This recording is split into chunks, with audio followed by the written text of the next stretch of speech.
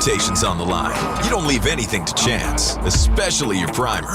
Painters trust Kills primers for a smooth start, strong adhesion, and serious stain-blocking power.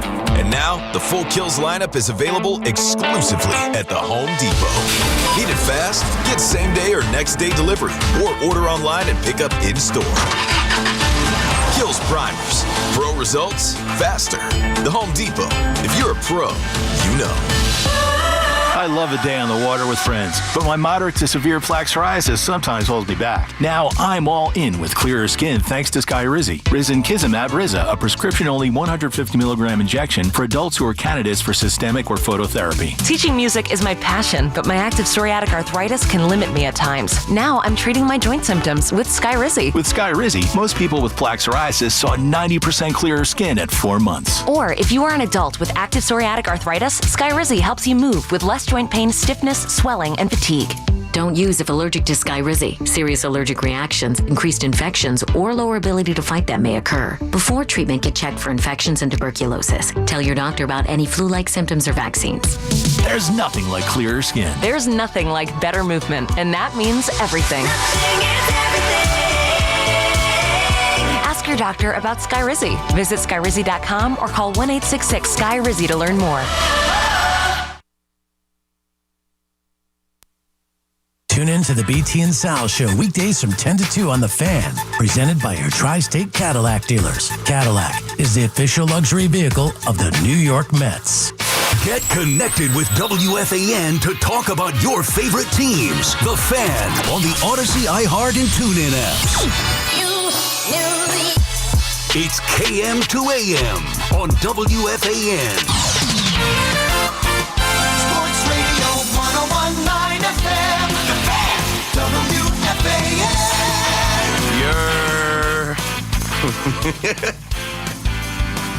Let's go. Let's talk sports. Yeah, the Yankees, the Mets, both lost the series. BTA, you know what BTA stands for? Oh, man. We might as well just skip, I'm going to do the baseball for the next half hour, and then let's just get into week 2. Let's just get into week 2 NFL talk and, Thursday night football. At least we got a good Thursday night football game.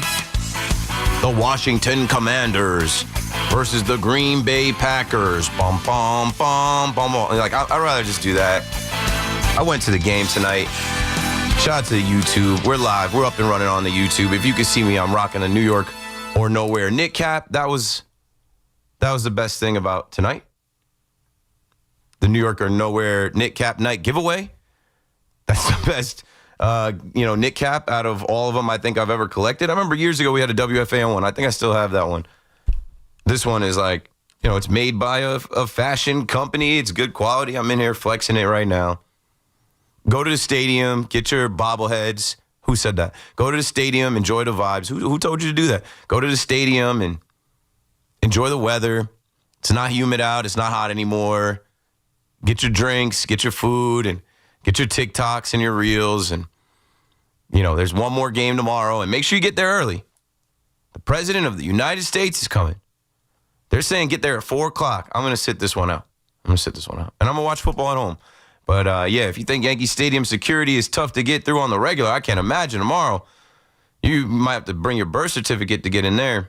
888-808-1019. We'll start with the Yankees because that's the game I watched. I did watch the out-of-town scoreboard, and the Mets never led, and it got out of hand. And I don't even have it in me to troll the Mets or laugh at the Mets or make fun of the Mets.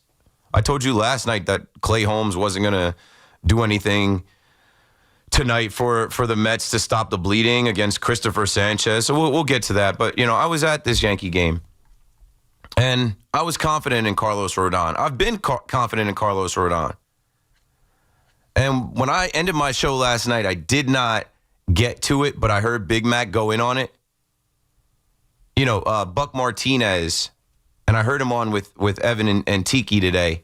Buck Martinez talking about the New York Yankees. And Buddy was spot on.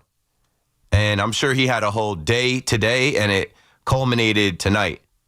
I'm pretty sure the The Blue Jays lost tonight, but that doesn't matter. The Yankees lost a series. And this man, last night, after the Yankees had a 9-run inning, on his broadcast, told the world, I don't care about their record. You know, the Yankees aren't good. He said, the Yankees, they're not a good team. I don't care what their record is. They have a lot of wild pitches. They make a lot of mistakes in the field. They don't run the bases very well. If they don't hit home runs, they don't have a chance to win. I'm like, I was going to talk about it last night and say, like, he's not wrong. We don't like it when someone else says it. Someone on the outside says it. But this is a former player. This is an analyst. This is a guy that calls games. He didn't have the heart to say it while the Blue Jays were losing to the Yankees over the weekend. But, man, it got out of hand again tonight. It got out of hand again tonight. It's eerily similar because they could only score by the home run. Last night, Judge, Belly. Tonight, Austin Wells. I didn't even see that because by the time Austin Wells hit that one, I was trying to beat the traffic. And those Tigers poured it on late. And I came into this series saying that the Yankees got to sweep the Tigers. Yeah, right. Honestly, though, I came into this 12-game final exam, this gauntlet, as people are calling it, but this is the last test, man. This is the final exam. Saying that the Yankees need to win 8 out of 12 because I wanted them to win every series. Show me, prove it to me that you can beat these postseason teams. Well, avoid the sweep tomorrow with Donald Trump in the building, but you can't win that series now. 888-808-1019, and this bullpen is a mess. I was sitting here, thinking, I'm like, when was the last time I was really pumped, like on the radio talking about the Yankees? I think it was trade deadline day. I think trade deadline day, when we actually looked at the sum of all things and who was on the team and what Brian Cashman did to shore up this run, I think we all just did way too much. Way too much celebrating, way too much patting on the back of Brian Cashman, way too much, looking ahead, thinking that the Yankees just had everything they needed. And they won some games against bum-ass teams, yeah. And now they're cramming for this final exam. They're going to make the postseason. But when you watch games like these last two, it doesn't make you feel like they're going to do anything in the postseason. It makes you feel like the same things we've been talking about are going to rear their ugly head. They can't manufacture runs.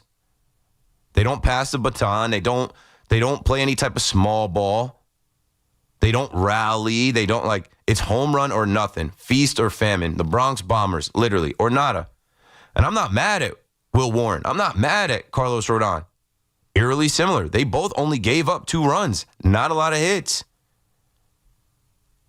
The offense has to do something. Aaron Judge, I'm talking to you, bro. That's not it, man. That's not it. You have the opportunity. You got to cash in. Not ground into double plays. Like this team, I don't know, man.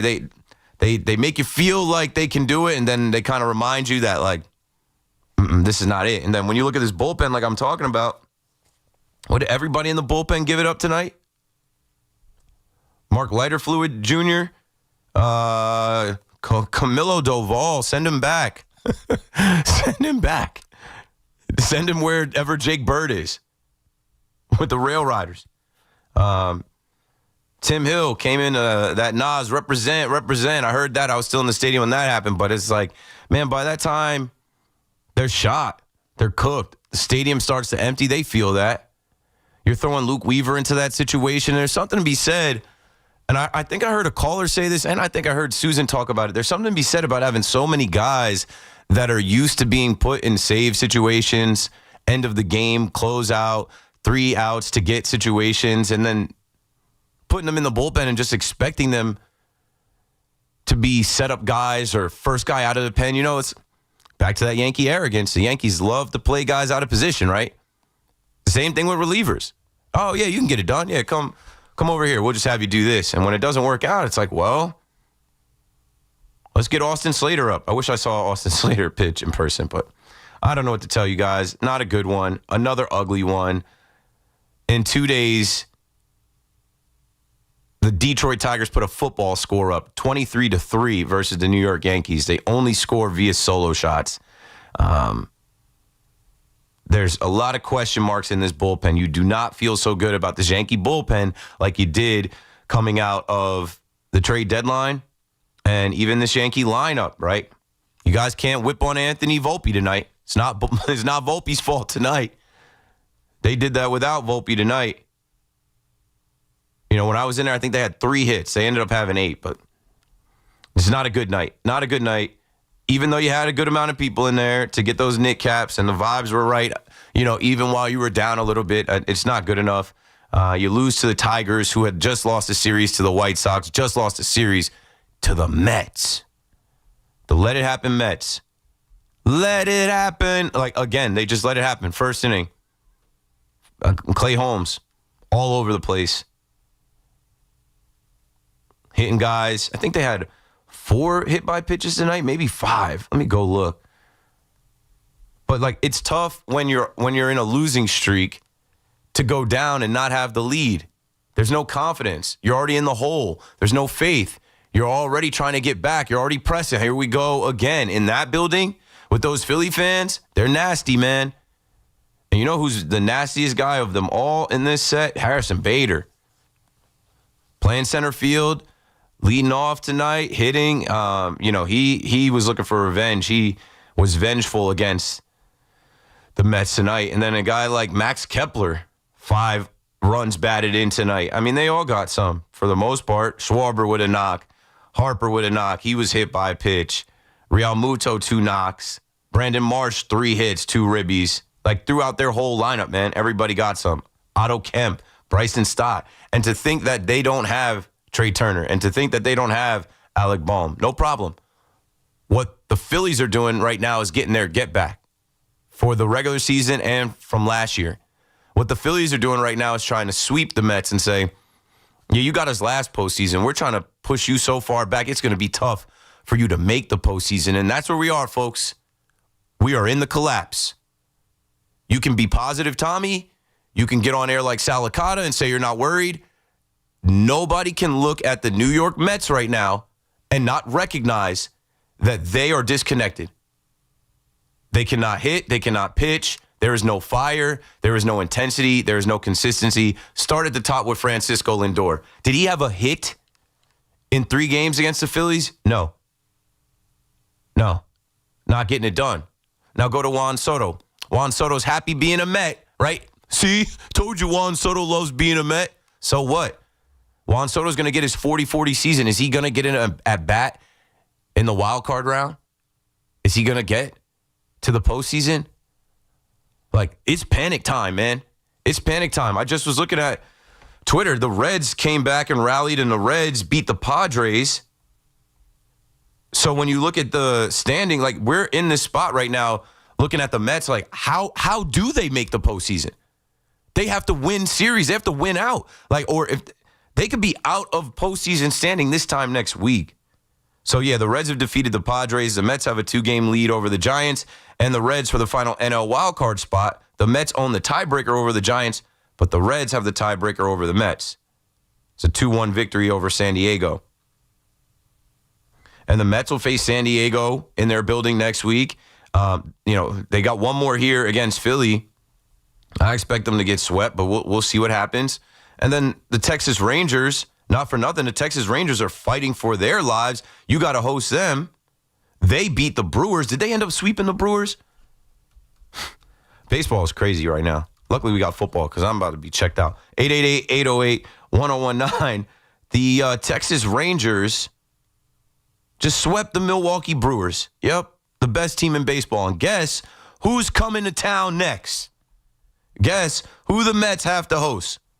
The super hot Texas Rangers. But you know what the Mets put out there today? On pace to break 3 million fans this year at Citi Field. Be in attendance when we do so and receive a special gift from us. Thank you, fans. You did your part. Thank you, fans. You answered the call, Steve Cohen. Oh, there better be some people in there, right? Well, now you go to Citi Field and you get loud. Now you go to Citi Field and you let Steve Cohen hear you. Is Steve tweeting tonight? Where's the tweet at? Where's the tweet about the Fab Four? Eric Chavez, where's your Instagram story about? Oh, well, what now? What you say now? The fans got to get loud about this because this is unacceptable. $340 million team, the largest contract in the history of American sports. $34 million to Francisco Lindor, $30 million to Pete Alonso. What are they doing right now to pick you up? What are they doing right now to give you faith? You're going to have to sweat this out the rest of the way. And it might not even be the rest of the way. You might have to sweat this out for another week. And then if you fall out of it, you're just like, hands in the air. That's it, folks. We don't have the pitching. And this expensive lineup is not hitting. And this second-year manager now we're looking at differently. Carlos Mendoza. I don't know what to tell you guys about the Mets right now, but they are free-falling. They are in a losing streak. They never have the lead. They go too many innings with just nothing being produced. But Juan Soto's going to have a 40-40 season, so at least you have that. 888-808-1019. Let's take a break. We will get to your calls. And then, seriously, once we turn the page to Thursday, we should just start talking about NFL Week 2 because this has been a miserable couple days. They got BTA, belt to ass, both the Mets and the Yankees, back-to-back nights. And this is supposed to be the time you're playing your best baseball. This is supposed to be the time that you're getting ready for October. This is supposed to be the time that you are, showing your fans we're ready. Showing your fans that we got it. And there are still a lot of question marks and some things to be seen on both sides. So we'll talk about it. Call me up with your questions. Call me up with your concerns. The Mets lose the series. The Mets lose 4 in a row, 5 in a row. Could have almost been 6 in a row, actually. And they lose tonight 11-3. And the Yankees, back-to-back nights, you hang around for a little bit, but then after the 7th inning, it all goes to S. They lose 11-1. And, that's all she wrote, folks. That's all I got for the open. It's not fun. It's not a good time. It's not great. It's not great. I don't know what to tell you guys. I haven't believed either one of these teams were going anywhere. I haven't believed that either one of these teams were winning the World Series. I didn't entertain any of that. And now you're just seeing these things that it's like, how do they overcome it? We don't have the answers. We're running out of time. And, I know the Yankees are going to make the postseason, so I guess we'll start talking about a wild card series. Are you excited for that? First time we'll ever see a 3-game wild card series with the Yankees in it. Maybe they'll host it. Maybe not. Maybe they have to go to Fenway. Nightmare. And the Mets had to sweat it out last year, but it was a way different feel. It was an exciting feel playing that last game, going down to play those last 2 games in Atlanta because they came back from the dead. But this year, the Mets are at the big boy table. This year, the Mets were talking about building a dynasty. This year, the Mets were talking about getting to the World Series, Juan Soto being the missing piece. They had a 5.5 game lead in their division. That got smoked. And when you actually look at the numbers, I went on ChatGPT last night, they're 31-45 since June 13th. They're not a good team. They have some good players. They have some talent. But collectively, they are not a good team. So 888-808-1019. Sorry for the YouTube people watching. I know you guys could hear me, but you couldn't see me. I was waving, but I had the slate over. So now you can see me. All right. Let's take this first break, and we'll be right back. After a tough Week 1 loss to the Commanders, Big Blue is hungry, desperate, and ready to respond. So we got to pick up, move on. The offense is determined to strike back, and the defense is prepared to hold the line. We bleed together, we ride together. This week, the stage is bigger. The stakes are higher. Giants, Cowboys, one of the NFL's greatest rivalries. And this time, it's all about redemption. We got to get ready to play Dallas and beat them. Kickoff is 1 p.m. Sunday. The home of New York Giants football is The Fan. 101.9 FM and always live on the free Odyssey app. If you're 55 or older and into that whole saving money thing, T-Mobile has an exclusive phone and internet bundle just for you. Right now, get 2 unlimited phone lines plus 5G home internet for just $30 each per month with autopay, plus taxes and fees. And with 5G home internet, setup is easy with just 1 cord and no technician needed. which is great if you're also into that whole keeping it simple thing. Switch now and experience the best mobile network in the U.S. Visit your local store to start saving. T-Mobile, it's better over here. Based on analysis by Ookla of speed test intelligence data Q4 2024 to Q1 2025. Ookla trademarks used under license. Unlimited on our network. Customers on voice plan may notice speeds lower than other customers and further reduction if using more than 50 gigs a month due to data prioritization. Video streams and SD on this plan. Home internet pricing after $20 a monthly bill credit plus $5 per line without autopay. Debit or bank account required. See 5G device coverage and access details at T-Mobile.com. Ugh, my phone takes such bad pics. Girl, you gotta update that phone. I can't afford a new one. My hot tip, go to Metro. The iPhone 13 is on them. Wait, Metro's got it covered? Yeah, and iPhone 13 has a dual camera system. So bye-bye bad pics. Ooh, my profile pics are about to be on point. Get iPhone 13 on us when you join. Only at Metro by T-Mobile. With virtual MasterCard after third month, bring your number and ID to a $50 plan with autopay. $55 first month. In the U.S., it is estimated that more than 1 in 5 adults live with mental illness. Help is available. Call 988 to start on your road to mental health care. We can survive together. From your friends at Town Fair Tire. If you could hear Old Spice Fiji Antiperspirant, what would it sound like? First, you'd start with Fiji Antiperspirant's amazing scent of palm trees. Add pure notes of fresh coconut and layer on 24/7 odor and sweat protection. You won't hear any dyes or parabens because with Fiji, you won't have any. So while your regular antiperspirant sounds like this, Old Spice Fiji sounds like this. Sounds like it smells amazing.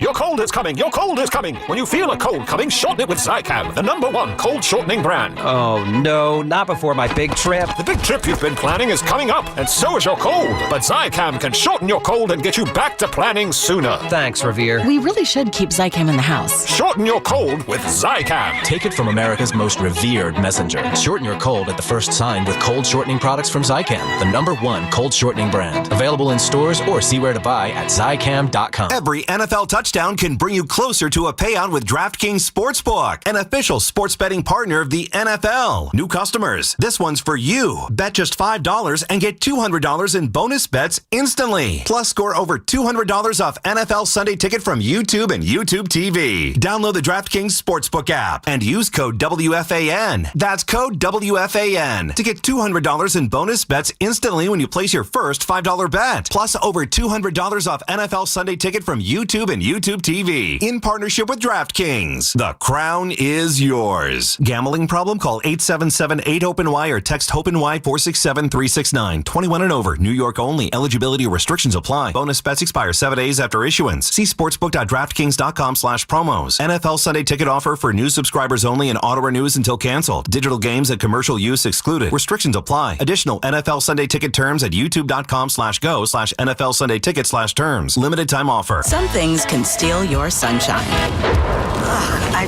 just got my hair done. Sorry, the cooler's broken. Anyone see my flip-flops? Anyone? But COVID-19 can steal a lot more. I just took a COVID test. Ugh. Prescription medications for COVID exist. If you test positive this summer, ask your doctor if they're right for you. Visit PfizerForAll.com/COVID-19 to learn more. Sponsored by Pfizer. Here we go! Count on Sundays with the NFL on CBS and Paramount Plus. This is incredible! Watch your local NFL game live all season long. And he's in for a touchdown! Visit ParamountPlus.com/NFL to get started today. Oh, could this vintage store be any cuter? Right? And the best part? They accept Discover. Accept Discover? In a little place like this? I don't think so, Jennifer. Oh, yeah, huh? Discover's accepted where I like to shop. Come on, baby, get with the times. Right, so we shouldn't get the parachute pants? These are making a comeback. I think.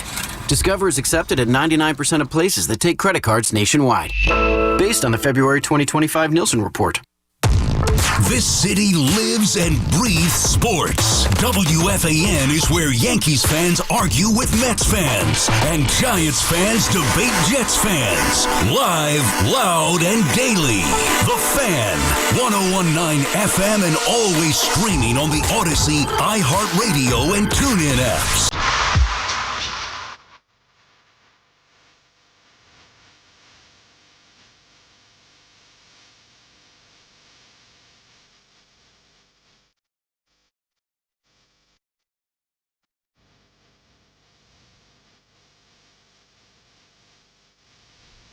Yep. Right back at it on the Fan in New York. Another one of those nights. Losing is not fun. And if you love baseball, losing the way our teams are losing right now, it just kills all your hope for the best time of the year in baseball. Like, I'm having conversations and talks about what's going to go on in October, and it's hard for me to even be like, I can't plan for October like we planned for last year. You know what I'm saying? Oh, yeah. We're gonna do some watch parties. We're gonna do yo, Keith, what's going on for the CS, for the World Series? What championship series? What World Series, bro? We gotta take this day by day, game by game, series by series. I don't know, man. It's not a guarantee that the Yankees are just going back to the World Series. It's definitely not a guarantee that the Mets are even going to the postseason. And I'm saying for the Met fans, like, you Met fans certainly can get mad at some people. I would be somebody who knows. You should be mad as hell at David Stearns. As I'm looking at Russell Wilson and Brian Daboll and those guys on my screen, and we'll get to them. In year 2, what did David Stearns do to ensure that you could get back to where you were last year? The bar is set at the NLCS. Call me up and tell me what moves he made to shore up this Mets wagon. Like, what did he do? What did he do? You can't even give him credit for Juan Soto. You can't. He's never gone after a player like Juan Soto. That was Steve Cohen. And, same thing with Pete Alonso. He didn't want Pete Alonso. Steve Cohen went and met Pete Alonso. So, and then when you look at this team, too, I left Nimmo out of the big money guys, but Nimmo got paid. What did he do tonight? For Francisco Alvarez, another one, is mad annoying. Like, he's back, and you need him to be back, but at the same time, he's not doing anything. And then you have guys on this team that Stearns added, like Jose Siri, Cedric Mullins. Oh, Cedric Mullins got a hit tonight. It's not enough, man. It's not good enough. You deserve better, Met fans. 888-808-1009. All right, that's my Met spiel, because I talk to the Yankee fans on the fan. So let's get into it. But first, I got to talk to my guy so he can go to bed and get his rest. And I did mention Brian Daboll and Russell Wilson. How funny is Brian Daboll, right? When he does his little media stuff, like, why even bother asking him questions? You're not going to get anything out of him. I cannot wait to see what they look like in week 2, because there should be a big jump week 1 to week 2. Preseason is over, folks. I know Giants fans had a blast watching those preseason games. It means nothing. But let's see if they actually can make a jump from week 1 to week 2, because what they put on film the first week was atrocious. Harvey's in Dix Hills. Harvey, I got you. You're in there. Thank you so much, Keith, and thank Alex for me. I really appreciate it. Mm-hmm. Okay, I said this on Sunday. I looked at the calendar, and it said 2024. I thought I was watching 2024 again, to be quite frank with you. And 2 people had called me and said, how did I know the Giants would stink? I didn't know the Giants would stink, but one thing I was 100% sure, as I said, I love talking football with you, and I trust, and I love your opinions, is that I know one thing is that the offensive line would stink. Okay? They've had one of the worst offensive lines in football over the last 10 years, and they only drafted 1 lineman in 2 years. That's Bo this year. And I, as you know, I was convinced that Jackson Dart is going to be that I can't be totally sure, be that franchise quarterback. And I wouldn't put him in there unless they stabilize this line. And this line is not stabilized. I believe that. I still believe that.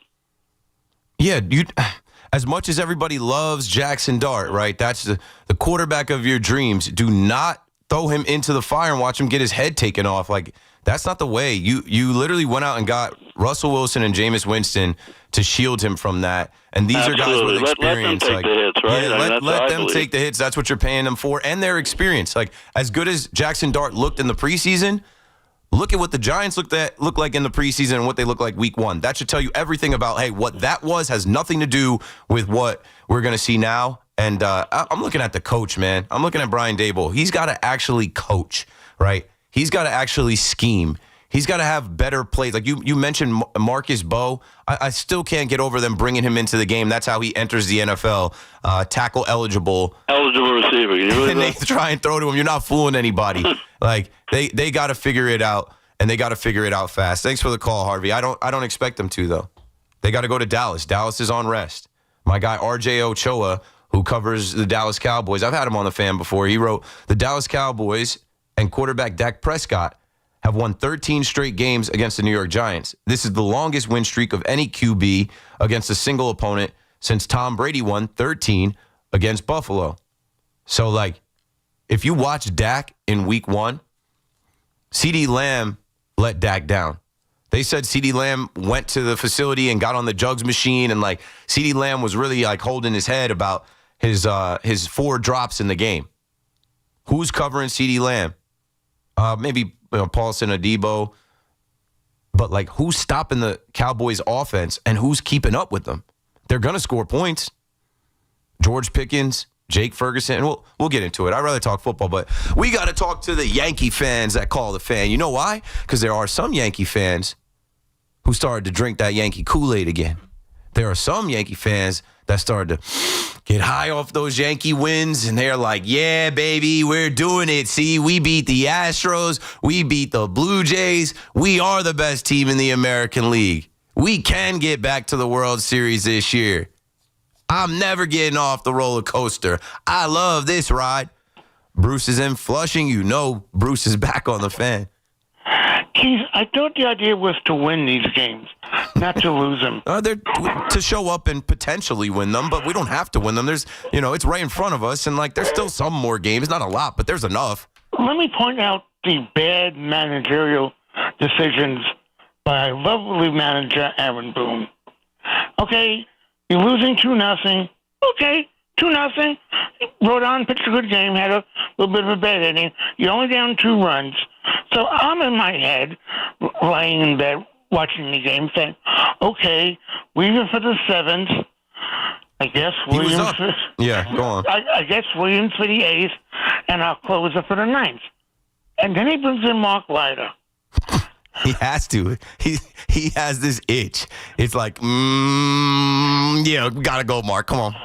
Okay, so then he gives up run. I said, okay, 3-0. Wouldn't have brought in Leiter, but okay, 3-0. We can come back from that. It's possible. And then he brings in the great reliever from the San Francisco Giants. Yeah, it's his throw day. It's his lane today. Why would you bring him into a game that you needed to win? You're only down 3-0. What logical reason could you bring? You want to bring in a risky guy? Bring in Williams.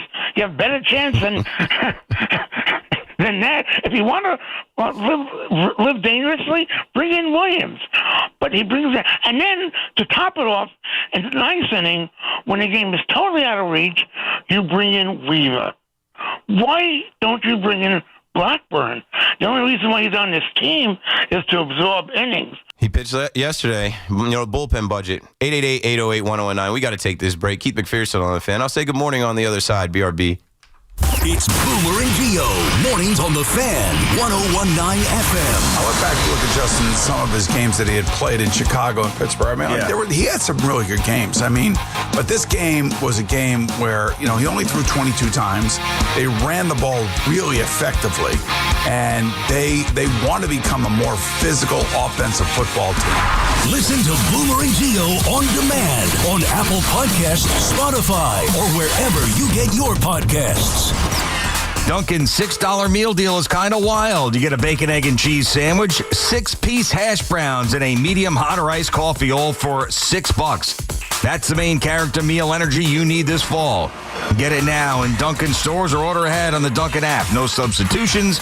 Participation and times may vary. Offer price varies in California and Hawaii. Limited time offer cannot be combined with other offers. Exclusions and terms apply. This is John D'Agostino from D'Agostino & Associates. It's not easy being an accident victim these days. I mean, how do you choose the right lawyer? The radio, TV, buses, and billboards are filled with law firms making the same old promises, bragging about the same big results. They talk about their proven track record and hope they'll get you to sign on the dotted line. But then what? If a lawyer tells you from day one what your case is worth, please turn around and run. If a lawyer tells you how quickly they'll get your case settled, I beg you, turn around and run. The right lawyer is not a fortune teller. The right lawyer is honest, straightforward, and knows every case is different. He or she will have the experience to get you every dollar you deserve at the right time. So if you want to know your rights and you want to be told the truth, call D'Agostino and Associates today at 888-24-LAW-24. That's 888-24-LAW-24 and ask for me, John D'Agostino, because I've been there and I'll be there for you. D'Agostino, Law, Bite Back. Hear that? That's the beginning of a journey powered by the confidence that comes from driving a vehicle so reliable. It's backed by a 10-year, 100,000-mile limited powertrain warranty. Where your journey ends? Well, that's up to you. Visit your local Kia dealer today. Kia, movement that inspires. See retailer for warranty details. Always drive safely. Limited inventory available.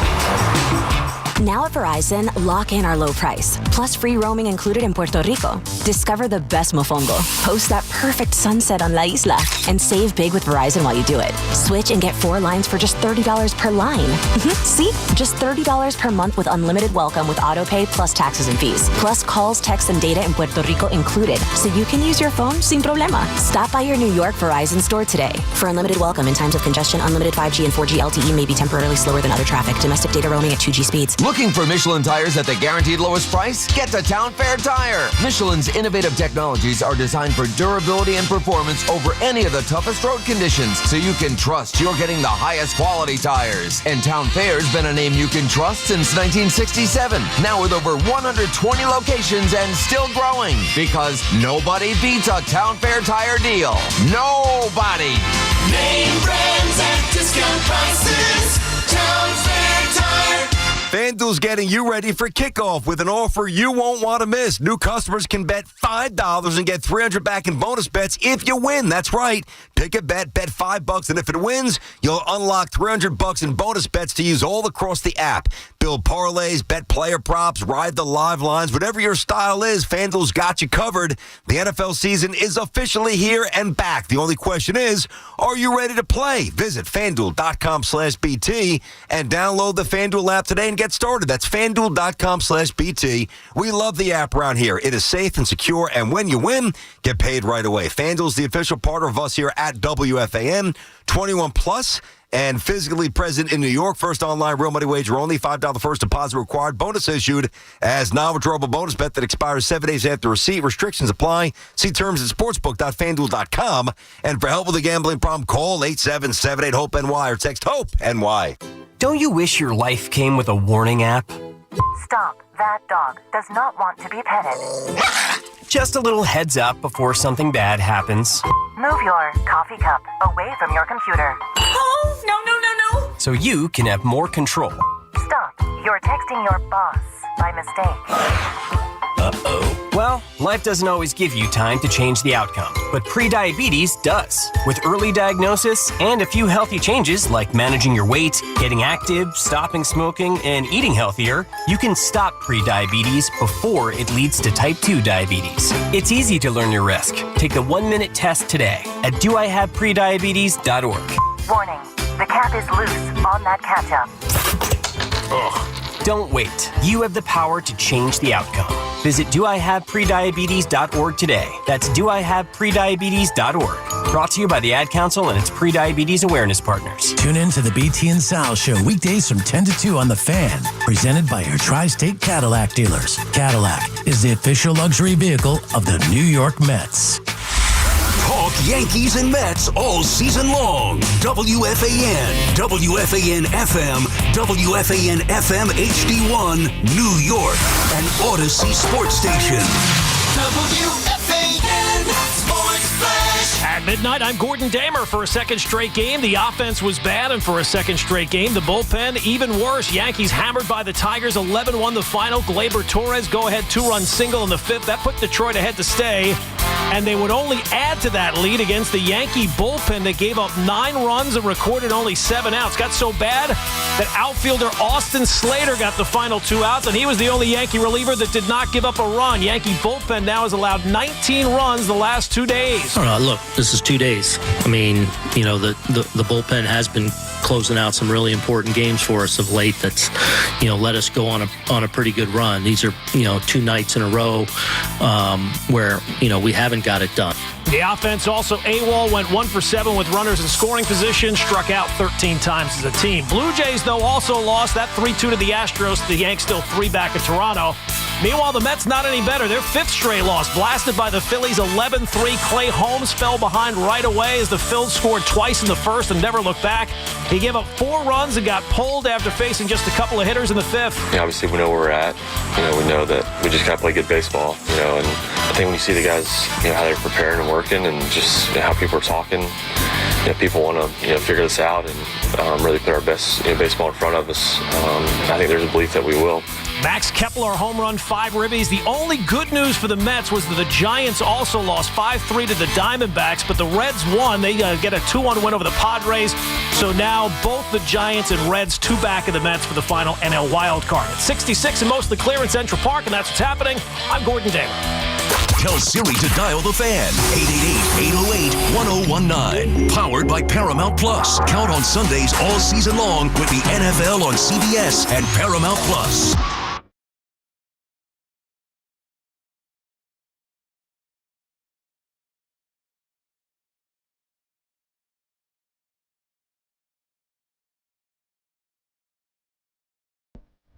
The Big Shot of the Night is brought to you by WFAN and me, Keith McPherson. We got bright lights. We got a big city. And you know what? We got a bunch of big shots, but we can't find them. Back-to-back nights, we got to give the big shot to former players. Tonight, GT. Like a good Glaber, Torres was there. Yeah, Glaber broke the game open tonight, getting his revenge. He had that little knock to drive in the first 2. Then he grounded out to drive in the 3rd run, and GT back with the rat tail and the braids and the fade, looking like a different man with a beard. He's getting the last laugh. He's getting the last laugh. He's on a Tigers team that has taken the season series from the Yankees for the first time since 2011. And, yeah, he's a professional hitter, man. He got a rough go at it here, but I know. Glaber was a losing player, and Glaber was a, space cadet and all that, but good for Glaber, man. Good for Glaber. I'll give Glaber the big shot of the night as he drove in 3, tied with Riley Green for the most ribbies on the Tigers. Listen, man, it is what it is. We're going to talk about it, but Aaron Boone was just asked in the post game what gives him confidence in this bullpen. He said, track record, stuff, who they are. And if you listen to me, what I just said is that you have guys in these different roles that they are not necessarily used to, not necessarily comfortable with. They don't necessarily know who they are. Mark Leiter Jr., why is he a priority? Why is he a first option? Why is he somebody that can always pitch back-to-back days? No. It's more bad than good. The bad outweighs the good. Camilo Duvall, he was bad. He got right. Then he's bad again, and he's wild, and he looks like a guy that is just like, hey, I don't even know why I'm here. I don't know what I'm doing here. I don't know why you put me here. It's not working here. I'm a closer. I can't do this. And, like I said about Luke Weaver was your closer that got you to the World Series. The ferocious jungle cat, Weavy Wonder, Dream Weaver. All we talked about is how he's got the heart for it. He's got the look for it. And now it's like, all right, we're trying to put him into these different roles. Or why are you even throwing him today? Why are you even throwing him today? Just to raise his ERA up? I don't know, man. I don't know. L, 2 L's. Now you lost the series. Now you're at the point of this final exam where I'm starting to get worried. Well, I'm not worried. I got off the roller coaster August 8th. But at least what I wanted to see was you win each series against these postseason teams to at least fool us a bit, At least make us think. Make us think that, you could potentially meet them in October, which it doesn't matter. It's a new season in October. It's way different stakes, way different energy, way different vibes. But you wanted to see the Yankees beat the Tigers in their own building, coming off of them losing to the White Sox and the Mets in their building. You wanted to see them beat the Tigers where they're not facing Tarek Skubal, and they won't. They're like, we don't need to use Tarek Skubal against these guys. We're all right without him. Don't get swept. Don't get swept. Like, it is starting to be super frustrating and annoying how they are home run or nothing. Gordon was just in here. Gordon Damer filled in for me Friday. And, I was just talking to him about, Friday's game. I was like, I ended up going to sleep on Friday's game because I was up in Connecticut getting ready to play in Bernie Williams softball game. And, obviously Cam Schlittler didn't have it. And they jumped all over him. And all that the Yankees had was a Giancarlo Stanton solo shot. And it's just like, bro, like, how many games have they had this year where that's like, they lost that last game in the Twins series. All they had was a belly solo shot. And I remember getting on air then and saying, like, this happens too much. Now, it can help them sometimes. Like, there are games that they can win when they have 9 home runs and they just bludgeon people. But there has to be a different way to manufacture runs. It's baseball. Can we go station to station? Can we get on? I don't know, man. I don't know what to tell you guys. I just think that, like, there's too many of these games, just like these two. You only scored 3 runs in these games. Aaron Judge solo shot, Belly solo shot, Austin Wells solo shot. It's not going to do it. And you know what they did? They will take their walks. They will take their wild pitches. I was so confused in the stadium at the time with that wild pitch that, like, got called a wild pitch with Wells and Mark Leiter Jr. I was like, what the hell happened here? It doesn't matter, man. It doesn't matter. Mark Leiter Jr. comes into the game. Mark Leiter Fluid Jr. Mark took a lighter to the game back-to-back nights. So I don't know what to tell you guys. Yankees lose. You guys tell me. Avery's in St. Louis on the Fan. Avery, what's up, man? Hey, Keith, how's it going? It's going fine. It is what it is. I'm not really mad. I'm just talking about. That's because you're off the roller coaster, so it's fun for you. Yeah, I'm in the amusement park and I'm watching the ride, and I'm literally at the game tonight watching. And I'm like, I'm about to go. Like, it is what it is. Well, I'm typically not a fan of roller coasters, but I happen to like this one. And these types of losses, they're really they're difficult because they don't wrench your gut like when you give up a lead in the 9th inning, But they take life out of you so quickly, and it's such a large, like, so much of it at once is drained out of you, and you begin spiraling. Right? You're worrying now, and I listen though. I always thought this. I always spiral about the Yankees. That's why I love and hate baseball and my team. But it's the idea that if we play a wild card series, no matter what kind of wild card series it is, whether it be at home or on the road against Boston, against the Tigers, I know it won't be against the Tigers, but whomever it's against, Houston, whatever. If we can't, number one is if you can't win game 1 in a wild card series, you're losing that series. And number 2 is, if you can only score runs one way and you only have so many games to make up for your losses, you're not winning. The Yankees will not win a wild card series, Keith. Yeah. I don't believe that you're going to face good pitching. I guess we should give some credit to Jack Flaherty, who came back to Yankee Stadium and kind of exorcised some demons from the World Series. He was good tonight. Yeah. But what becomes they got to figure it out with the bullpen. But I believe that there's a better chance of them figuring it out with the bullpen than there is of them finding a different way to score runs.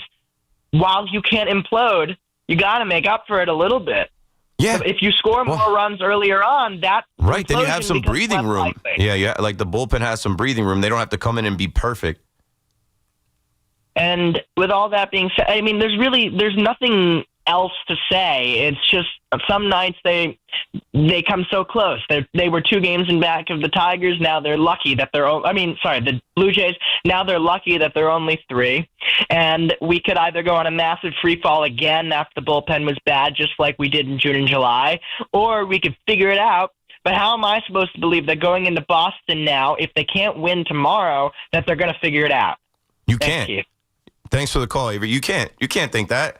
Unless you're just the glass half full, eternal optimist with this team, and you're not really watching. You're not really or you refuse to believe what your eyes are seeing. Like, they needed to win this series and go into Boston feeling like, we beat the Astros, we beat the Blue Jays, we beat the Tigers, you're next. Gary and Waterbury on the Fan again. What's up, G-Makes? I smash Keith after your beef. No relief. I step on stage. The girls scream like I'm Keith. There it is. Yo. It's good. Yep. There. Yeah. We're bringing it back. We're bringing it back tonight. Fu Philly, Fu Soto, and Cashman sucks. We're bringing it back tonight. You know I've been saying that for decades, and until Cashman and Boone are gone, it's the definition of insanity. Hal is satisfied with just making the playoffs, and then we're supposed to roll with that. I don't know, bro. It's just like I can't even, they have a bunch of good players on this team. They did make moves at the deadline. They did pay players in the offseason. It's just something That's about on cash. It's something about the culture. And it's also Aaron Boone, man. I know. They both got to go. They're not going anywhere. They both got. I know, but so we're in the same cycle. And I need a final score. Dallas Giants. I need a final score from you. Right week. now, let me do some figuring. I'll get it to you by the end of the night. Thanks for the call, Gary. Final score, Dallas. I don't even know what the over-under is. I do think the Giants will score their first touchdown of the season. I don't know how. I think it'll be a big play. We'll get to that. Trust me. I'm not going to sit here and talk about the Yankees bullpen, Aaron Boone, and his itch to go to guys that we're like, why are you going here? Why, But we know why. We're not dumb. That's the thing. It's a culture thing, and it's I joke about it, but I'm like, oh, is this guy's throw day? And I didn't watch the game at home. Any of you guys take a screenshot of the bullpen budget? When I watch the game at home, I always take a screenshot of the bullpen budget because it tells you the script. It tells you who's going to throw. Tells you what they're going to do. It is so predictable. So, Brian is in West Palm, Florida on the Fan with us next. What's up, Brian?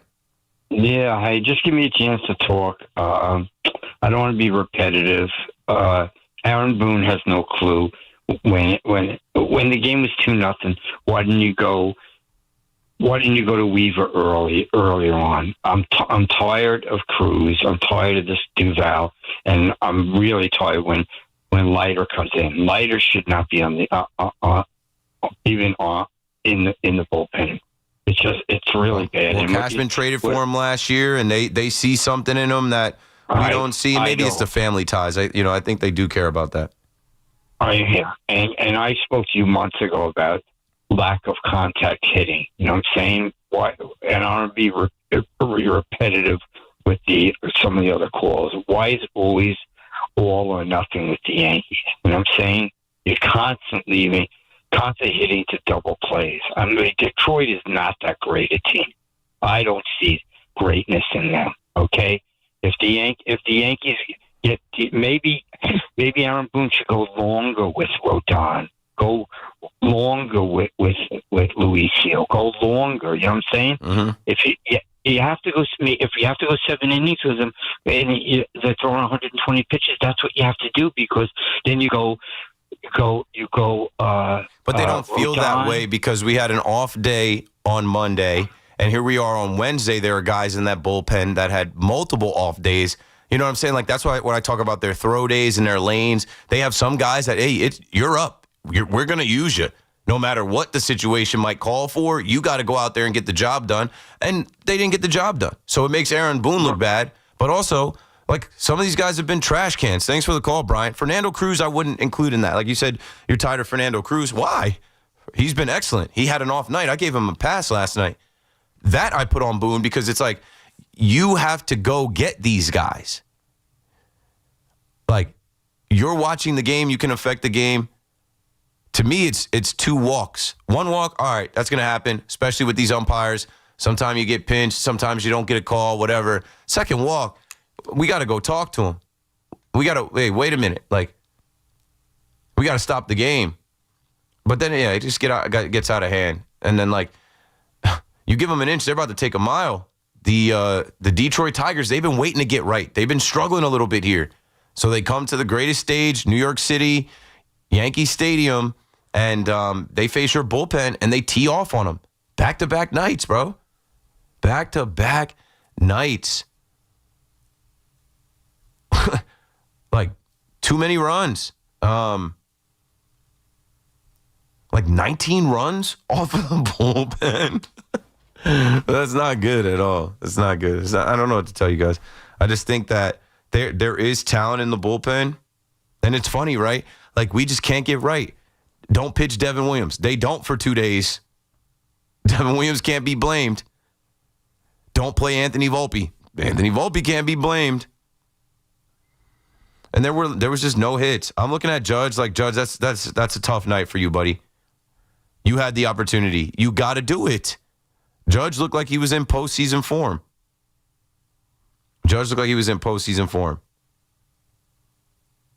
And when I'm looking at the lineup, even like, okay, so like Ahmed Rosario pinch hit. Well, McMahon had a double, which, okay, good. McMahon had a double. It was one of the only hits.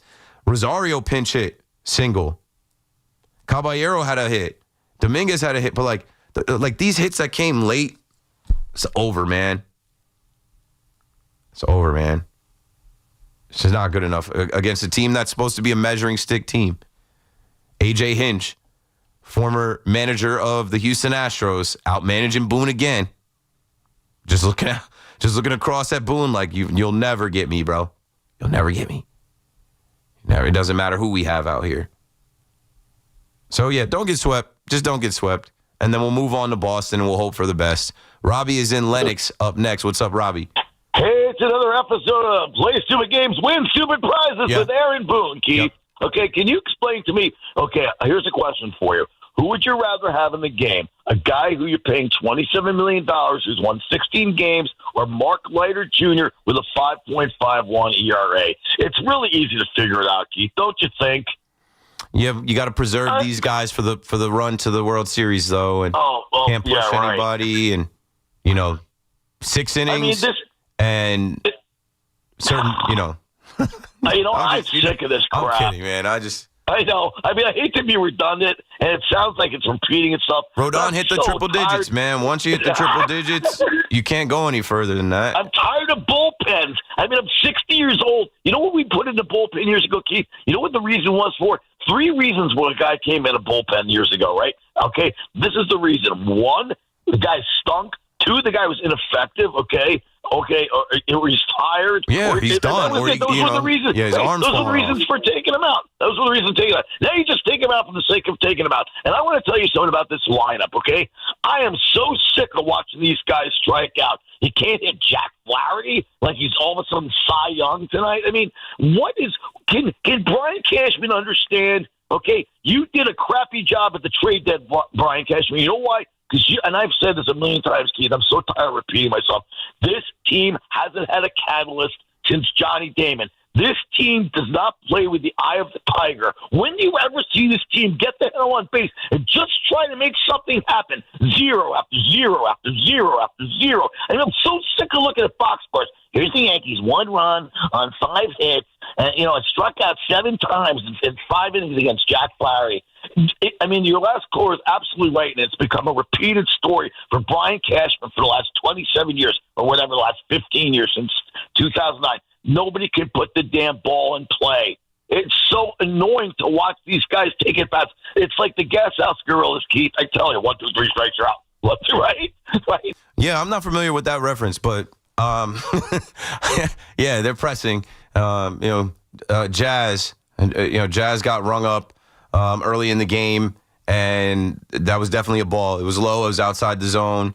And after that, he had another one, and Flaherty ends out. I think he ended up striking out the side in his last inning. Yeah, and then Jazz struck out again. Wells struck out. They're all trying to hit the home run. They're all trying to be the hero. But you know who should have been the hero? Aaron Judge. That's why I say he was in postseason form tonight. I am not somebody that is going to shy away from criticizing Aaron Judge. That was the game right there. Judge comes up. Who else do you want on? Stanton or want up with 2 on? Stanton maybe? No, Judge. He's the best hitter in the world. The best hitter on the planet, right? Grounds in a double play. I don't know. And I joke that he's in postseason form, but this is a postseason team. Jack Flaherty pitched all the way to the World Series, won the World Series last year.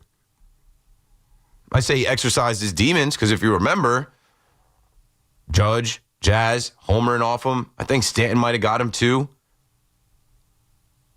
But they won that game. And, I mean, he hadn't pitched in Yankee Stadium since. But whatever, man. Where we are with the New York Yankees is the offense is too reliant on the long ball. And literally, Buck Martinez said it. And that's why I started the show with him tonight. Like, oh, buddy had a day and a night. I know he's probably somewhere laughing. He said he doesn't do social media, but I'm sure somebody relayed the message, hey, the Yankees got whooped again. And that one measly run that they scored was Austin Wells with a solo shot late after the game was out of reach. You were right. Their fans don't want to hear it because it's the truth. The truth hurts. I've been saying it. I don't believe in this team. I love the Yankees. You know, shout out to my guy, a day. I think I see you in the chat. A day was with me today. We were shooting a blog. And he asked me, like, what do you like about the Yankees? Like, what is it about the Yankees? I'm like, honestly, man, it's tradition. It's their history. It's, you know, when I was growing up, watching them win World Series, the players they had, the moxie they had, the intensity they had. It's like the Yankees represent excellence. Or at least they used to. Like, you put on a Yankee hat, you put on Yankee gear, you feel like a winner. Or at least you did in the past. I don't know. Now it seems like the Yankees are about other things. They're about playing players that shouldn't be playing. They're about pitching guys that just, this is this guy's day or lane or where we see fit. Or there's like no feel for the game. There's no urgency. The approach is off at the plate. I don't know. I look at the Yankees and they have so much talent, but I feel like there is not enough time for them to magically just put it all together. Carlos is in Clifton, New Jersey on the Fan next. What's up, Los? Peace to Rymus Mahmoud's finest. Hey. What's up? You know, hanging out until I start. I'm about to start cooking up this NFL talk. They're not ready for that. I'm about to talk about every game. I was going to call you about the Knicks. That's how upset I am. We can talk about I'm the ready Knicks. to go to basketball. Oh, Ben my Simmons? God, this is crazy. Come on. He's turning down $3 million? What an idiot. This guy's crazy. What an idiot. Well, listen, I just, like, watching baseball. I'm 54 years old, watching the big-time Yankee fan for a long time. I remember taking my youngest son, and they had Denny Nagel pitching. And I took him to a game, and I dropped like 150 before we even got to our seats. That's how way back I go. Yeah. But here's what I don't understand. This analytics has killed the game. All these guys bat 190 now, the 190 to 210, and they're trotting them out there every day. Nobody can hit the ball the other way. Everybody's just trying to swing for the fences. You even see on some of the swings, the ball's like way outside, and we're like at home, like, what are you swinging at? Stanton came out hot. I don't know what happened. All of a sudden, he's swinging at pitches he never used to swing at before. Yeah, it's like, guessing and pressing. That's what these guys are doing, guessing and pressing. Now, I just want, I don't think, I mean, I'm a big-time Yankee fan, but I'm just trying to figure out what Cashman was thinking about with the outfield situation. Okay, Grissom, maybe he wasn't counting on him to be as great as he was, and I think that's what it was. So you bring the Martian up, you're trying to develop him. Now he's barely getting playing time. Bellinger, you got to resign next year. We're not bringing Chris back. You had Spencer Jones down in the minors killing it. They could have brought him up. They didn't bring him up. You think he could help us in the fall? I think he could. Like, I just don't understand. I just want to hear what you got to say about next year and going forward, how you think the Yankees are going to look, because I'm telling you, I'm done with this year. I didn't even watch tonight's game.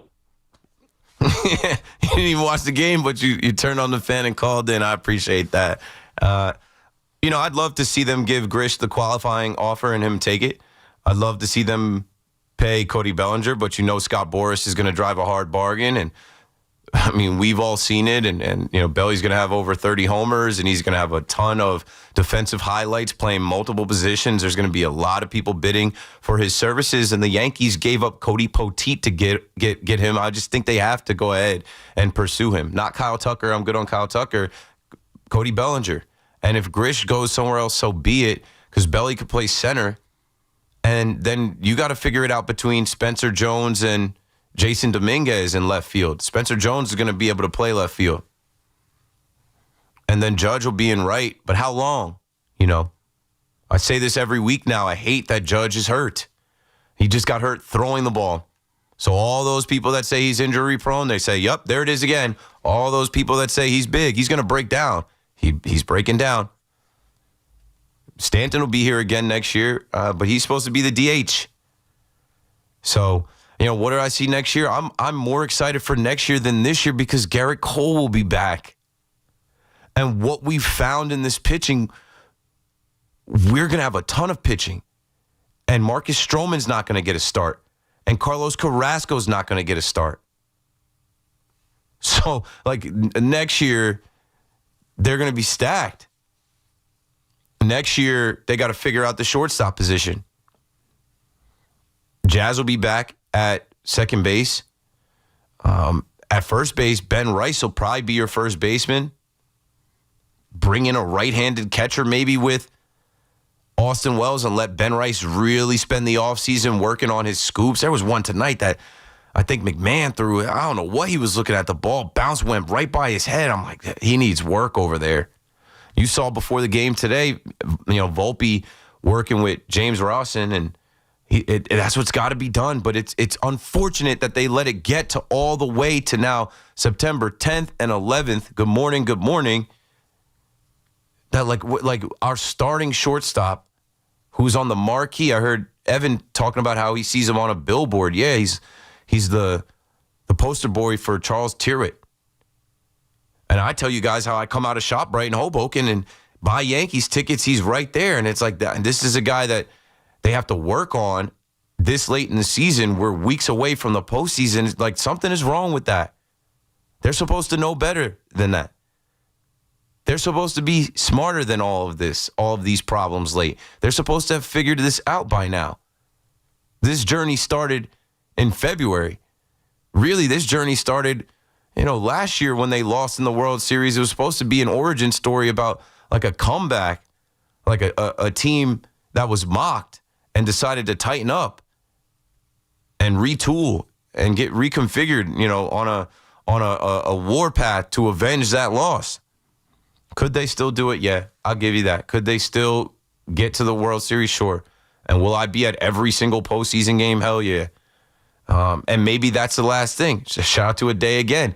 Give me a prediction. A bunch of people are like, give me your prediction. I'm like, you know what? The only prediction that I want to put out there is that as frustrating as the Yankees have been this year, all the mistakes that have been made with the bullpen and, embarrassing losses and games they either get smoked or games that they lose by one run.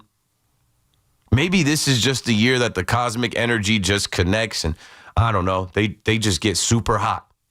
Maybe they do need to play their first ever 3-game wild card series. I hope that they host it. And maybe they don't need a bye week. Maybe they're forced into action and the bats come alive, the pitching locks down, and they get back to the World Series, and who knows who's waiting for them. Maybe it is the Milwaukee Brewers, and that stage is too big for the Milwaukee Brewers. Maybe it is, the San Francisco Giants, and the stage is too big for them. Maybe it's the Dodgers again, and they get the ultimate get back. But I don't really believe that. That's an Aesop fable. That's a fairy tale. That's a make-believe story that I'm just putting out there because I love baseball. I love the Yankees. I want to see it continue all the way to the Fall Classic. But if they get smoked in the wild card round, wouldn't be surprised. 888-808-1019. I'll say good morning again on the other side, and we'll start talking football. Maybe I'll get some Mets takes in, too. Mets fans, come on. Come on, Met fans. There are Met fans like, Keith McPherson, you're the last person I want to talk to right now as we're collapsing. Don't go anywhere. We'll be right back. Keep listening for your chance to score a pair to see Mike Tyson. Return of the Mike Tour coming to Hard Rock Hotel and Casino Atlantic City on January 23rd.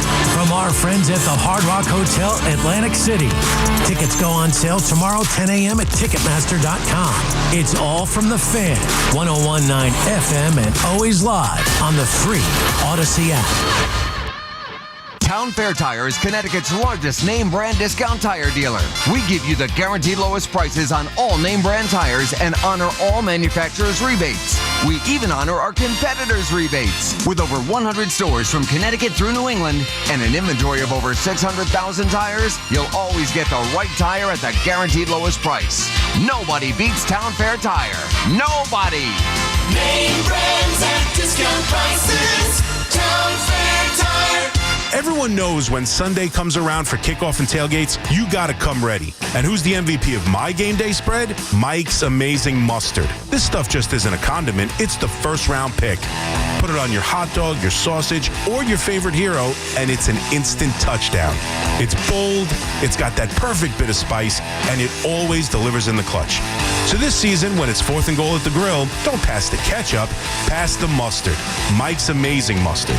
Find it this season at ShopRite. With over 90 years of combined legal experience representing the law enforcement community, Decolator Cohen & DePrisco, LLP, continues to strive to educate police officers of their civil rights to sue in line-of-duty accident cases. The 2025 Police Officers' Right to Sue newsletter can be viewed on policeofficersrighttosue.com and provides successful results in varying line-of-duty accident cases. These results include damages recovered from RMP accidents involving the City of New York and civilian motorists, station house defects, ricochet injuries from the range, private premises slip and falls, sidewalk slip and falls, construction defects, snow and ice cases, and injuries emanating from defective RMPs. In any LOD accident, it is important for the officer to take photographs of any defects, injuries, or damage. It is also essential to draft the line-of-duty report and detail the cause of the accident in the paperwork. Remember, there's a 90-day time limitation to file a claim against a municipality. If any law enforcement member has a question regarding a potential lawsuit, contact Decolator Cohen & DePrisco, LLP at policeofficersrighttosue.com or call 1-800-901-1529. Attention. Have you racked up $10,000 or more in credit card debt?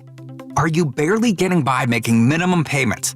With credit card debt reaching all-time highs, National Debt Relief is notifying consumers about significant debt relief options currently being made available to help those with overwhelming credit card debt. These options may reduce a large portion of credit card debt for those who qualify. You don't need to declare bankruptcy or take out a consolidation loan, and you may only have to pay back a fraction of what you owe, even if you have bad credit. National Debt Relief has already reduced the credit card debt for more than 550,000 consumers, so don't wait. If you owe $10,000, $20,000, or even $100,000 in credit card debt, you can now take advantage of this financial debt relief as the cost of living continues to skyrocket. To check what debt reduction you may qualify for, call 800-750-2525. That's 800-750-2525. Again, that's 800-750-2525. Hey Yankees fans, come out to Yankee Stadium on Wednesday, September 10th, when the Yankees host the Detroit Tigers, and get ready to receive a very special giveaway.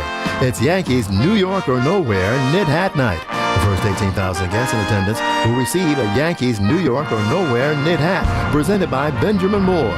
For tickets, log on to Yankees.com/tickets. That's the Yankees and Tigers on Yankees New York or Nowhere Knit Hat Night, September 10th. Visit Yankees.com/tickets today.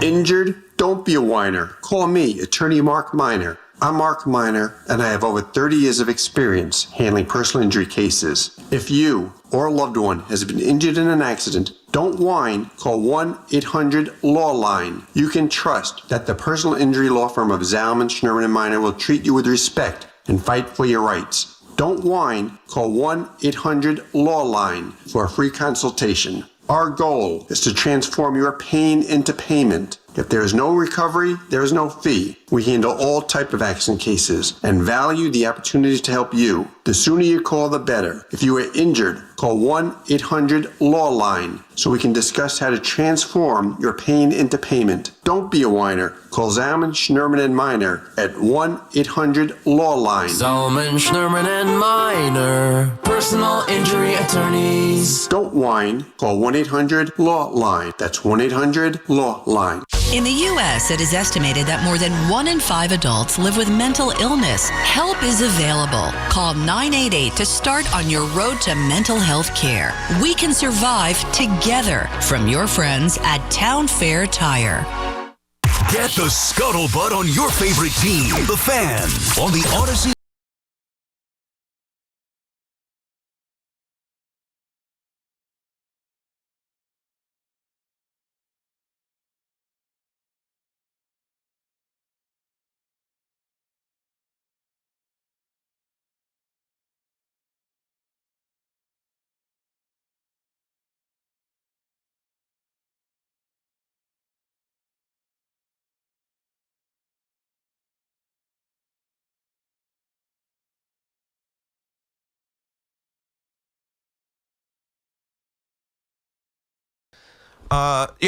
With the Mets, it's just a tough spot because they have owned the Phillies. It's just a tough spot because as I talk about the Yankees pressing and guessing, that's what they're doing too at the plate. Juan Soto got right tonight, Marte a little bit, but as soon as you get something going, they can't come through. And it's hard to continuously have to play from behind. It's hard to continuously have to come out of holes. And it's crazy how we're the Spider-Man meme. These guys that the Mets traded for at the deadline in the bullpen, they have been disappointing too. Gregory Soto gives up 4 hits, 4 runs tonight. Ryan Helsley, you can't, he took 1 step forward to take 2 steps back. Come on, Ryan Helsley, you can't lock it down there. So it kills your hope. It kills your hope for October. Because even if they get there, nobody wants to limp in. But, that's all we have is a saving grace that it's a different season. It's a different energy. Anything can happen. We'll forget all about this as long as they get in the dance. But the Mets are on panic time. The Mets are on point the finger at a lot of different people time. The Mets are about a week away of losing. They have to correct this. They have to win. They got to go on a winning streak. And it's just there are teams standing in front of you that are playing for their seasons and getting into the postseason and jockeying for position as well, where they're not going to go quietly. And you're literally relying on kids now. No pressure, kids. Jonah Tong, Brandon Sproat, Nolan McLean, carry us. And I don't think I've mentioned David Stearns' name yet, but there's just no way David Stearns can actually say this is the plan. When's his next media availability? He can't. It looked like a little bit of a plan, but you can't really say that your plan was to go with the kids because then that means you were looking more to evaluate this year than to challenge this year. 888-808-1019. Let's get back to the phones. Phil is in Sheepshead Bay on the Fan. Go for it, Phil. Hey, how you doing? Early good morning. Good morning. I'm good. I watch these guys stand there.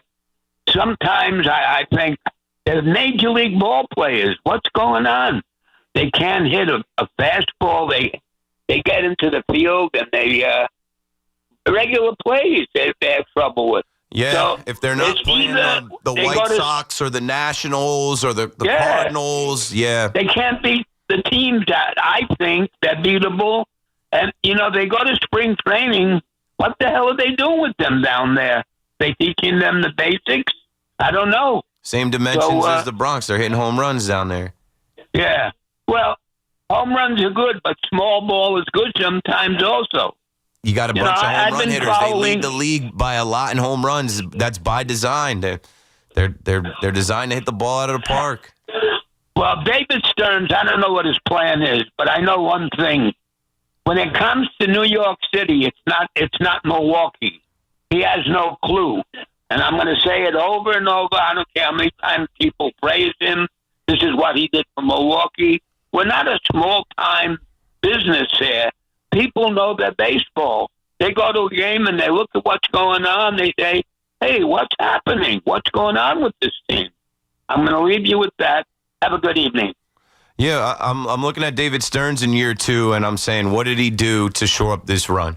What did he? Because, I mean, he inherited a lot of it last year, and you know what he did? He said, we don't need a Grimace. We don't need an OMG. We don't need Candelita.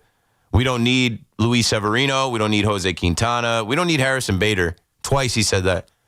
He didn't want to pay him, and he also didn't trade for him. We don't need Harrison Bader. And Harrison Bader has done nothing but make you regret that decision. I don't know. I would love to ask him. And I think people are going to ask him in his next media availability. Like, was this your plan for the year? You sign Juan Soto. You go get Pete. Now, injuries have crushed the Mets. We can't leave that part out of it. Like, Jesse Winker's not coming back to help. Tyler McGill supposed to be coming back. He just had a setback. Griffin Canning looked like the most shiny object coming out of Jeremy Hefner's lab. He tears his Achilles, you know. Jose Siri was down for a long time. AJ Minter, who they went to get for the bullpen. Karma kicked his ass because the first thing he did on Amazing Day was talk about all the other fans in town. Like, excuse me, sir, nobody asked you about Yankee fans. But yeah, Underdog MLB reports the Mets dropped their third straight series, their third straight game in the series against the Phillies. And the first 69 games, the Mets were 45-24, which was the best record in Major League Baseball. Remember that? I remember talking about it on The Fan. I remember how, proud the Met fan was of their home field advantage, of what this team could be because Juan Soto wasn't hitting yet. Remember that? Wait till Juan Soto gets hot. And in the last 77 games, they're 31-46. That's the third worst team in the National League. Like, they're not a good team right now. They're disconnected right now. And the next step is they're going to question leadership in Carlos Mendoza and then leadership in the clubhouse. Juan Soto said Marte is the leader. David Wright Day, I thought that they were going to pass the torch from David Wright to Francisco Lindor as the captain. Juan Soto's definitely not the captain or leader. I heard Evan talking about Juan Soto. I didn't make so much of that last night. But, actually after he played Keith Hernandez, which I didn't hear Keith Hernandez call. I was listening to the game and then, looking at the at-bat app. But, I didn't make so much of Juan Soto going to get that 30th base. But it was selfish. It was on brand. It was a me move. He got another one tonight. He's at 39 homers and 31 stolen bases. He's out there for the next 16 games strictly to get to that 40-40 club, which is impressive, which you can't be mad at. But you'll be mad if you have a 40-40 club guy that does not get to do what he's brought here to do. I've said it 100 times on The Fan. Last year, the first game of the Yankees' path to the World Series, I wore my Yankee jersey and I wore my generational Juan Soto shirt. And why I did that, I said, because this year is different. We have Juan Soto, where if Judge goes cold, if Glaber can't get it done, if Jazz is striking out, if Stanton isn't doing it, this guy is immune to all of that. This guy has a ring already. Get this guy into the tournament. It will be unforgivable if David Stearns, Steve Cohen, and the New York Mets in this first 40-40 season of Juan Soto at age 26, we don't get to see him put the team on his back. We don't get to see him be clutch. We don't get to see him be a stone-cold killer in the wild card round and beyond. 888-808-1019. Let's go to Howard in Belmore on The Fan. Hello, Howard. Hey, what's going on, Keith? How's it going? It's gone. Listen, very upset Met fan, as most are probably this evening. My reason for calling is Mendoza. Very disappointed in Carlos Mendoza and his performance this year. And I really think that he's not the right guy to lead any Met team to a championship. And this is why. In my humble opinion, early last year, the team started slow out of the gate. What was it, 0-5, 0-6, or whatever the situation was. Yeah. It was a miserable April, went into May. J.D. Martinez came onto the roster. We know who J.D. Martinez is, a veteran, well-respected, had a definite impact on the team. Alonso, during the 24 spring training, actually mentioned how excited he was to have Martinez in the lineup with him. Right. And once he came on board, the Mets kind of took off a little bit. They were consistent with their offense. Now, I don't have the numbers in front of me. And then they went ahead and they brought up a guy named Jose Iglesias.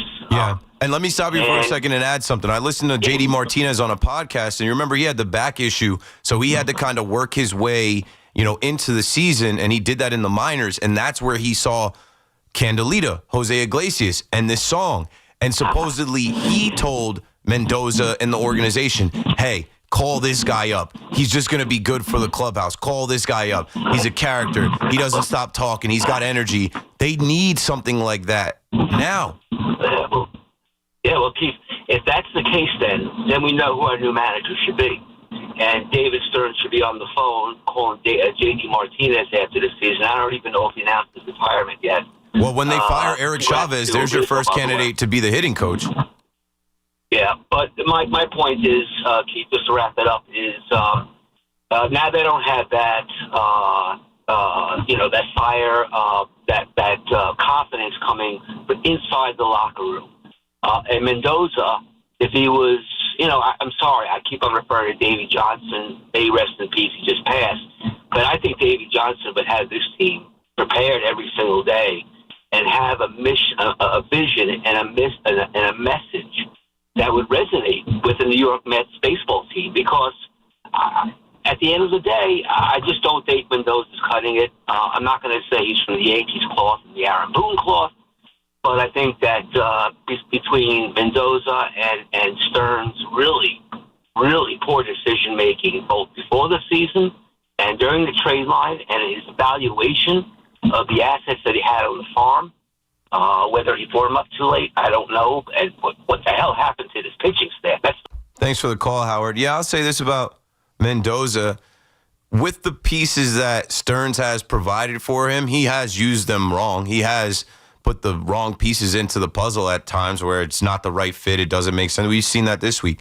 Just last night, I was rattling off how many close games the Mets have lost. Like there's definitely some nerd that knows and that can help us out on Twitter that can look back at all of these Mets losses and how many of them were one-run losses or how many of them had guys thrown out at home plate or guys held at third base or not making the right decision to pinch run a guy or pinch running the wrong guy. Like there's a few of those.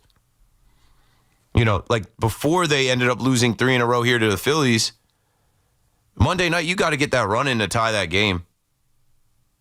And Sunday you got to get that run in to tie that game. And if you go back to the Milwaukee series, they got swept by Milwaukee, but they could have swept Milwaukee. If you watch those games, it wasn't like Milwaukee outclassed them. They were in all of those games. I was talking last night about them getting swept by the Guardians. But, they lost 7-6 on college night, that first game. And they held the runner. They held Tyrone Taylor. What are you doing? He's 95 sprint speed. You got to put pressure on Carlos Santana, who doesn't have the greatest arm, to make the throw at the plate and the catcher to make the tag. You could have walked them off there, and then you lose instead in extra innings with Manfred's man on second, 7-6. And then you go on to be swept by the Cleveland Guardians in your building. The next night you lose 3-2, another one-run game. Even with that Giants series I'm looking at before it, that Friday night of the Giants series, a one-run game. They lost 4-3 in extra innings. That is going to be the tale of this season. There is somebody that is more of a numbers baseball savant guy and maybe a diehard Met fan that can go back and comb through the season. And you don't even have to go back to the beginning of the season. Just started in mid-June. And look at how many games they lost by one run and the decisions that stopped the run from scoring. 888-808-1019. Some of that is on Mendoza. as the manager, a lot of that is also on personnel. Yeah, I'm still seeing. I'm going back right now and looking. Don't even bother going to June, right? They lost another game. It doesn't matter. This exercise is no fun for anyone because where we're at right now with the Mets is like they're on panic time. They're on collapse alert. There's too many people talking about 2007, 2008. There's too many people talking about this is going to be an all-time disaster. And then when you ask Mendoza about it, like someone asked him, it was a young lady asked him, I was sitting in the car listening to the post game on Odyssey Mets radio. She asked him, is this team demoralized? He's like, no. They know where we're at. That's one thing with these guys. They're not going to give up. What do you mean they're not going to give up? Every game they're down. Every game they don't have a lead. I don't know. I don't know who is the guy to rally the troops in there. Lindor can't do it because he can't get a hit. Alonso, I don't know. Alonso might be a couple weeks from talking to Boris about opting out and how to get the bag for real, which I've already vocalized that. The Mets are in no position to even think about letting Pete Alonso walk. They're not good enough. They don't have enough hitters in the lineup. You talked about protecting Juan Soto in year one. You need to protect Juan Soto for the next 5 years with Pete Alonso. So, yeah, it is not a good spot to be in as a fan. I think I was listening to a fan earlier today, and they were talking about, or maybe it was BT and Sal, and they were talking about, who would you rather be right now? The Mets who are in it versus, like, the Reds or the Giants. The Reds or the Giants. Both teams, like, come on. It's the Reds and the Giants. The Reds are never anything. The Giants sold off. Didn't even think they would be here. You don't want to be the Mets team that, like, we were talking about how many wins they were going to have this year. They're going to hit the under. We were talking about World Series with this team. We were talking about it's a Mets town now. We were talking about a dynasty. We were talking about them beating the Dodgers. We were talking about them having the best lineup in baseball. We were talking about Jeremy Hefner in this pitching lab and how their pitching is just outperforming anything we ever expected. And the bullpen was better, and then they made moves at the deadline. That day that they got Rodgers and Helsley, they won that day, the day before the deadline. And we sang David Stern's praises. It's very similar to Spider-Man meme, Yankees and Mets, but in different ways. Like, because the Yankees are going to make the postseason. The Mets aren't a lock for it. But there are numbers out there that tell you they have an 85% chance or whatever, but that number is shrinking every day. The Yankees not winning the division and making a wild card, I don't know. It is what it is. The Yankees always make the postseason, but the Mets, like, it should be much louder. I was saying this weeks ago when they were both losing, and I was saying that the Yankees were shielding the Mets. It is a much bigger story for the Mets to go out and sign Juan Soto, the Mets to have this high of a payroll, for the owner to be talking World Series, for the owner to challenge the fans to come out. And if they miss the postseason, it is all-time bad. It is one that, like, will be talked about forever. So, yeah, that's all I've got on that. They've lost 5 in a row. They just lost the series, can't win the series. Don't get swept. And then come home to your building where those tickets are sold already. Don't come home to your building as they're talking about celebrating 3 million fans. And, you got Jacob deGrom versus Jonah Tong. This lineup versus Jacob deGrom, the same Met fans were giving Gavin Williams a standing ovation after his almost no-hitter. I'm not even going to say it. Man. 888-808-1019. I got some Yankees calls. I'm looking for some Mets calls, but I'm telling you, we got another hour here. It is Thursday. It is September 11th. If you were a New Yorker in the surrounding area and you were old enough to be, able to remember 9/11, you already know where we are as far as thoughts and prayers and emotions and feelings and going back to that time. It is September 11th, and I mentioned the current events going on in our country. I didn't even know who Charlie Kirk was, straight up. I'm not into that. Like I had no idea who he was. I went live today walking into the stadium, and people were throwing RIPs into my chat. And I'm like, I honestly thought they were writing Christian Kirk. I'm such a sports guy. I'm not a politics guy. I had no idea who this guy is. And then in Yankee Stadium, they put his face on the big screen. And I'm like, oh, I have seen that guy before. And the video is all over social media where, like, what is going on, man? We're in a world now where, like, this stuff doesn't get censored. This stuff, like, kids are seeing this type of stuff. He got shot in broad daylight, like, at an event. Crazy. And then, they're putting him on the big screen at Yankee Stadium. And then if you're going to Yankee Stadium today, they're telling you, 4:00, be there. The stadium gates will open to ticketed fans at 4 p.m., 3 hours before the first pitch. Like, I don't know, man. I don't know. I also was scrolling Twitter, and Twitter is the worst. It's a cesspool. But I saw this girl get stabbed on a bus.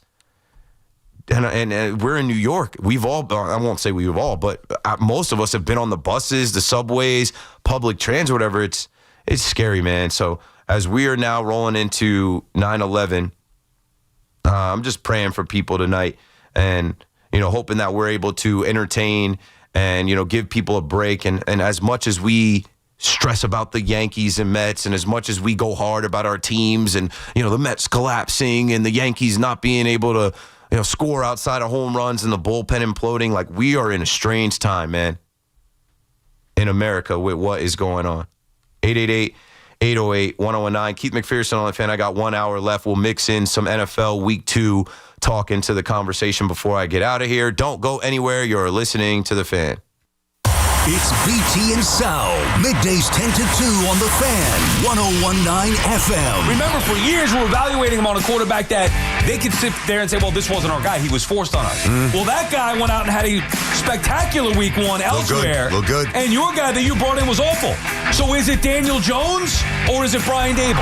Listen to BT and Sal on demand on Apple Podcasts, Spotify, or wherever you get your podcasts.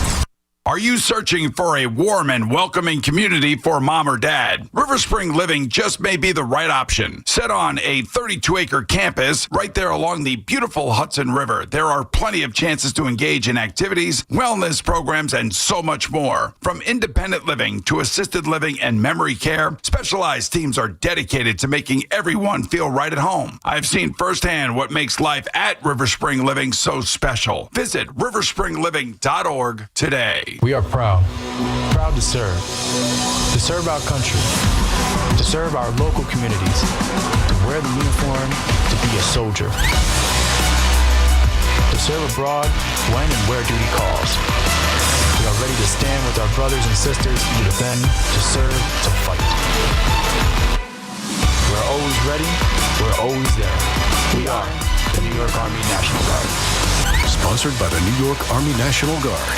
Imagine a gentleman's club with over 200 gorgeous exotic dancers every week. Hey, big boy. From the people who make fantasies come true, Gallagher's 2000 in Long Island City is the place to be. Gallagher's 2000, a gentleman's club for today, gentlemen. Gallagher's 2000 features 2 floors, 3 stages, discounted drinks, VIP, champagne rooms, and dinner specials every night. Gallagher's 2000 offers complimentary lunch Thursdays and Fridays with any drink purchase. Come on down, big boy. Gallagher's 2000 is New York's largest upscale gentleman's club, and Gallagher's 2000's bachelor parties will blow you away. For their bachelor party specials, call 718-361-1348. Gallagher's 2000 is located at 4319 37th Street in Long Island City, Queens, just a half a block north of Queens Boulevard. Call 718-361-1348.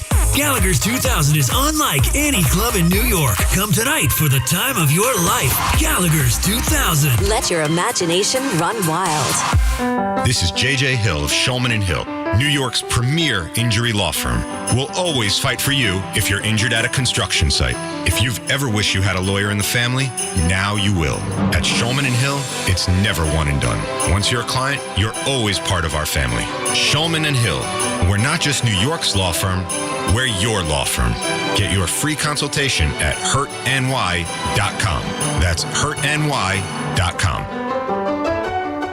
Hey, Connecticut, if you want name brand tires at the guaranteed lowest price and the most free services, then get to Town Fair Tire. Because nobody beats a Town Fair Tire deal. Nobody. Town Fair Tire. Do you have a dark curiosity? Heart Starts Pounding, Horrors, Hauntings, and Mysteries is a weekly podcast hosted by me, Kaylin Moore. Each week, I'll take you on a dark journey through terrifying true urban legends, bizarre true crime cases, chilling tales of backwoods horror, and more. So if you're looking to join a passionate community of the darkly curious, check out Heart Starts Pounding on the free Odyssey app or wherever you get your podcasts. And remember, stay curious. Do you owe $10,000 or more in credit card debt or personal loans? With credit card debt at all-time highs, Debt Relief Advocates is urgently notifying consumers of debt relief now being made available, designed to aid consumers with out-of-control credit card debt. Those who qualify and enroll for this relief program will only have to pay back a fraction of what they owe. This is not bankruptcy or a debt consolidation loan. This is a relief program that credit card companies would rather you not know about, as it ends your debt nightmare and saves you lots of money. Consumers owing at least $10,000 in credit card debt or personal loans can now take advantage of this debt relief as the cost of living skyrockets. Debt Relief Advocates has established a relief hotline for you to call to learn what debt reduction you may qualify for, so don't wait. For this free information, call the relief hotline at 800-707-6152. 800-707-6152. 800-707-6152. Talk sports with BT and Sal. Middays 10 to 2. WFAN, WFAN FM, WFAN FM HD1 New York, and Odyssey Sports Station. WFAN Sports Flash. Good morning at 1:02. I'm Gordon Damer. This report brought to you by policeofficersrighttosue.com. While the Mets have not completely blown their lead for the third and final NL wild card, but man, it's not for a lack of trying. Make it 5 straight losses, got hammered by the Phillies again. 11-3 the final. Clay Holmes failed to record an out in the 5th inning. He gave up 4 runs. The offense really nowhere to be found outside of Juan Soto. And the bullpen just made things worse, giving up 7 runs in 5 innings. You have to stay positive. We're still in control of, the situation here. Not ideally where we at compared to, the whole year's game. So one game at a time. Starts on the mound, obviously, and then we'll go from there. Now, the good news is the Mets' lead for the final wild card is still 2. The bad news is there's now a pair of teams that are 2 back. The Giants, they lost to the Diamondbacks 5-3, so they remain 2 back. The Reds rallied to beat the Padres 2-1, so Cincinnati also 2 games back of the Mets. Meanwhile, the Yankees had plenty of bullpen problems of their own. Pitch, swing on a high fly ball, deep right field. Going back, Stanton turning, and it is gone. Second deck, third row. 2-run homer, Kerry Carpenter. 8-0 Detroit. Goodness gracious. Yeah, the second night, Yankee bullpen completely torched. Dave Sims, the call here on the Fan. Tigers crushed the Yankees 11-1. The only Yankee reliever who did not give up a run was Austin Slater, the outfielder. He got the final 2 outs. First time the Yankee bullpen has allowed 9 runs or more in back-to-back games. They remain 3 back of the Blue Jays. Toronto lost to the Astros 3-2. It's 67 and mostly clear in Central Park, and that's what's happening. I'm Gordon Damer. New York sports is more than a game. It's a lifestyle. WFAN is the only place where Yankees, Mets, Giants, and Jets fans come together and sound off. The Fan, 101.9 FM, and always streaming on the Odyssey, iHeartRadio, and TuneIn apps.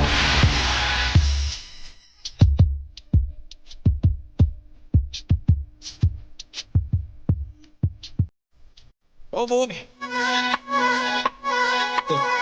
You think you're having a hard time watching your baseball team lose a couple games in a row? Wait till you watch your football team lose back-to-back games to start the season. Keith McPherson on the Fan is week 2. Thursday Night Football on Amazon Prime. And we got a good one. It's not Browns versus Panthers. Like, we get a potential NFC championship matchup, a preview. In week 2, I'll take it, man. Both of these teams are 1-0. Neither one of these teams want to have a 1 in the loss column. Short week. Better get after it. And I can't wait to see Micah Parsons chasing Jaden Daniels around. I can't wait to see Lil Bill. Did you see that? I'm just a Bill sitting on Capitol Hill. The Commanders made this whole, like, I don't know, it was creative. It was something on social media for Ja'Cory Krosky Merritt, their rookie running back, who he told people, just call me Bill. He had a game against the Giants. You guys saw him, number 22. Short week in Green Bay. Green Bay opens up at home with back-to-back games in Lambeau. Let's see what Josh Jacobs does. Let's see what, all those receivers that they have now. Jaden Reed and Matthew Golden and Romeo Doubs. Jordan Love doesn't turn the ball over. Let's see what that Commanders defense looks like against the Packers defense. I know you Giants fans will be tuned in for sure because you're going to want to see. You're going to say, okay, we couldn't score a touchdown against these guys. Let's see what the Packers do. I heard on the Fan that, one of the greatest moments in Giant history was Tommy DeVito defeating the Packers just 2 years ago. So I know you're going to be tuned in to see what they do against Jaden Daniels and company, Terry McLaurin and company, Marshawn Lattimore, Bobby Wagner. I honestly can't wait to watch that game tomorrow night. I'm so thankful we have football. The first week of football was so good. From Jalen Carter spitting on Dak, getting thrown out of the game. We had a weather delay, but that first half, they didn't kick. They just scored and matched each other back and forth, back and forth. Super Bowl champions coming out, doing what they do in their building. Dak Prescott being healthy, doing what he does as one of the better quarterbacks in football, one of the highest paid guys, dialing it up. I can guarantee you, Giants fans, in their own building, like CeeDee Lamb is going to eat. He might catch everything. And they're also going to try and go over your heads and throw to George Pickens. And they can run the ball, too. If they want to beat you up on the inside with Javonte Williams and Miles Sanders, here's the key. The Dallas Cowboys offensive line, they revamped that offensive line fast. I think I was talking about it the other night, how quickly they went from having Pro Bowlers in Travis Frederick, Zach Martin, and Tyron Smith to now having, they have three Tylers. Tyler Booker, Tyler Guyton, and now why am I blanking on the last Tyler? These are all guys that they've drafted year after year after year to revamp that offensive line. I will give Dallas credit for that. They don't mess around. They find some big, nasty guys. Tyler Smith, of course. They find some big uglies.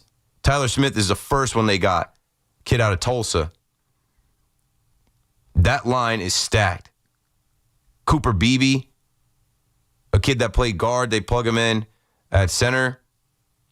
It's going to be a battle. I'm very interested to see, though, the Cowboys right now have Jadeveon Clowney in the building because they know they need to improve their pass rush, specifically after they traded Micah Parsons.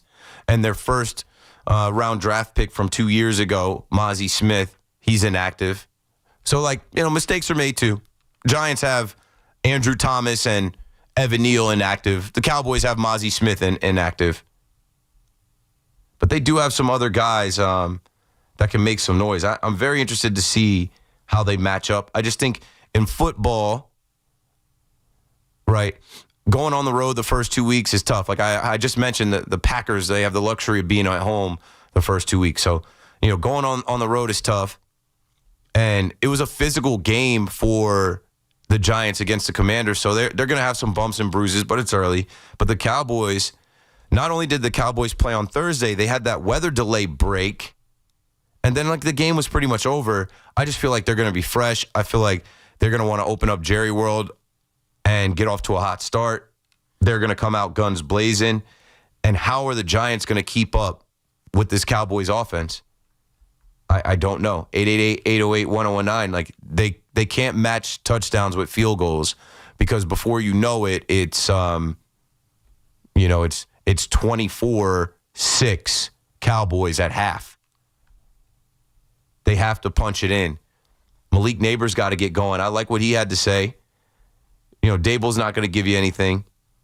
But Malik Neighbors, he seems like he changed his tune a bit. That first game, obviously emotions are running hot. But he said watching his own film, it made him sick.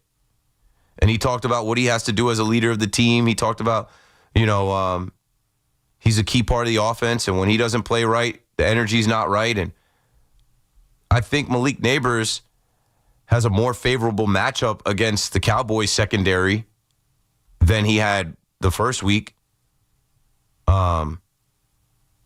against Marshawn Lattimore, Mike Sanistro.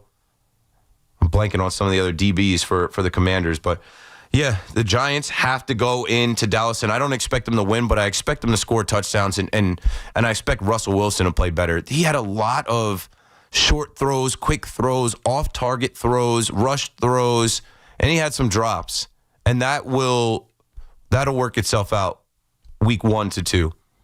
And they got to try and establish the run, but you can't establish the run if your front, your offensive line is getting blown up by their defensive front. But I don't think the Cowboys' defensive front is as strong as what they just faced. So, with that being said, it's like, okay, maybe you're taking a step down in competition there up front. So you got to move forward. And I'm looking at Dable, and I'm like, you've got to scheme.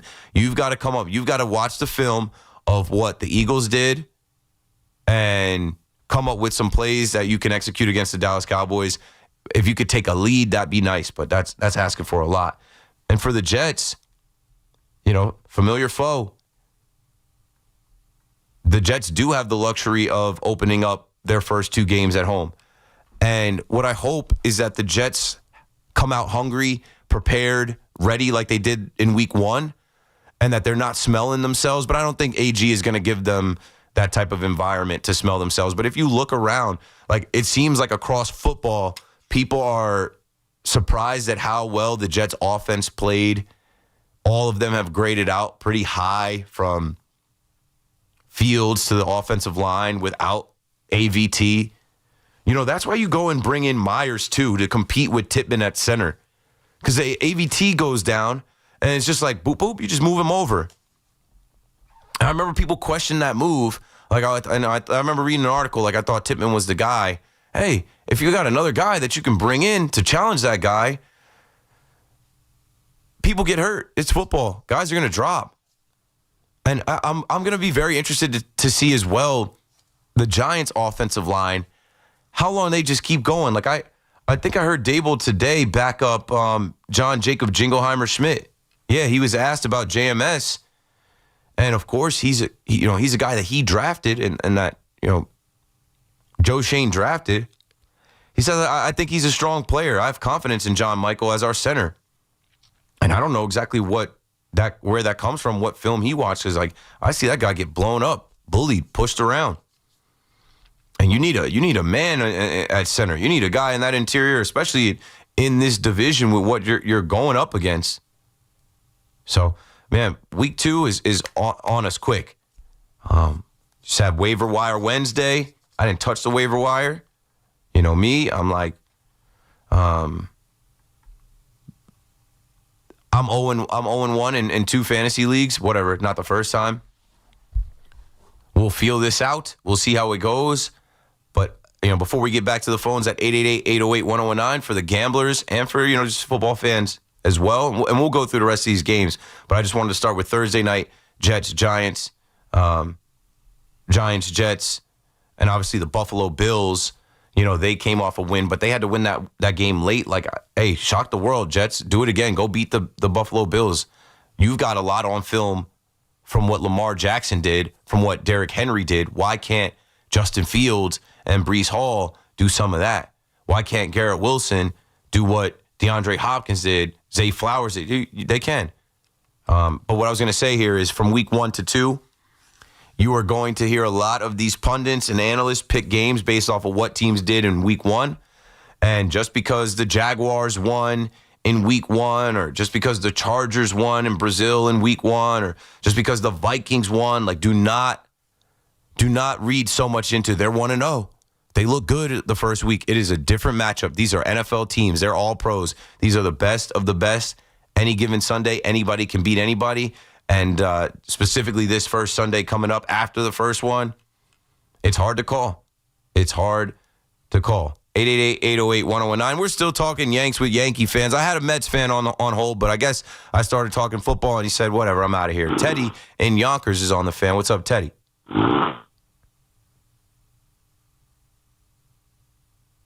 Teddy? Ted. Come on, Teddy. Teddy, I'm your conscience speaking. WFAN.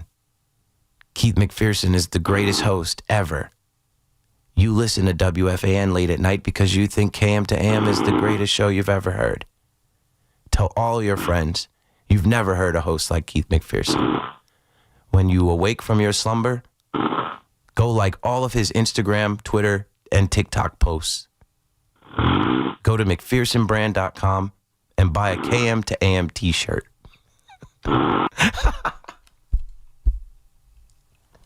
Oh, boy.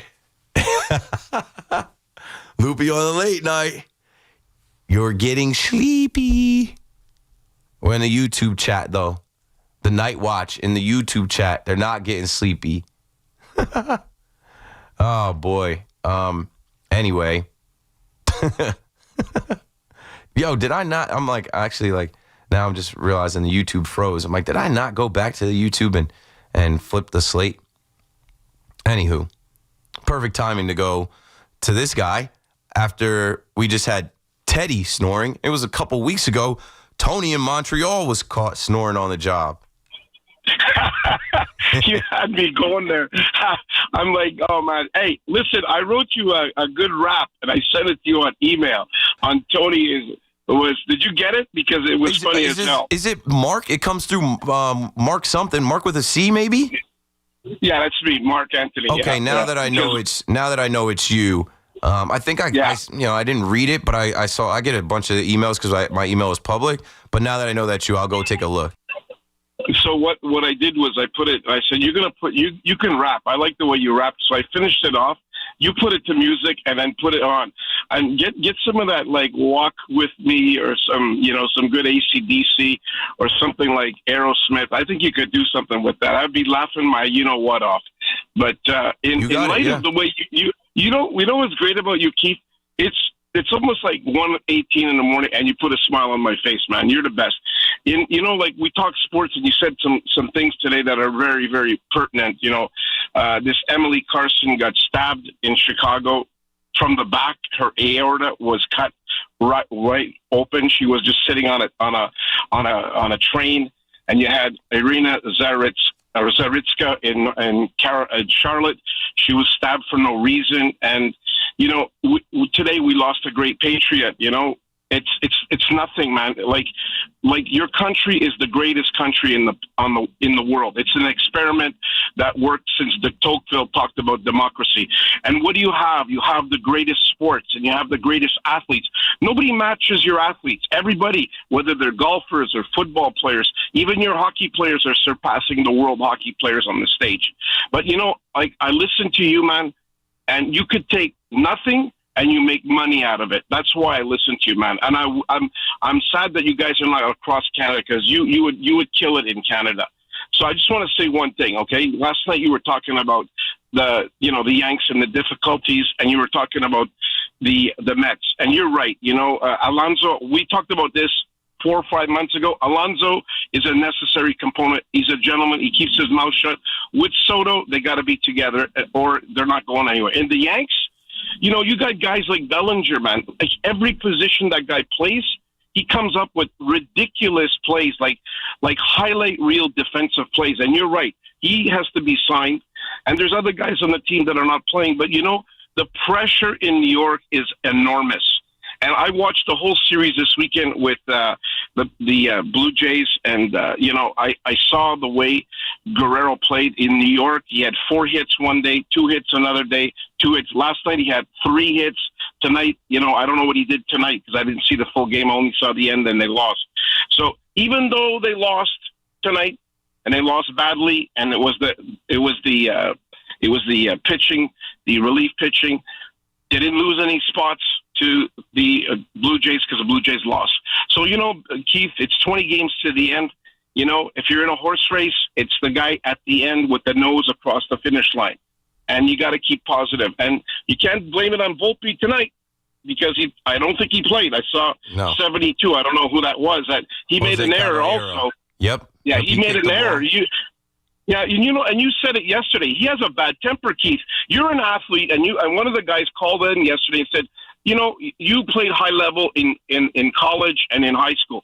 If I gave you $1 billion, that doesn't mean you're going to be the best quarterback coming into the NFL. It doesn't mean if I give you $1 billion, you're going to be the best player. Look at Volpe. He's getting $800,000. And he's got 70 RBIs and almost 20 home runs. And somebody else on the team's getting a $350 million contract, and he's injured. He's a great player, but he's only got 100 RBIs. So look at the money value, cost-benefit analysis. And one thing about the Yanks, which we never discussed, they are a zero-debt team. The debt ratio to salary and to expenses is almost zero. Guess who's up at 6%? 7%, the Dodgers. That's why they can't fix their problems. 6% of a couple of $1 billion, a lot of money that you got to carry. So the Yankees are frugal, they're smart, and they can get their players. And you're right, when we get our pitching back next year, we're going to be dominant. Anyway, that's my take, and I love listening to you because you have a heart, man. You have a definite heart. Thanks for the call, Tony. Yeah, I mean, a lot to unpack there. I'll go backwards. I'm thinking about Ryan McMahon and how much money he's going to cost the Yankees and how he's a top 5 in strikeouts in baseball. How just 2 nights ago he had 3 Ks at the bottom of the order. He had a double tonight, but that's a guy that we're going to rock with. Volpe is someone who is just broken right now, and they need to do some repairs on. And, I put out a video from last night. Shout out to Will. Shout out to Daniel, clipping up the videos, watching the live stream, and, helping me kind of, feed the feed. And I talked about Caballero has his own issues as well. He's not a perfect replacement. He's not a perfect backup. He's just the one we have. And he came here after the deadline because they knew, hey, we're not sending Volpe down. He's way too inconsistent. Now he's in one of his bad spells. We got to have someone to go to. It's not Ahmed Rosario, it's Caballero. But I think Caballero had a hit tonight. But I was listening when he kicked that ball late in the game, and if that was Volpe, they would have booed his ass. Katie Sharp just put out, since the trade deadline, where is it now? The Yankees bullpen has a 5.57 ERA since the day after the trade deadline. The only teams with the worst bullpen ERA in that span are the Marlins and the Rockies, who have fringe major league players. This is supposed to be a talented bullpen. Wasn't Doval an all-star? Multiple closers, guys that competed in the World Series. It's baseball, man. It's crazy. It's unpredictable. Volpe will get his opportunity again, and the Yankees will right the ship again. But what I'm saying is, after watching these games back-to-back, it kills all the confidence that you may have mustered up from watching them against the Blue Jays, against the Astros, and even as they beat up on those bad teams. It's just a reminder, the Jekyll and Hyde of them, this is in their DNA as well. This is what they could do, too, in the most inopportune time, coming up in a wild card series. If you play 2 games like this, if this was a wild card series at Yankee Stadium, and it won't be, but if let's say, the Yankees were hosting the Detroit Tigers, and that's how they played in these first 2 games against Casey Mize and Jack Flaherty, season's over. And you never live that down. You remember forever how that went, And I think this week in America has been crazy, as Tony is calling in from Montreal. I think this is a week we'll remember forever. Obviously, as we're on 9/11, and he just outlined the 3 deaths that it's crazy to me that we're so desensitized, we're so immune to it. We see it in our phones. We just keep doing what we're doing. We just roll on to the next thing. We're just this is America, and yeah, America has great athletes, and America is almighty. But like at the same time, this is America where like, you know, with the guns and the violence and the things that go on, like that video of that girl on the bus, like that made my skin crawl. Like I'm uncomfortable even thinking about it right now. Nobody stopped that dude.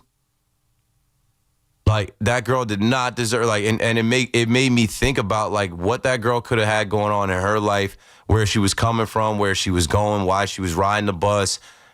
But she's dolo. And what a coward. Like, it sucks, man. It sucks that I'm like, I don't even want to see that. You can't even go on social media now. And I'm on social media mostly to build my own brand, my own name, but also for information. I'm scrolling after this show for tomorrow's show. I wake up in the morning scrolling and looking at stuff and collecting information for the next show, you know? I'll share some of the information that I collected today. We'll take another call. But, yeah, man, it's just, I don't know. I'm discouraged. I'm a father. I got a young kid now, and I just look at the world differently. And I just think, like, where are we headed? Like, this is what we accept now. This is what goes on now. We just got these little phones with screens in them, and we see this terrible stuff go on, and we're just like, oh, on to the next. We find the next TikTok video, find the next highlight, find the next video to laugh at, the next clip from a podcast, and we just move on. Oh, I got to go watch the Mets play. Got to go watch the Yankees play. Thursday night football. Ross is in Bergen County on the fan. What's up, Ross? Hey, what's up, Keith? We live in a sick world, bro. And there ain't no fixing it. There's no going back. It's only going to go further. That's the scariest part. We could come up with, and I know there's people you talk about, you know, it's not my job to come up with an answer, and it's not your job, not my job. I know we elect the people whose job it technically is, but honestly, what is the solution? You know, what can you do? That guy could have had bare hands, and the lunacy in his head was going to cause something no matter what. What happened today, Charlie Kirk, I know you say you're not too familiar with him. Probably one of the most, and I'll get to the Met point in a second just because just to piggyback off what you just said, one of the most level-headed right-wing, regardless of what side, but right-wing commentators, and the fact that the fact that he was able to have civil discourse gets him shot. What's it going to be when somebody not willing to have that civil, you know, discussion? What's it going to be at that point? You know, someone willing to hear the other side, and they still don't want to hear it. They shoot the guy. Family, 2 kids, wife who's a widow now. It's a sick world, bro. Yeah. But yeah. And with this social media window that we have, it is insane how we all watch it, we all see it, and we just it's everywhere, bro. Accept Someone was saying before, it's sickening to think that now these kids are going to grow up, and the video of their father getting shots all over online for the world to see. Yeah, some kid can bully them in 10 years, not even. Some kid could bully them in a year, 2 years, and it just sucks, man. Like, one last thing, the shooting at the high school, 3 kids got hurt, and the fact that, you know, even one of them could have died, but it would still be second or third fiddle. They would like that. A shooting at a school happened, and it's already old news. That's just all you need to know about the world. We're now, nobody even knows that happened. We're now at 9/11, and what I remember about 9/11 is going to school the entire day and the teachers being able to hide it from us. I was in 7th grade. I was in middle school. Nope, kids were leaving school, and I remember one of my boys, Coop, like we joked about, oh, did he fake being sick? He got out of school, he went home, he faked being sick again. No, his dad worked in the city and like came and got him. I literally did not find out about what happened in the morning of 9/11 until I got home in the afternoon around 2, 3. I don't even know what time it was. And I just got home to turn on some cartoons, watch TV, and it was all over every channel. I'm like, I got to call my mom. I can't even imagine. You imagine if we had phones, you guys had phones back then, or the buzz and beeps, like the Amber Alerts or whatever, every 5 minutes, but how it like kind of unfolded. It's unreal, man. Kudos to the teachers who were shielding children. There was a regular day at school, except a couple people started disappearing during the day. It was like, wow, like where's this person at? Oh, this person went home. And you're not thinking that, you know, we were under attack, that planes were flown into, Yeah, the Twin Towers, and I literally did. I remember. I always tell the story. I remember getting off the bus. I'm from the shore area where, you can see. We could see the smoke in the air from my bus stop. And I still didn't put two and two together until I saw it on TV. I'm like, wow, that much smoke has come down this way from New York City. No, it's unreal. All right, really quick, and I'll get to a sports point. I went to grade school in Paramus, and all my teachers were there from when it happened, or most. I think one of them was talking about she was a student when it happened, and she said Paramus is like a 15-minute drive from the city, and they could see it like it was in their backyard, just like the smoke and the debris, everything. But so it's wild, man, and obviously before my time, 24 years ago. But being around here, especially, and knowing people that have had that, were impacted by it, it's crazy that we're coming up on 25 now. But just to get a quick sports point in, I know I got Mets on the call screen. I really don't have anything to say about him, bro. What I said, everything yesterday, just kind of on repeat, the pitching staff, one name after the other, and I'm kind of getting a little worried that we know what we're getting out of Minaya is a nothing burger. Holmes is a nothing burger. Peterson, you're starting to be 50-50 on the fence. If what we saw last year and the first half of this year is legit. And, they're in the past for me. If it's Senga, forget, he's not even worth talking about. I'm starting to get worried that it's going to seep into the Pink Pony Club, whatever the hell Mike Gianella called them. I saw the big trio. That the Bloom's going to start coming off that rose too. And McLean all of a sudden being nicknamed Nolan Seaver, they're going to start getting, we're going to see an impact on those three too. That's my biggest fear, is that we're not going to have them to turn to in a few weeks either. But anyway, man, thanks for all the time.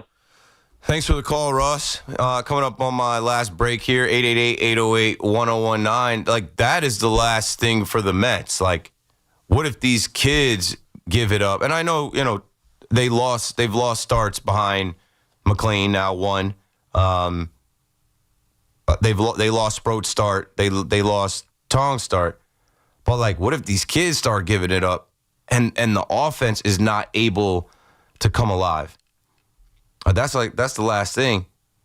It's been weak as hell. This high-powered offense, they're supposed to be, one of the best lineups in baseball. They're definitely paid like it. In a series against your rivals in their building after you swept them in your building, to put up 0, 3, and 3. Three doesn't win you most Major League Baseball games. So we'll see what they do tonight in this last game to try to get out without being swept, to at least have the vibes righted and some better feelings coming home to face a super hot Texas Rangers team with a former Met on the mound. That's going to just conjure up all types of feelings and emotions and thoughts as you watch, Jonah Tong versus Jacob deGrom Friday night in Flushing. Keith McPherson on the Fan. We come back, I'll hit you with, some things from my notes that I collected and some more thoughts on week 2 of the NFL. Don't go anywhere. We're coming right back.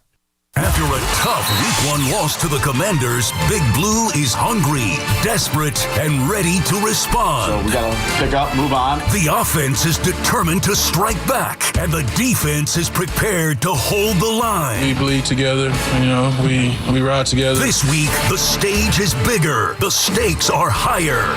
Giants, Cowboys, one of the NFL's greatest rivalries. And this time, it's all about redemption. We got to get ready to play Dallas and beat them. Kickoff is 1 p.m. Sunday. The home of New York Giants football is The Fan. 101.9 FM and always live on the free Odyssey app. Town Fair Tire became New England's #1 discount tire dealer by giving you the absolute lowest prices guaranteed. And with over 100 stores from Connecticut to Maine, we'll beat anybody's price. Other dealers, we beat them. Warehouse clubs, we beat them. Online sites, we beat them all every day. So remember, for the absolute guaranteed lowest price on name brand tires, nobody beats Town Fair Tire. Nobody. Brands at discount prices. Town Fair Tire. Luxury just got tripled with Mercedes-Benz of Edison, Mercedes-Benz of Union, and Ray Cattina of Freehold. 3 powerhouse locations in New Jersey. 1 legendary name, Ray Cattina. More inventory, featuring one of the East Coast's largest selections of new and pre-owned Mercedes-Benz vehicles. More convenience with 3 state-of-the-art service centers to keep your Mercedes-Benz running like new. And of course, legendary Ray Catena customer service, where you always come first. Experience the power of 3 at bensfam.com. Back when I played, overdrafting a bank account meant crazy fees. Cash App has your back with free overdraft coverage up to $200 when you set up direct deposit of at least $300 per month and use the Cash App card. No hidden fees, just peace of mind if something unexpected does happen. Download Cash App today. Use code WFAN10. Send $5 to a friend within 14 days and you'll score $10. Cash App is a financial services platform, not a bank. Banking services provided by Cash App's bank partners. Prepaid debit cards issued by Sutton Bank, member FDIC. Direct deposit, overdraft coverage, and discounts provided by Cash App, a Block Inc. brand. Visit cash.app/legal/podcast for full disclosures. Oh, what are you doing? Don't do New York City dirty. New York City's my heart, my soul. I would never do this place dirty because everything I want is in this city. Why would you want to dirty somewhere that you live? This is your home. You don't throw papers out the window, flick cigarette butts. It's disrespectful. Dispose of it the correct way. I would never put trash on the ground. That's why we got trash cans. Don't do New York City dirty. Trash your trash. A message from the Sanitation Foundation. One by one, we keep the city clean, man. Let's get it. We all hear the radio ads about the IRS. They tell you to be afraid, to be scared, and they try to frighten you into calling. I'm not here to do that. Tax Relief Advocates is different. TRA is here to tell you that if you owe money to the IRS, whether it's $5,000, $50,000, or $500,000, we have a solution. It doesn't matter if you're sitting in your car, at work, or with your kids. No matter where you are, call now. 800-575-9834. Don't lose hope. TRA can eliminate or reduce what you owe to the IRS. Generous programs are now available that can give you a fresh start. Our passion is taxes and helping individuals fix their IRS problems. We have over 1,000 5-star reviews on Google and an A+ with the Better Business Bureau. You don't need to be afraid of the IRS any longer. End your tax nightmare today by visiting us online at TRA.com or call 800-575-9834. That's 800-575-9834. Tax Relief Advocates. Real solutions for real people. With over 90 years of combined legal experience representing the law enforcement community, Decolator Cohen and DePrisco, LLP, continues to strive to educate police officers of their civil rights to sue in line-of-duty accident cases. The 2025 Police Officers' Right to Sue newsletter can be viewed on policeofficersrighttosue.com and provides successful results in varying line-of-duty accident cases. These results include damages recovered from RMP accidents involving the City of New York and civilian motorists, station house defects, ricochet injuries from the range, private premises slip and falls, sidewalk slip and falls, construction defects, snow and ice cases, and injuries emanating from defective RMPs. In any LOD accident, it is important for the officer to take photographs of any defects, injuries, or damage. It is also essential to draft the line-of-duty report and detail the cause of the accident in the paperwork. Remember, there's a 90-day time limitation to file a claim against a municipality. If any law enforcement member has a question regarding a potential lawsuit, contact Decolator Cohen and DePrisco, LLP at policeofficersrighttosue.com or call 1-800-901-1529. Imagine a gentleman's club with over 200 gorgeous exotic dancers every week. Hey, big boy. From the people who make fantasies come true, Gallagher's 2000 in Long Island City is the place to be. Gallagher's 2000, a gentleman's club for today, gentlemen. Gallagher's 2000 features 2 floors, 3 stages, discounted drinks, VIP, champagne rooms, and dinner specials every night. Gallagher's 2000 offers complimentary lunch Thursdays and Fridays with any drink purchase. Come on down, big boy. Gallagher's 2000 is New York's largest upscale gentleman's club, and Gallagher's 2000's bachelor parties will blow you away. For their bachelor party specials, call 718-361-1348. Gallagher's 2000 is located at 4319 37th Street in Long Island City, Queens, just a half a block north of Queens Boulevard. Call 718-361-1348. Gallagher's 2000 is unlike any club in New York. Come tonight for the time of your life. Gallagher's 2000. Let your imagination run wild. Town Fair Tire became New England's #1 discount tire dealer by giving you the absolute lowest prices guaranteed. And with over 100 stores from Connecticut to Maine, we'll beat anybody's price. Other dealers, we beat them. Warehouse clubs, we beat them. Online sites, we beat them all every day. So remember, for the absolute guaranteed lowest price on name brand tires, nobody beats Town Fair Tire. Nobody. Brands at discount prices. Town Fair Tire. Put WFAN in your contact list. 888-808-1019. Powered by Paramount Plus. Count on Sundays all season long with the NFL on CBS and Paramount Plus.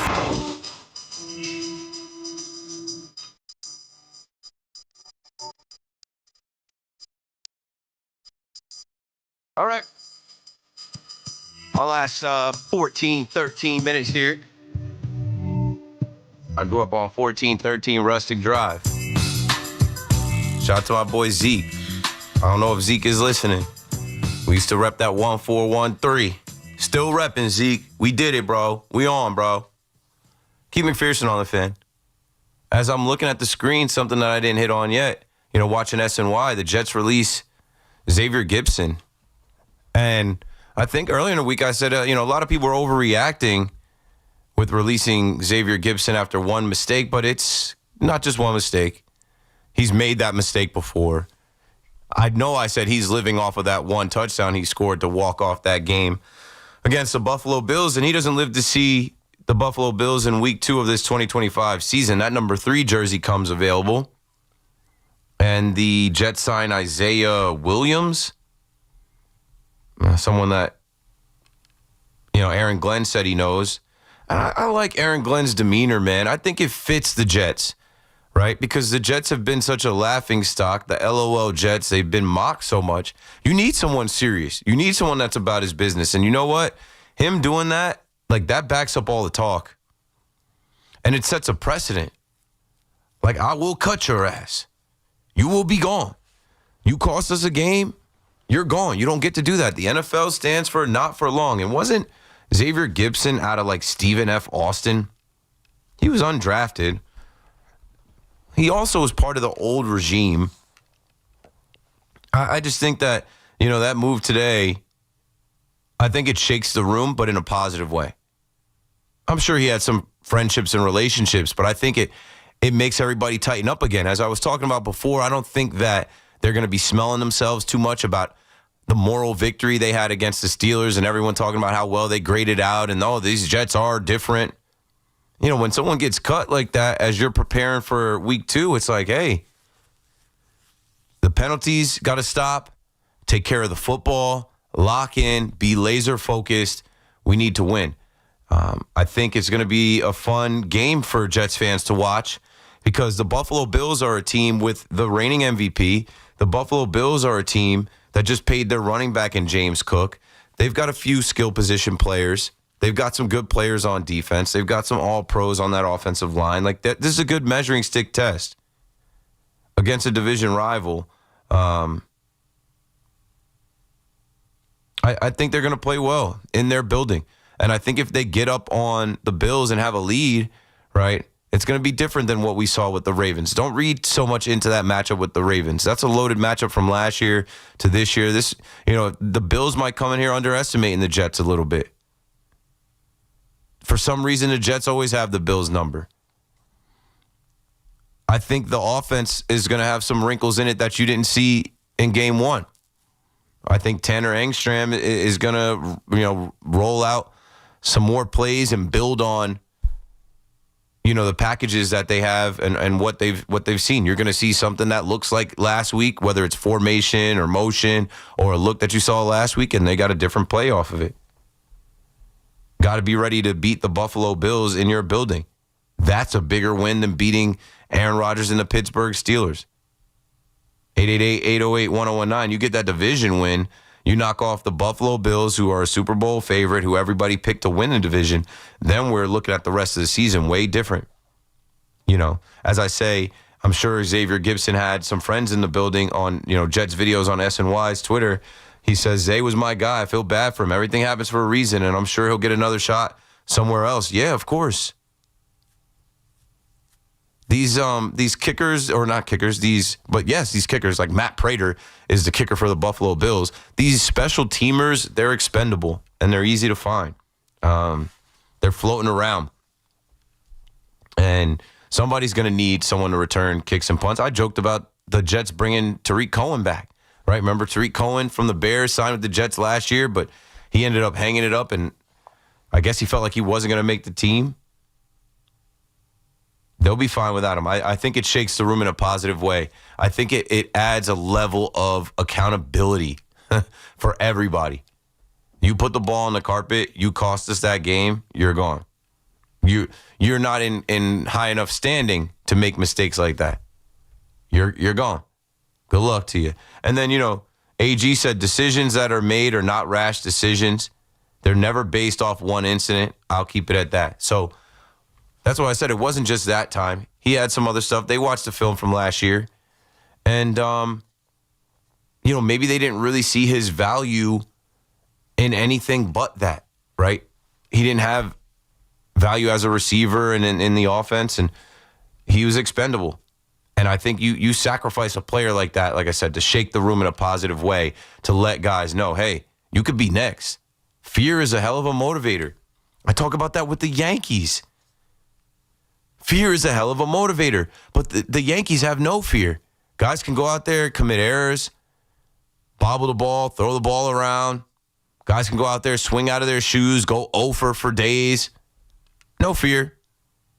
No worries. I'll be in the lineup tomorrow. I'm a New York Yankee, living off the Yankees of the past. No fear. No accountability. Oh, you're good. Participation trophy era Yankees. Get them tomorrow.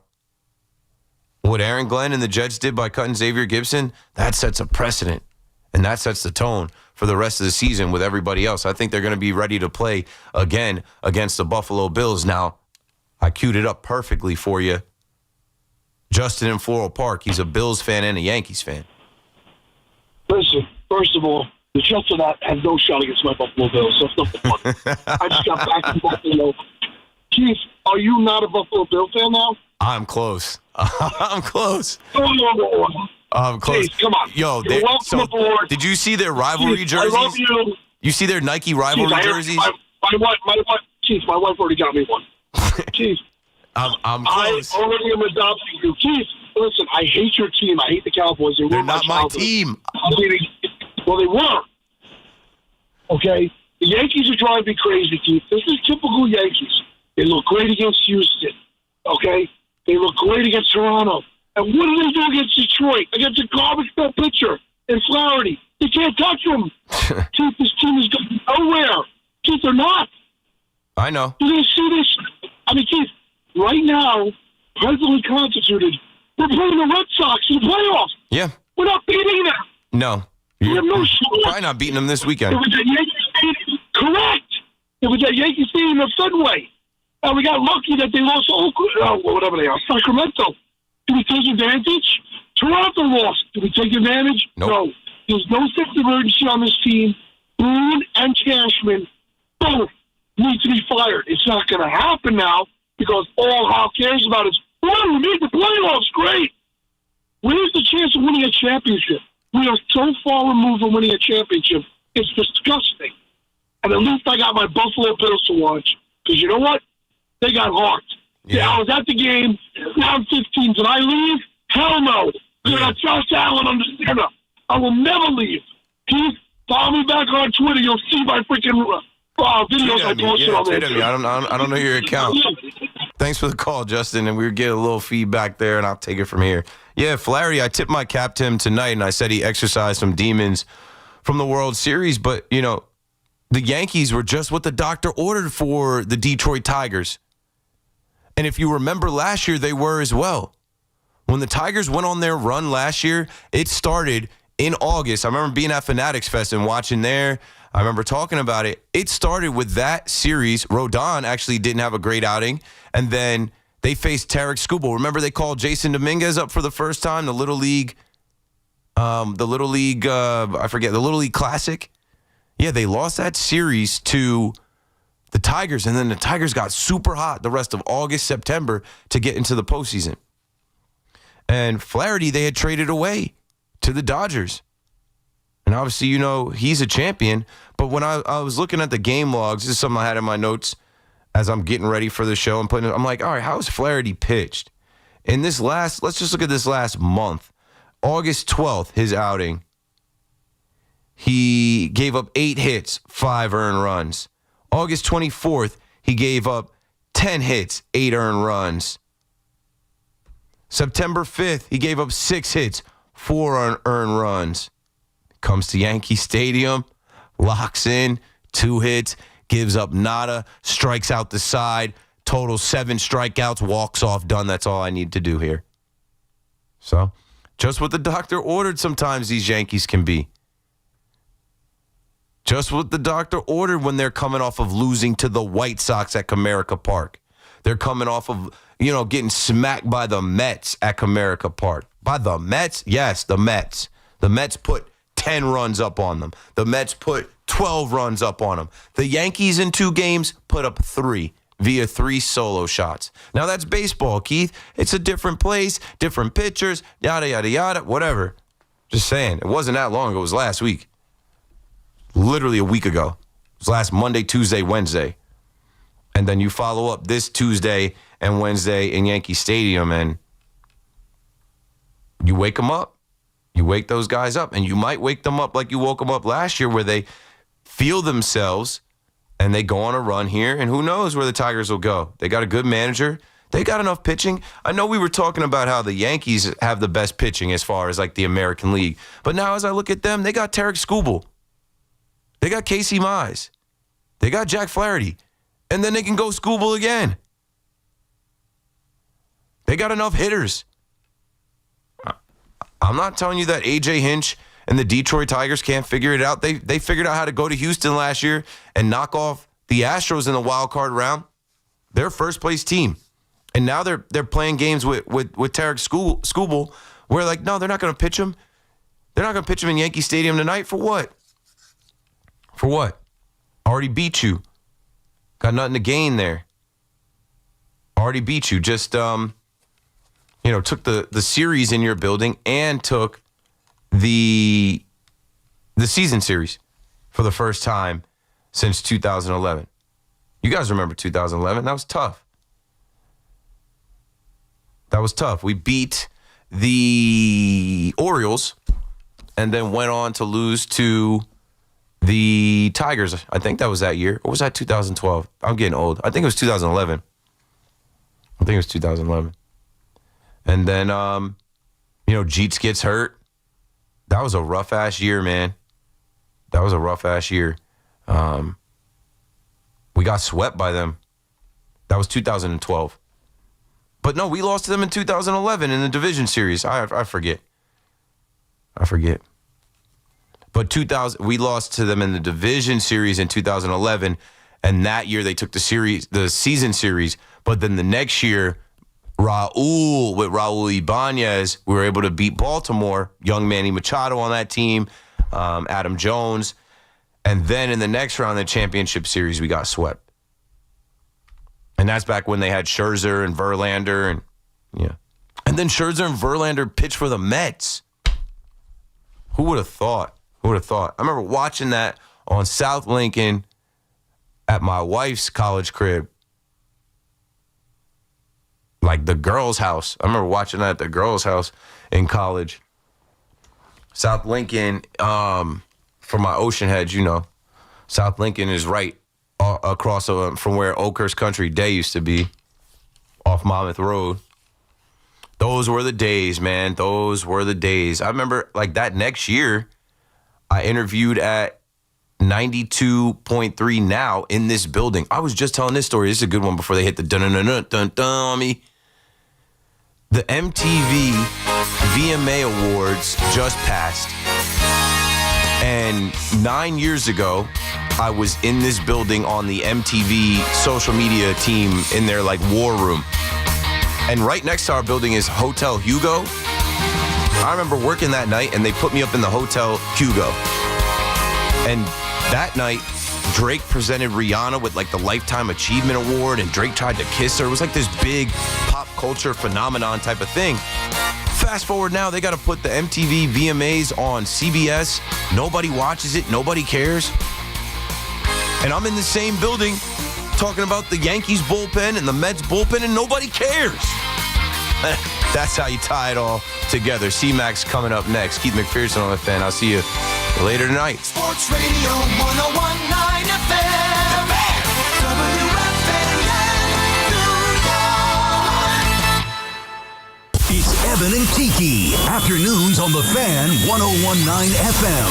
Brian Dable waited too long to pull the plug on Daniel Jones. Agreed with that, yes. He allowed it to just fester. Yep. He allowed the frustration to not only build in the fan base, but who cares about us?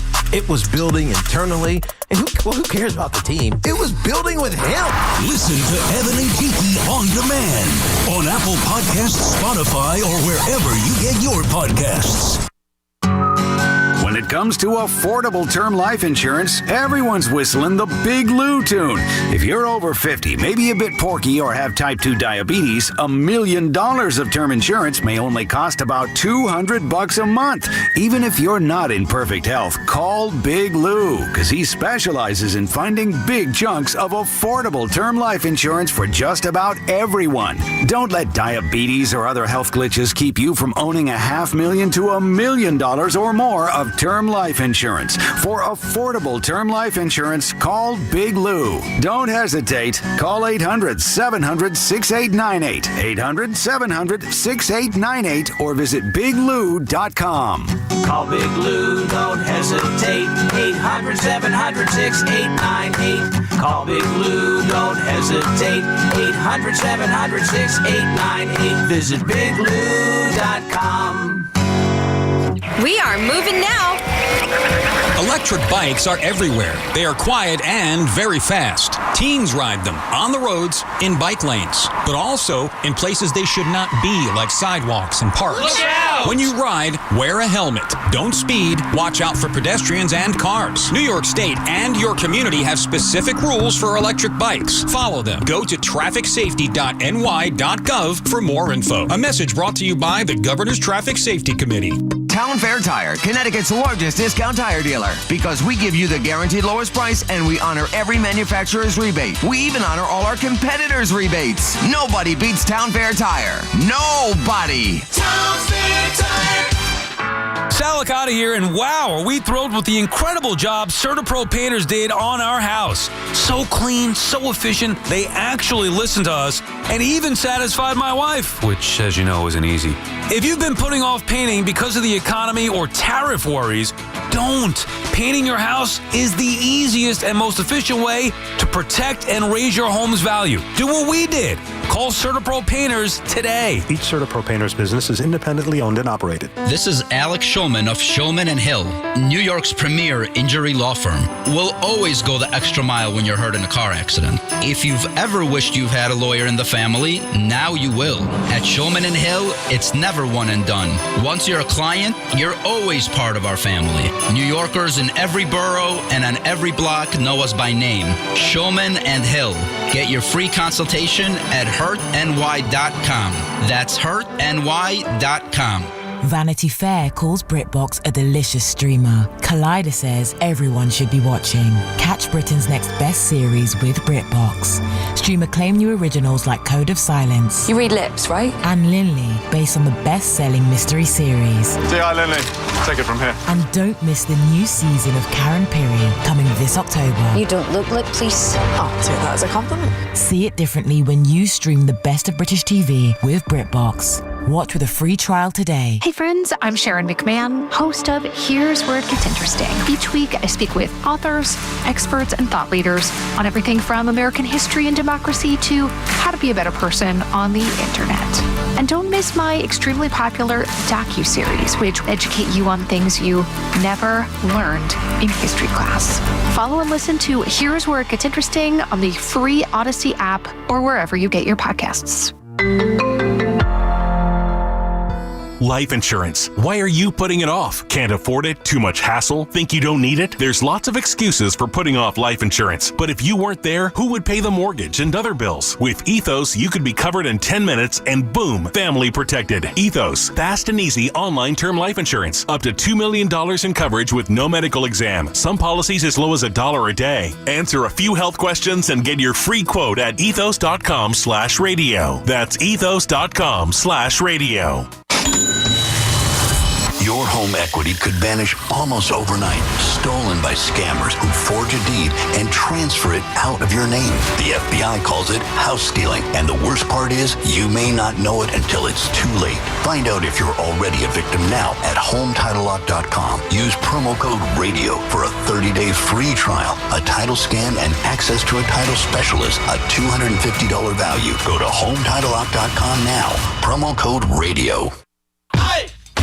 We're talking New York sports. WFAN, WFAN FM, WFAN FM HD1, New York, and Odyssey Sports Station.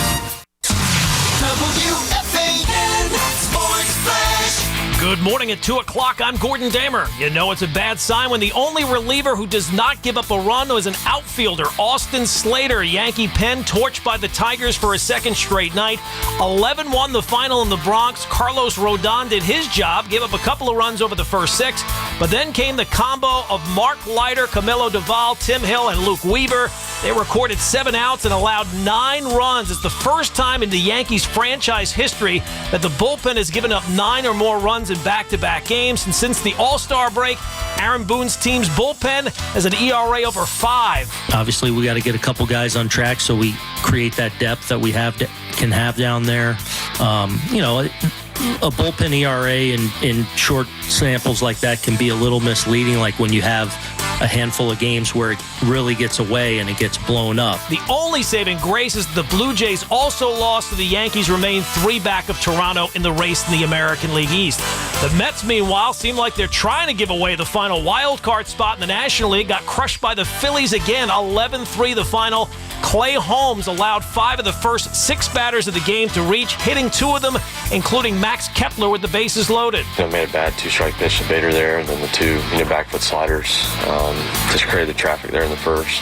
Yeah, and then two balls got to the infield, but at that point we're playing from behind, and this game to me a lot, so can't really afford to have those mistakes there. Holmes gave up 4 runs in 4 innings. The Mets offense did next to nothing, and the bullpen made the point moot by giving up 7 runs in the process of getting the final 12 outs. That makes it 5 straight losses, and since mid-June, the Mets have the 4th worst record in baseball. Now, the good news is their lead for the final wild card spot is still 2 games. The bad news is a pair of teams now chasing them. Giants remain 2 back, but lost to the Diamondbacks 5-3. The Reds beat the Padres 2-1 to move into a tie with San Francisco. It's 66 and mostly clear in Central Park, and that's what's happening. I'm Gordon Damer. Talk New York sports here. The Fan.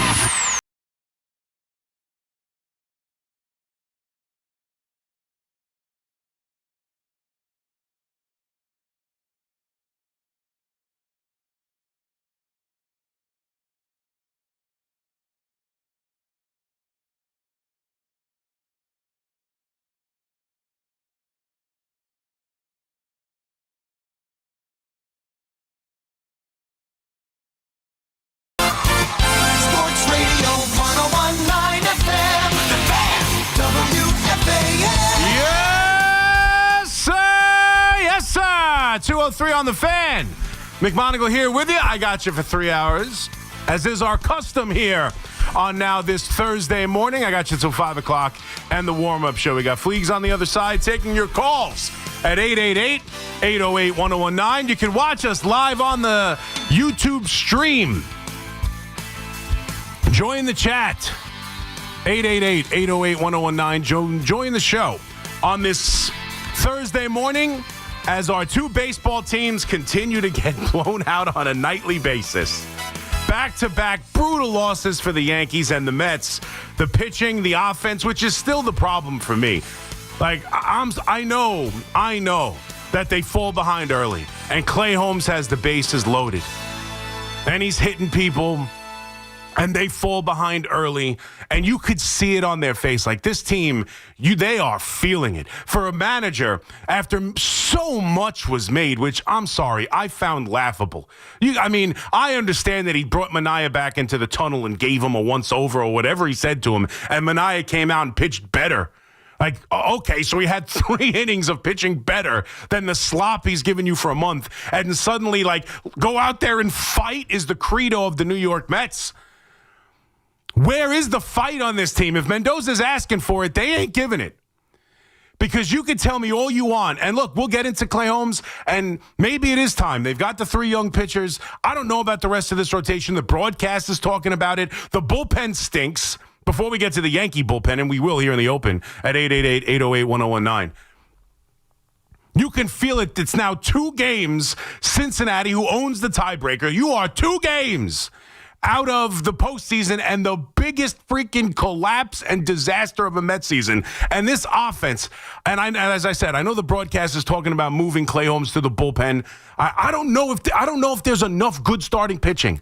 Like, I get that he's hit a wall here and he's a reliever and he's hitting inning limits that he's never seen before. And it's clear, Ron Darling's talking about it on the broadcast. It feels like his stuff, although he gave up a couple runs early in this game, his stuff early on, 95, got some good movement on the sinker. You know, most nights he's got some control of the slider, and then it starts to unravel for him, and he can't go deep into games. And sure, we knew this could be a problem. We suspected it would be a problem for Clay Holmes. Making this transition into a starting pitcher in the end of the season. I talked about it even as a reliever. We have seen him struggle with the New York Yankees in the second half of seasons and going down into the stretch of the season. He lost his closer role in August and September of last year. So he has struggled. His best months have always been April, May, and June. Whether it's reliever, whether now it's starter, he's been that way. And now he's hitting, innings he's never seen before. And yes, when you look at this bullpen, and Helsley's back at it again last night, and both bullpens of these two miserable teams giving up runs, and there's really no answers, it makes sense to throw him back into the back end of the bullpen and see if you can get anything there from him, a little bit more rest, a little bit less taxation on his arm. Maybe that'll help. But here's the bottom line. I know they fell behind in this game, and I know they fell behind in yesterday's game. But this offense, you can feel it. You can sense it. They have no fight in them. They are the only team in Major League Baseball. The only. That means the White Sox. That means the Nationals. That means the Colorado Rockies. That means every lousy team and every miserable offense in all of Major League Baseball has won a game after trailing in the 8th inning, except the New York Mets. And I know they gave you the stats of their record over the last, 2 months, and it's as bad as any team in baseball, and that's who they've been. But this offense, despite outside of 3 weeks where they found a way to score some runs and hitting with runners in scoring position, they have been dreadful, and the manager is asking for fight. I know the bullpen doesn't give you any. And I know the starting rotation outside of McLean right now is a disaster. 2 young kids who've pitched well, but in 3 starts. Like McLean, you feel good about. Like, he's made enough starts. He's gone and struggled to start an outing and then found himself. Like McLean, you feel good about. Tong, it's been 2 starts, 1 good, 1 so-so, and we just saw Sproat for the first time on Sunday. And I understand now McGill's back to injured, and I understand that Manaea, we all don't think he can make another start. Who knows what's happening in the minor leagues with Senga? And Clay Holmes, it feels like, would be better served in the bullpen if possible. And Peterson, hopefully, is trying to come out of an August where he pitched to a damn near 7 ERA. I get it. But can an offense show up just because you fall behind 2-0 in the first inning doesn't mean you have to go quietly into the night. There is nothing from this offense right now. And there is no fight from it. And they allowed, and the entire talk of this series is how they've pounded him, how they can't get out Harrison Bader. I mean, the Phillies have and what's concerning to me as we talk about the New York Yankees and the gauntlet and the good teams and the matchups and how they've played against the Red Sox and how they've played against the Toronto Blue Jays. And you look at this Met team and they're 13 games under 500 since June 13th or some ungodly number, and they've been a bad team for months now. We get it. And they've played poorly against some teams. They can't beat the Nationals, this and that. They have owned the Phillies. They have played extremely well against Philadelphia. When these two teams meet, the Phillies are the ones who cower. The Phillies are the ones who complain about, glare off a microphone. The Phillies are the one who crawl into their shell and can't play their game. And this series, it has completely turned on its head. You can sense it, you can feel it. The Phillies are uber confident playing these games. They know exactly how these games are going to go, and so do the Mets. And that's what scares me. Because this is a matchup that the Mets have owned, not just this year, but the last couple years, going back to the playoffs last year. And there is just nothing there. They feel like a dead team. And, we talk about Mendoza coming from the Yankees, and I talked about this a little bit last night. But you hear some of the quotes. They are way too comfortable. And they are way too comfortable with the idea that they're getting their ass kicked by Philadelphia, and this is down to 2 games. And although they're talking like they're comfortable, you can sense they are tight as a drum. Tight as a drum. And this game gets out of control, and there is no pushback. No pushback. None.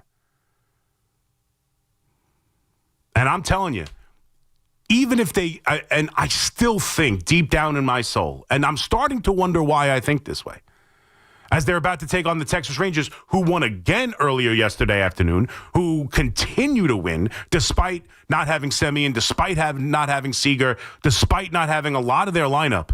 They're finding guys out of the woodwork, 29-year-old rookies and whatever else, finding ways to win baseball games and thrusted themselves right back into this wild card race. And now what is it? They're only 5 games back. The Yankees have found themselves only 5 games out of a wild card spot, or out of losing the wild card. But this Met team, as the Reds come from behind and win a game and cut it down to 2, and they have the tiebreaker, they are legitimately 2 games. 2 games away from a collapse that I honestly believe would shake this franchise to the core.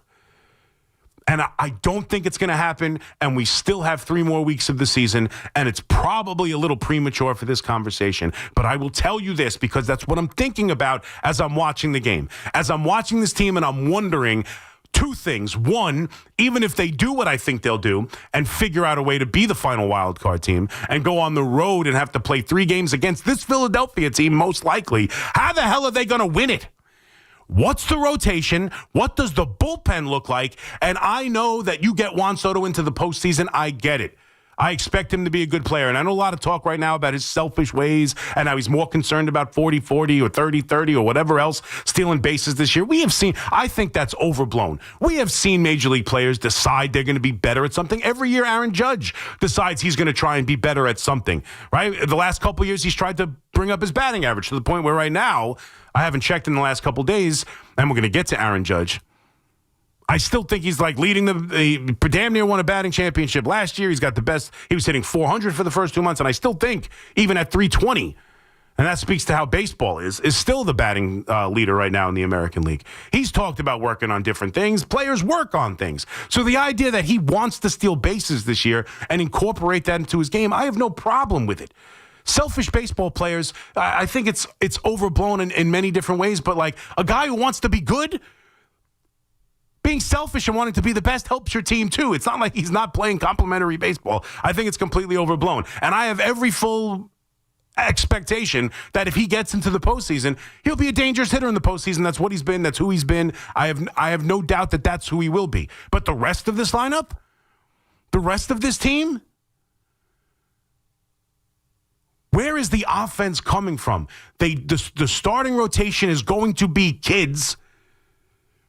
It's going to be McLean for sure, probably Peterson, and I don't know who else is making your 3rd start of a wild card series if you're lucky enough to play that 3rd game against this Philadelphia team that now feels like they own you and are a game away from sweeping you and putting the stamp on the National League East. So I'm thinking, how the hell does this rotation line up? How the hell does this offense line up? And who the hell is getting outs in the bullpen? I'm thinking about that as I'm watching these games about the Mets, and even if they make the playoffs. And then I'm thinking about what happens if this collapse happens, and what do you do with the core of this team? I heard Keith driving in talking about this Met team can't afford to not bring back Pete Alonso. And while that makes sense, and I somewhat agree with it, how can you bring back the same team? Because let's be honest. Let's be honest about this Met team. Last year was absolutely the outlier. Last year was the fluke. Last year was the difference. One of these things is not like the other. Last year was one of these things that's not like the other. 2 years ago, selling at the trade deadline. 3 years ago, collapsing at the end of the season, blowing the division, and then not showing up in the wild card series against the Padres. I appreciate how good the start of the year was for Pete Alonso, and I appreciate that he's the home run leader in the franchise, and I appreciate he might go down, although Juan Soto is going to blow past him eventually. For a brief time, in moment in time, Pete Alonso might be the best position player to ever play for the Mets if he signs a long-term contract. But at what point do you ask yourself, look at the last handful of years. You're looking at a team that completely faded down the stretch and blew it in the division, in the wild card series. You're looking at a team that was god-awful and had to sell its pieces at the trade deadline. You're looking at a team that got off to a miserable start and then had one hell of a magic ride that ended in the NLCS. And now you're looking at a team again that is completely fading and might pull off one of the worst collapses. And if they do, how do you look at this team the same? And how do you strive? And how does this GM do everything he can to keep this core intact that continues to fail? How do you say, I have to bring back Pete Alonso? Why? We've seen Pete Alonso in this offense. We've seen this group. They don't win. If this is the collapse, and again, this is because I still believe that they are going to make the playoffs. And once they get there, I am of the belief, much like Evan Roberts is, and many people with a brain in their head. That was probably too much, but you get what I'm saying. I believe that anything that this team is good enough and talented enough to get hot and play well in the postseason. As crazy as that sounds. So we don't know the final destination for this core of the New York Mets. But I will tell you this. If this group, with this payroll, with this star-studded lineup, or what was supposed to be a star-studded lineup, loses the last playoff spot to a Cincinnati Reds team. A Cincinnati Reds team that was left for dead a week ago. That you allowed to get back into this race by losing 2 of 3. If you are outplayed down the last 3 weeks of this year and get knocked out and sent home, and in your stead go the Cincinnati Reds and Terry Francona, forget 2007 and what we can compare it to. You have to ask serious questions about whether or not this team should stay together and whether or not this GM who put together the Milwaukee Brewers and created the foundation of what has been now this year the best team in baseball, an executive who does it with less and is smarter than most and all that, like, at what point do you give him the reins and say, the team that was here before you is no longer of our concern?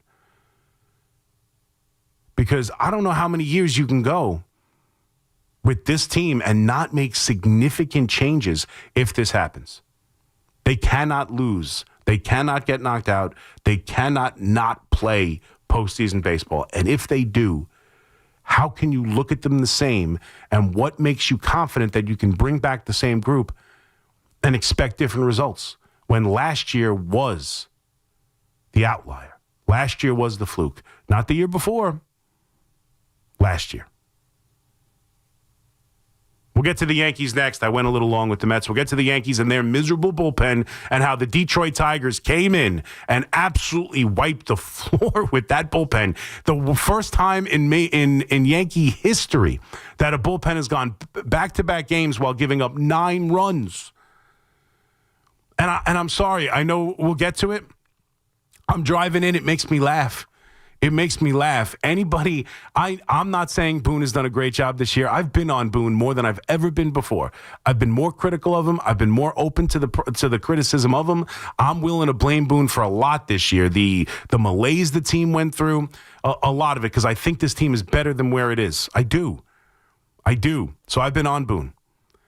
But the idea anybody would look at these last 2 games and blame the manager when every time he goes on the phone, whoever he brings out gets absolutely annihilated. And we're going to blame the manager for the order he brought out the slop. Unbelievable. We'll get to that next. 888-808-1019. It's Boone's fault. It makes me laugh. If I wasn't so mad, it would make me laugh. 888-808-1019. McMonigle here with you. We'll get to the accountability of the New York Jets. We will get to whether or not the most important player for the New York Giants will be back on the field for this game against the Cowboys. We'll get into the football a little bit. We start with our two lousy baseball teams who have now lost. The Mets have lost 5 in a row. The Yankees have been beat up the last 2. And none of us feel that good as we get closer and closer to October baseball. 888-808-1019. We'll be right back with your calls right here on The Fan. Going on a drive deep to left. Got a chance. Giddy up, baby. It's Thursday night baseball in the Bronx with the Yankees and Tigers. 7:05 tonight. Driven by Jeep. And it is gone. That was an extraordinary play. Susan Waldman and Dave Sims call all the action on the home of Yankees baseball. The Fan. Always live on the free Odyssey app. Town Fair Tire is Connecticut's largest name brand discount tire dealer. We give you the guaranteed lowest prices on all name brand tires and honor all manufacturers' rebates.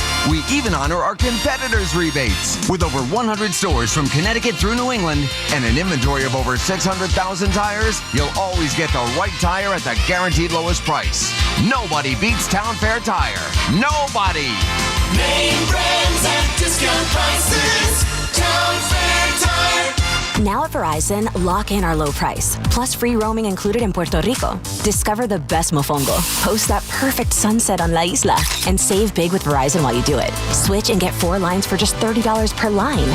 See? Just $30 per month with unlimited welcome with autopay plus taxes and fees. Plus calls, texts, and data in Puerto Rico included, so you can use your phone sin problema. Stop by your New York Verizon store today. For unlimited welcome in times of congestion, unlimited 5G and 4G LTE may be temporarily slower than other traffic. Domestic data roaming at 2G speeds. Injured? Don't be a whiner. Call me, attorney Mark Miner. I'm Mark Miner, and I have over 30 years of experience handling personal injury cases. If you or a loved one has been injured in an accident, don't whine. Call 1-800-LAW-LINE. You can trust that the personal injury law firm of Zalman, Schnurman, and Miner will treat you with respect and fight for your rights. Don't whine. Call 1-800-LAW-LINE for a free consultation. Our goal is to transform your pain into payment. If there is no recovery, there is no fee. We handle all type of accident cases and value the opportunities to help you. The sooner you call, the better. If you are injured, call 1-800-LAW-LINE so we can discuss how to transform your pain into payment. Don't be a whiner. Call Zalman, Schnurman, and Miner at 1-800-LAW-LINE. Zalman, Schnurman, and Miner, personal injury attorneys. Don't whine. Call 1-800-LAW-LINE. That's 1-800-LAW-LINE. We all hear the radio ads about the IRS. They tell you to be afraid, to be scared, and they try to frighten you into calling. I'm not here to do that. Tax Relief Advocates is different. TRA is here to tell you that if you owe money to the IRS, whether it's $5,000, $50,000, or $500,000, we have a solution. It doesn't matter if you're sitting in your car, at work, or with your kids. No matter where you are, call now. 800-575-6812. Don't lose hope. TRA can eliminate or reduce what you owe to the IRS. Generous programs are now available that can give you a fresh start. Our passion is taxes and helping individuals fix their IRS problems. We have over 1,000 5-star reviews on Google and an A+ with the Better Business Bureau. You don't need to be afraid of the IRS any longer. End your tax nightmare today by visiting us online at TRA.com or call 800-575-6812. That's 800-575-6812. Tax Relief Advocates. Real solutions for real people. With over 90 years of combined legal experience representing the law enforcement community, Decolator Cohen and DePrisco, LLP, continues to strive to educate police officers of their civil rights to sue in line-of-duty accident cases. The 2025 Police Officers' Right to Sue newsletter can be viewed on policeofficersrighttosue.com and provides successful results in varying line-of-duty accident cases. These results include damages recovered from RMP accidents involving the City of New York and civilian motorists, station house defects, ricochet injuries from the range, private premises slip and falls, sidewalk slip and falls, construction defects, snow and ice cases, and injuries emanating from defective RMPs. In any LOD accident, it is important for the officer to take photographs of any defects, injuries, or damage. It is also essential to draft the line-of-duty report and detail the cause of the accident in the paperwork. Remember, there's a 90-day time limitation to file a claim against a municipality. If any law enforcement member has a question regarding a potential lawsuit, contact Decolator Cohen and DePrisco, LLP at policeofficersrighttosue.com or call 1-800-901-1529. Looking for the best waste removal on Long Island? Maggio Environmental is your partner in recycling for zero waste. From commercial recycling to full-scale construction projects, we handle it all. Lead reports, trash, and everything in between. With state-of-the-art recycling facilities and service within 24 hours, including convenient roll-off containers, we make waste removal simple, efficient, and eco-friendly. Maggio Environmental. From the ground up, we've got you covered. Call or visit maggioenvironmental.com today. In the U.S., it is estimated that more than 1 in 5 adults live with mental illness. Help is available. Call 988 to start on your road to mental health care. We can survive together. From your friends at Town Fair Tire. Real sports talk for real fans with real opinions. The Fan, 101.9 FM, and always streaming on the Odyssey, iHeartRadio, and TuneIn apps.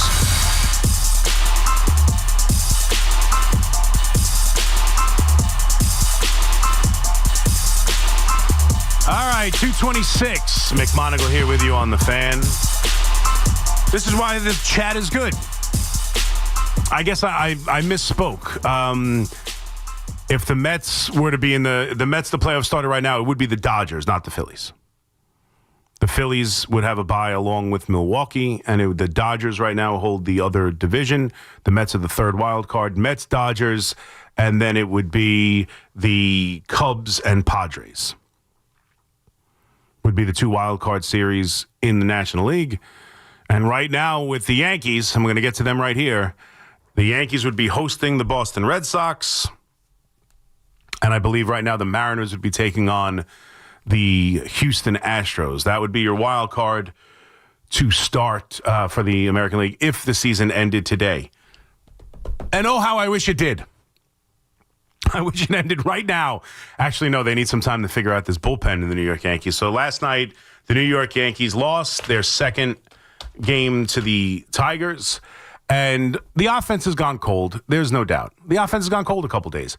I have a tough problem getting really on the offense. We're going to get on Aaron Judge in a second, specifically. But the offense has been really good for a long time. And I know, they need to hit home runs. They don't. Okay. Everyone needs to hit home runs. I was just watching the end of the Toronto game with the Astros. How'd they win? By a 6-base hit rally, or did they win with a solo home run in the top of the ninth? Like, everyone relies on home runs. Do the Yankees rely on them a little bit more? Yeah, sure. They also hit a lot more. And home runs don't disappear in the postseason. They don't. They might for the Yankees, not overall in baseball. You got to hit home runs, you want to win. Bottom line.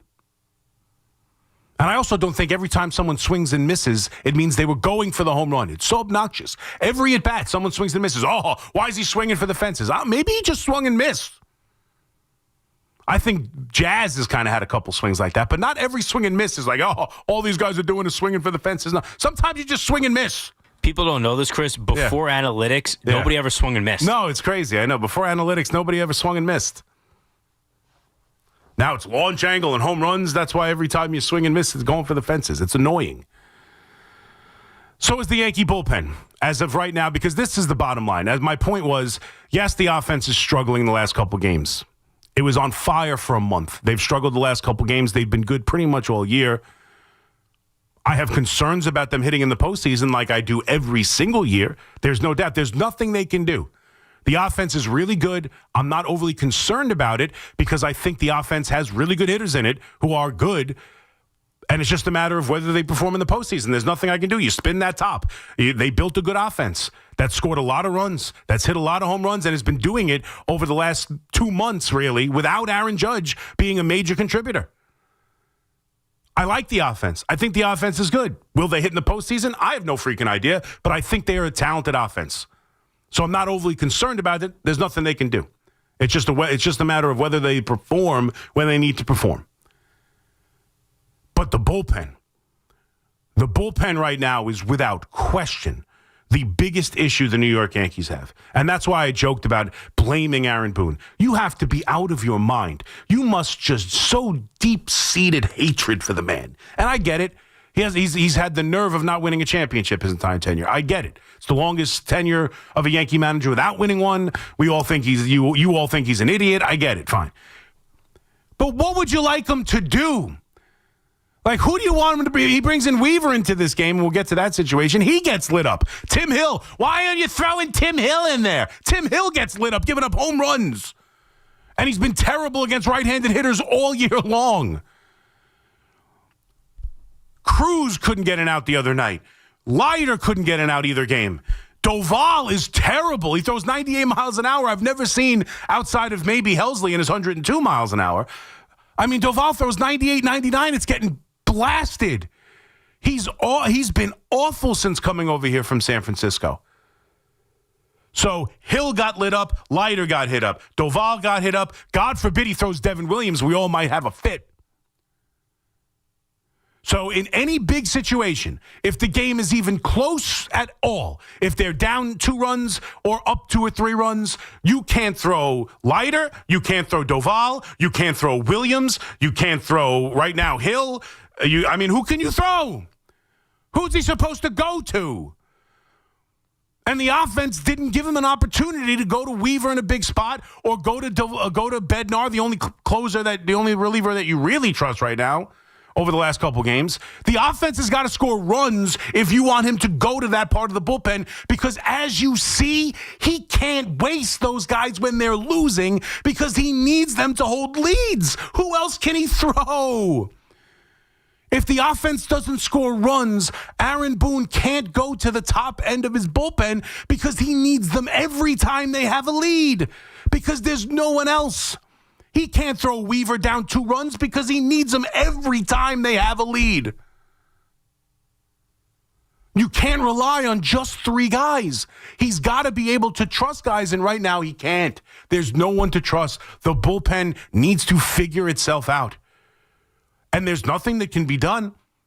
They just have to be better down the stretch. And right now, I'm at the point with the New York Yankees bullpen, and I tweeted this out. I am at the point with the New York Yankees bullpen that as much as I want to win the division, and I do, and thankfully the Blue Jays lost last night, and they are 1 rally the other night away from losing 4 consecutive games, and hopefully they're going through it a little bit. The division isn't over just yet, but it's going to be difficult. Even I would say that. I call the Blue Jays frauds. It's tough to come from behind. They're essentially down 4 games in the division with, 17 now to play? It's very difficult. And I'm not giving up on that, but it's difficult. But as much as I would love to win the division, and this series against Boston is going to be huge because they absolutely have to play this wild card series in Yankee Stadium. So those games are critical. But you have to prepare yourself for the postseason. Like, you just have to. Because we could say whatever we want about how important it is to beat good teams. And we can say however much we want that it's important to beat the Red Sox, and it's important to have home field advantage, and it's important to win the division, and it's important to do this and important to do that. And I'm not saying it's not important to do those things, but ultimately they're going to the playoffs. They're going to most likely and at least certainly play a 3-game series, and they better have their bullpen in order. Because all that matters, all that truly, truly matters.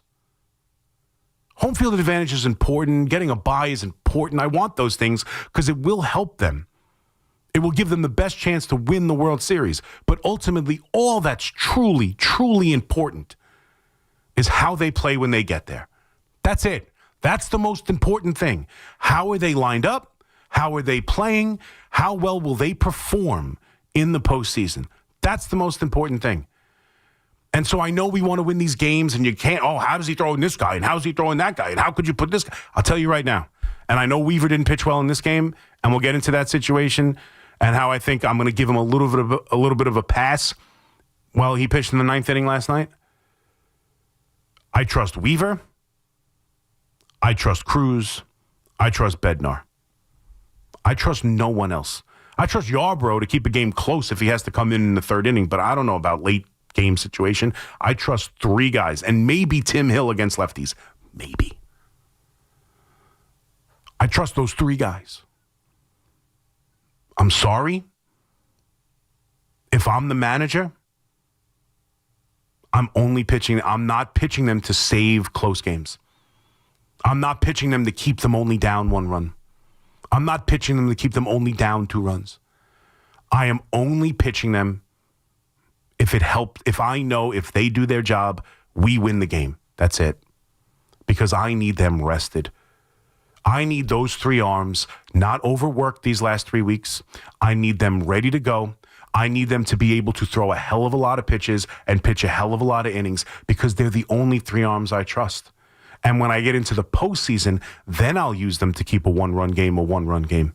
When I get into the postseason, then I'll use them in the 6th down 2 if I need to get big outs with runners on. That's when I'll do it.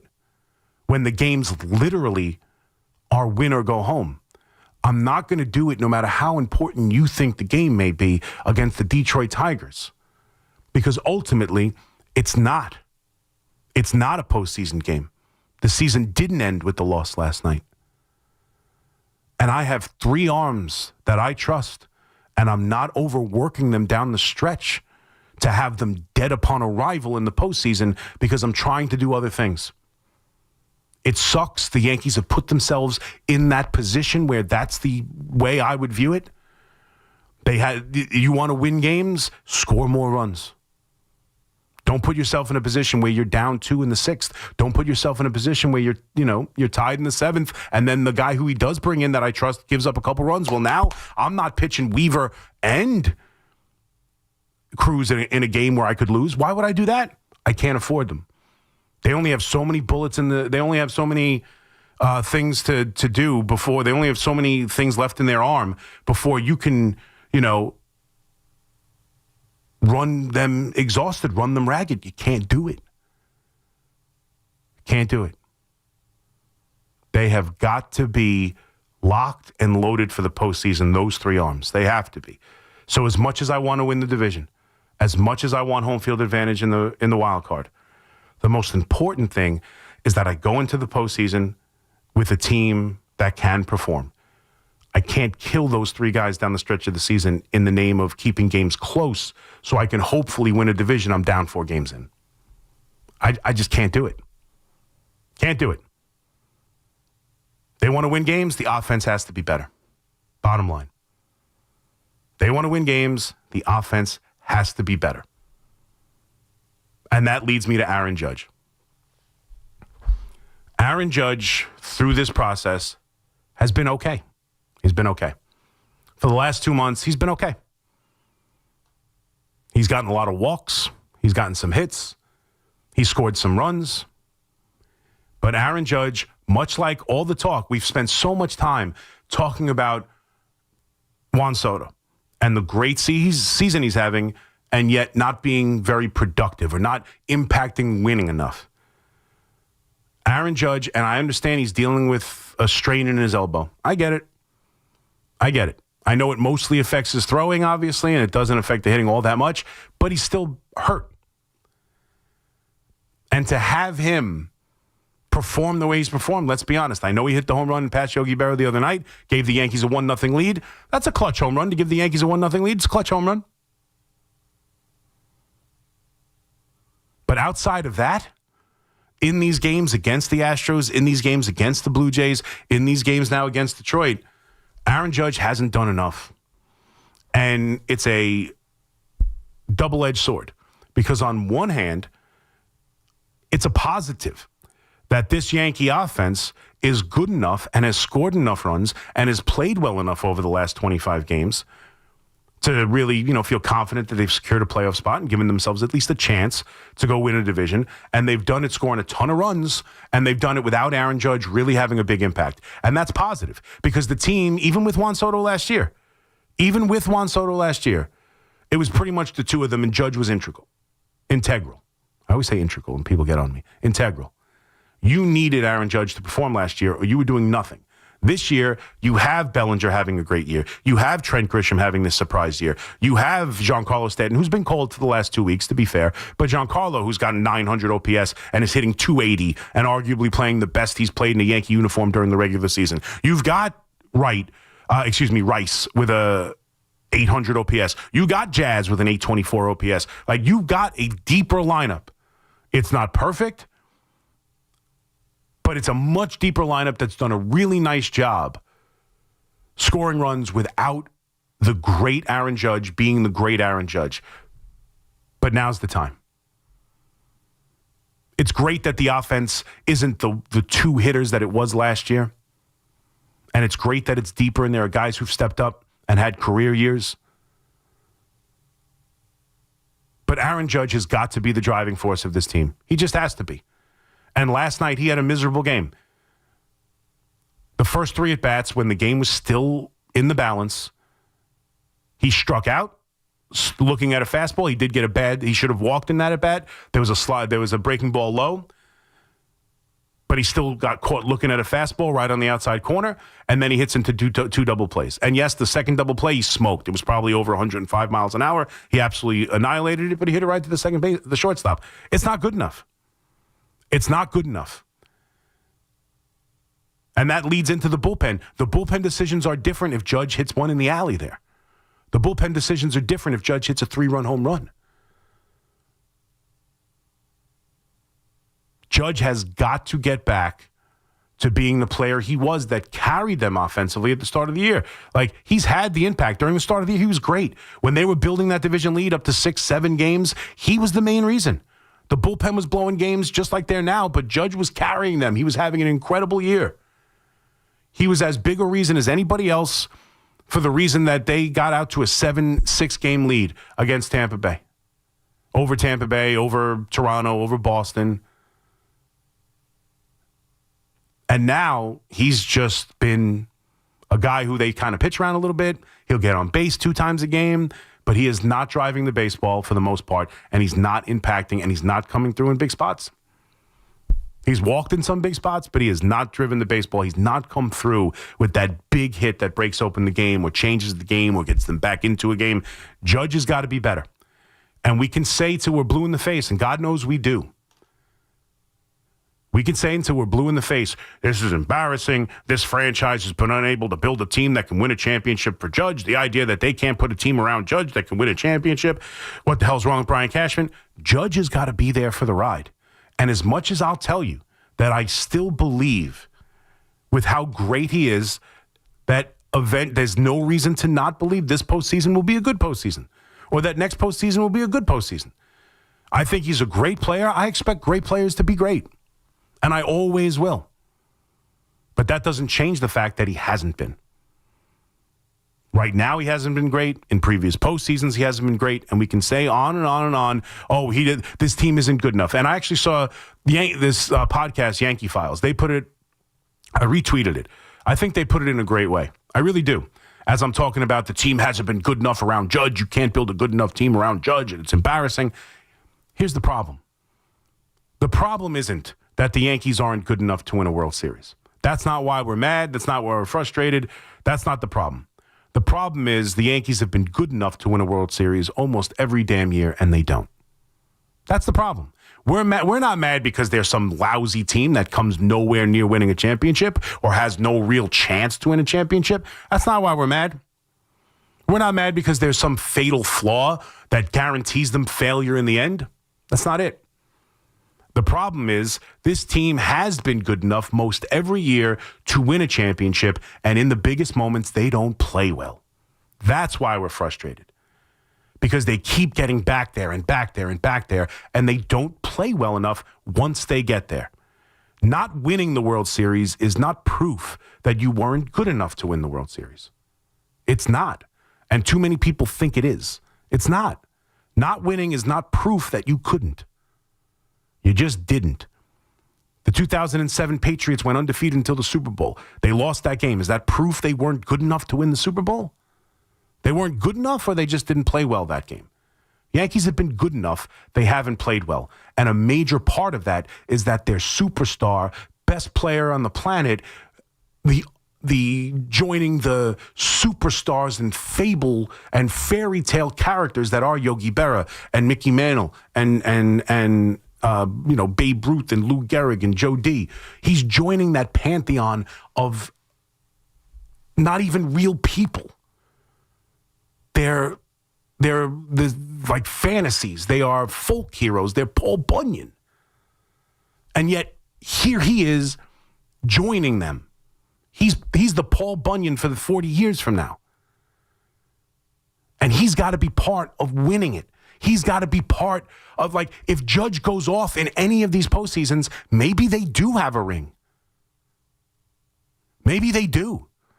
If Judge didn't strike out 15 of his first 17 at-bats in the World Series last year, maybe they overcome not hitting a cutoff man. Maybe they overcome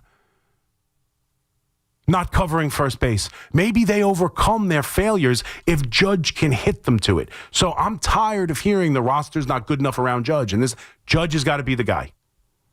And right now, as they are chasing down a division, as they are trying to win these games, or they are trying to set themselves up for the postseason, we could talk about the bullpen till we're blue in the face. If Aaron Judge isn't going to hit and isn't going to impact scoring runs, I'm not sure how much it matters. He's got to be better. 888-808-1019. Judge has got to be better. This bullpen's got to be better. The Mets got to be better. Baseball on the table right now. Let's get back to the calls. 888-808-1019. Let's go to Ray in the Bronx. What's up, Ray? Chris McMonigle. How you doing, man? Good, Ray. How are you? I'm doing good, man.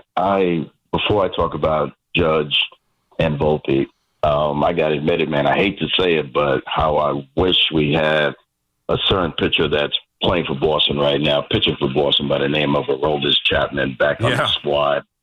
My God. Man, how about that? I mean, the guy's he's been the best reliever in baseball without question. It's crazy how good Chapman is. And I have a special place in my heart for hatred of Chapman. He's not only did he blow games, he quit on the team. He decided that it was above him to show up and pitch a bullpen to show that he was worthy of, after having a miserable season, he felt it was above him to go and have a bullpen during the break before their playoff series and determine whether or not he belonged on the playoff roster, and he just left. Like that's why I have a major problem with him. But that doesn't change the fact that since then he's won championships and he's been pretty well. He's the best reliever in baseball. So clearly, yes, he'd be the best reliever on the Yankees. And you covered just about everything there on Judge that I was going to bring up. But before I get into Volpe, I do want to tell you, Chris, that if Aaron Judge, you mentioned that's the best. Joe DiMaggio, Mickey Mantle. If he does not win, it's not over yet. No, and we got hope. We have hope here. But if he does not win, Mike Francesa, as a matter of fact, mentioned this.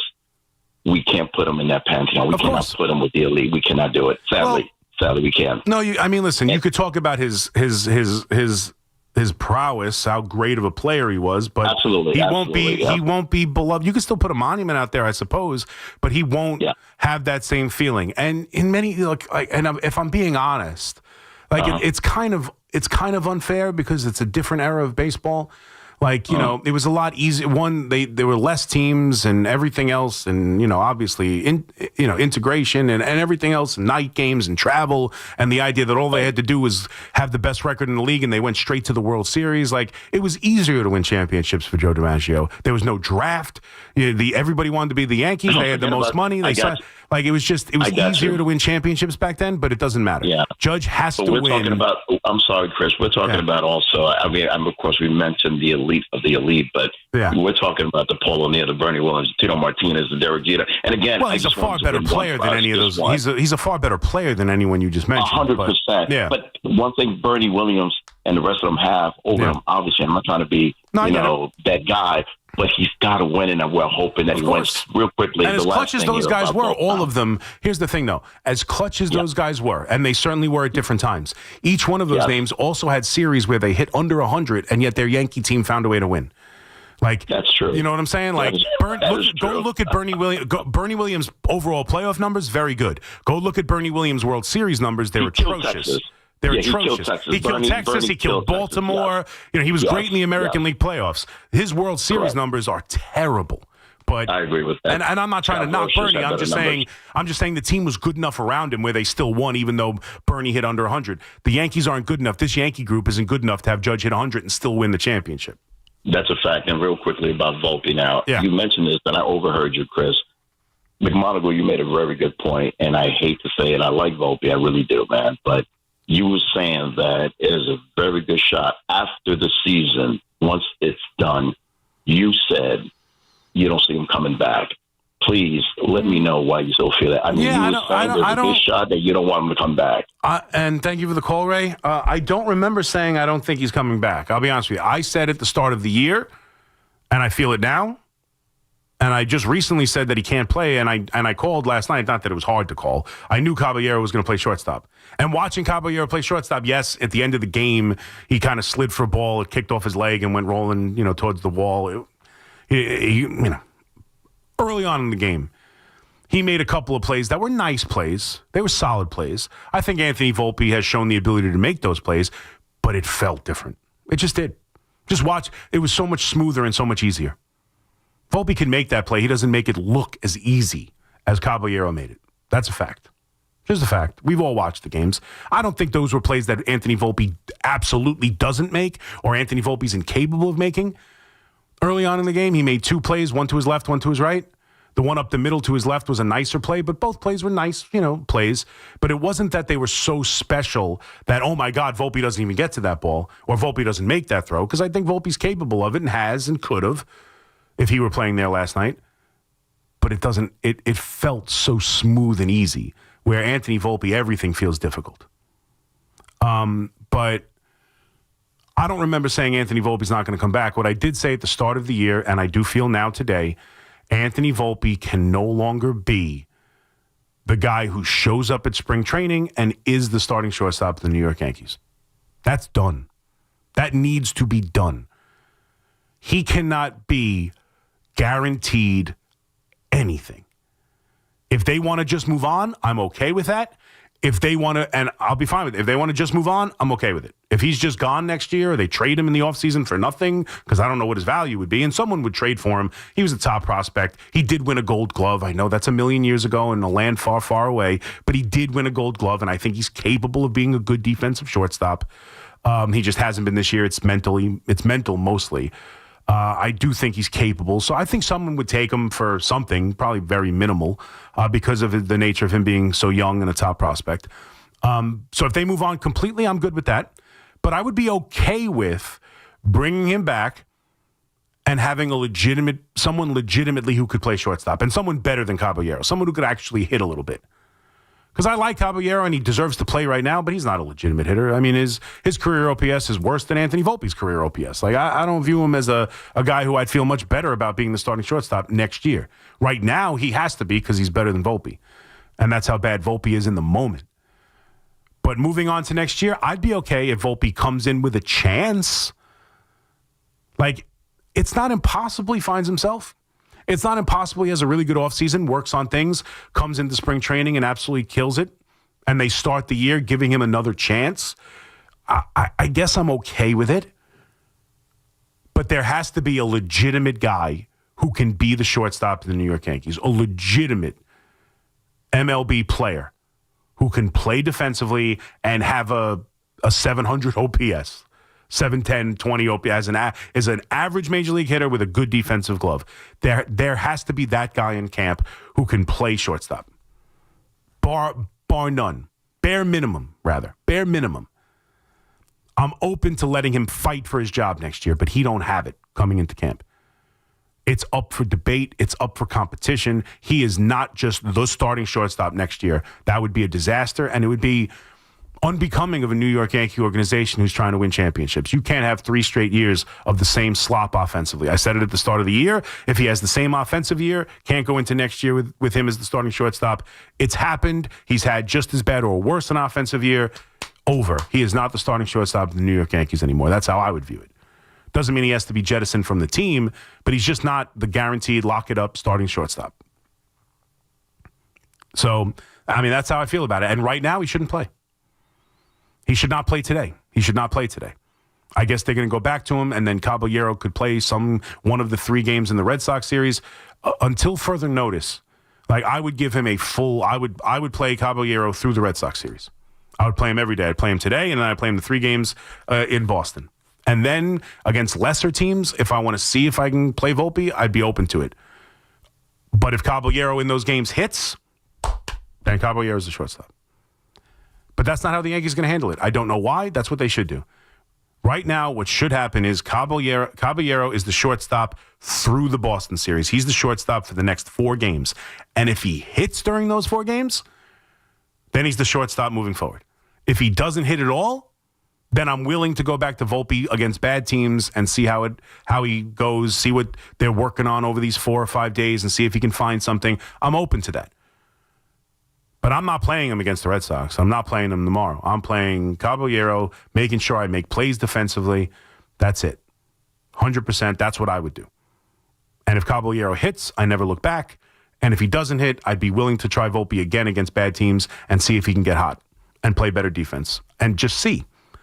Because I don't think Caballero is someone, I don't view Caballero as anything else than someone I can plug in at any moment and just be a good defensive shortstop. Like, I don't view him as someone, I want to get him 20, 30 at-bats heading into the postseason. I don't care. I don't think he's going to hit. So I just want him to be a defensive shortstop, and that can happen like this. So that's not how the Yankees are going to handle it. That's how I would. I'll see you against Minnesota. I'll give you another shot against Minnesota. Unless Caballero gets a hit in every game, then we're done. But he'll be back. We will see Anthony Volpe again. The Yankees will continue to go to that well. Much like the Devin Williams well, but they don't, again, get ready to see Devin Williams in big spots. They don't have a choice. We can yell and complain and bitch and boon this and boon that. Look at the bullpen. They don't have a choice. Devin Williams is pitching in big spots. They don't have a choice. That's it. He's part of the bullpen that's going to have to get big outs. Leiter is going to have to get big outs. Tim Hill is going to have to get big outs. And Doval is going to have to pitch in some sort of situation. They just are. And they're going to have to either, sink or swim with those guys. And right now, it feels like they're going to sink. 888-808-1019. Quick break. We'll come back. Take you the rest of the way. 2 more hours till 5 o'clock right here on The Fan. It's Keith McPherson at night on The Fan, 101.9 FM. Archie Manning was going to come out and win the Heisman in week 1, Texas versus Ohio State. Don't believe that football hype. That football hype hits different.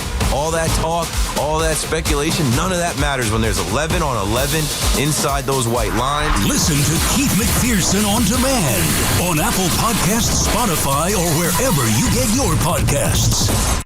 Imagine a gentleman's club with over 200 gorgeous exotic dancers every week. Hey, big boy. From the people who make fantasies come true, Gallagher's 2000 in Long Island City is the place to be. Gallagher's 2000, a gentleman's club for today, gentlemen. Gallagher's 2000 features 2 floors, 3 stages, discounted drinks, VIP, champagne rooms, and dinner specials every night. Gallagher's 2000 offers complimentary lunch Thursdays and Fridays with any drink purchase. Come on down, big boy. Gallagher's 2000 is New York's largest upscale gentleman's club, and Gallagher's 2000's bachelor parties will blow you away. For their bachelor party specials, call 718-361-1348. Gallagher's 2000 is located at 4319 37th Street in Long Island City, Queens, just a half a block north of Queens Boulevard. Call 718-361-1348. Gallagher's 2000 is unlike any club in New York. Come tonight for the time of your life. Gallagher's 2000. Let your imagination run wild. Do you owe $10,000 or more in credit card debt or personal loans? With credit card debt at all-time highs, Debt Relief Advocates is urgently notifying consumers of debt relief now being made available, designed to aid consumers with out-of-control credit card debt. Those who qualify and enroll for this relief program will only have to pay back a fraction of what they owe. This is not bankruptcy or a debt consolidation loan. This is a relief program that credit card companies would rather you not know about, as it ends your debt nightmare and saves you lots of money. Consumers owing at least $10,000 in credit card debt or personal loans can now take advantage of this debt relief as the cost of living skyrockets. Debt Relief Advocates has established a relief hotline for you to call to learn what debt reduction you may qualify for, so don't wait. For this free information, call the relief hotline at 800-390-1164. 800-390-1164. 800-390-1164. Okay, girls, ready to go? Yeah! Mom, I'm hungry. Can I have a snack? Me too, Mommy. You want a snack? Yeah. Got it? Children learn from our behaviors. Mommy, can you open this, All right, hold on 1 second. Okay. Okay, here. Thank you. They learn what is okay from the adults they see. Mommy, are you on your phone? If you're a distracted driver, chances are They will be too. What kind of driver are you raising? Funded by the Governor's Traffic Safety Committee. Connecticut's best values at Town Fair Tire. They honor all manufacturer and valid competitor rebates, offer the most free services for life, plus give you the guaranteed lowest price. Nobody beats Town Fair Tire. Nobody. Town Fair Tire. Hi, we're Wren Kitchens. In our 50-year history, we've made and installed millions of quality kitchens, and now you can find us at the Home Depot across the tri-state area. With thousands of styles and colors to choose from, we offer a free home measurement service and expert design consultation. All of our kitchens are made in the U.S. and delivered directly to you and installed by our specialist fitters. We cut out the middleman to save you money. And with our flexible financing, you can spread the cost over 7 years. Come down to Wren Kitchens at the Home Depot now. Finance subject to credit approval. Offers may change. See website for more details. At City Harvest, we're on the road every day rescuing millions of pounds of nutritious food for New Yorkers in need. Transforming surplus food into sustenance, sustainability, and smiles. That's how we feed good. Donate at cityharvest.org. We get it. Attention spans just aren't what they used to be. Heads in social media and eyes on Netflix. But what do people do with their ears? Well, for one, they're listening to audio. Americans spend 4.4 hours with audio every day. Oh, and you want the proof? Well, you just sat through this ad that's now approaching 30 seconds. What could you say to a potential customer in 30 seconds? Let Odyssey put together a media plan tailor-made for your unique marketing needs. Advertise with Odyssey. Visit ads.odyssey.com. We all hear the radio ads about the IRS. They tell you to be afraid, to be scared, and they try to frighten you into calling. I'm not here to do that. Tax Relief Advocates is different. TRA is here to tell you that if you owe money to the IRS, whether it's $5,000, $50,000, or $500,000, we have a solution. It doesn't matter if you're sitting in your car, at work, or with your kids. No matter where you are, call now. 800-575-9834. Don't lose hope. TRA can eliminate or reduce what you owe to the IRS. Generous programs are now available that can give you a fresh start. Our passion is taxes and helping individuals fix their IRS problems. We have over 1,000 5-star reviews on Google and an A+ with the Better Business Bureau. You don't need to be afraid of the IRS any longer. End your tax nightmare today by visiting us online at TRA.com or call 800-575-9834. That's 800-575-9834. Tax Relief Advocates. Real solutions for real people. Get the latest on the Giants and Jets on WFAN, WFAN FM, WFAN FM HD1, New York, and Odyssey Sports Station. WFAN Sports Flash. Good morning at 3 o'clock. I'm Gordon Damer. For a second straight game, the offense was bad, and for a second straight game, the Yankee bullpen was even worse. Bombers hammered by the Tigers 11-1 the final at the stadium.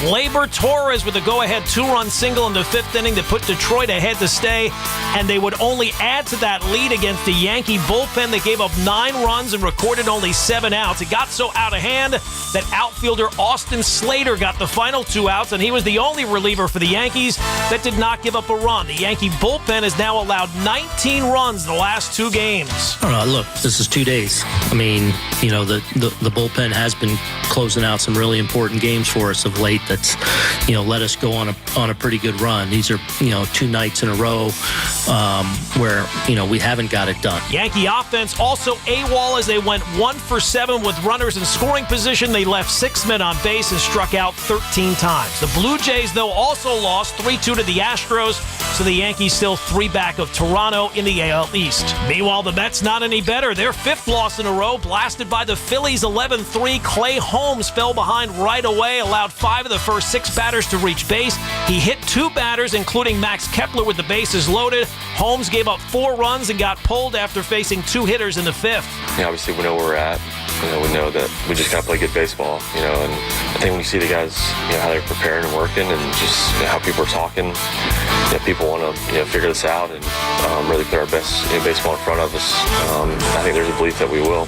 Max Kepler, a home run and 5 ribbies. The only good news for the Mets was the Giants also lost. The Diamondbacks 5-3, so the Mets remain up by 2 games for the final wild card, but the Reds won. They topped the Padres 2-1, so they pull into a tie with San Francisco. From the NBA, the Knicks are set to hire Billy Lang as their head of player development. He had been the head basketball coach at St. Joe's the last 6 seasons. It's 66 and mostly clear in Central Park, and that's what's happening. I'm Gordon Damer.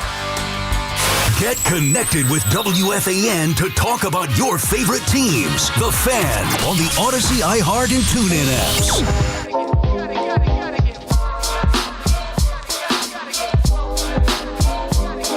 Go Brooklyn. 304. McMonigle here with you on The Fan. 888-808-1019. Brooke, it reminds me a little bit of the Beastie Boys, which I guess reminds me of Sean recently did the NFC Eastie Boys.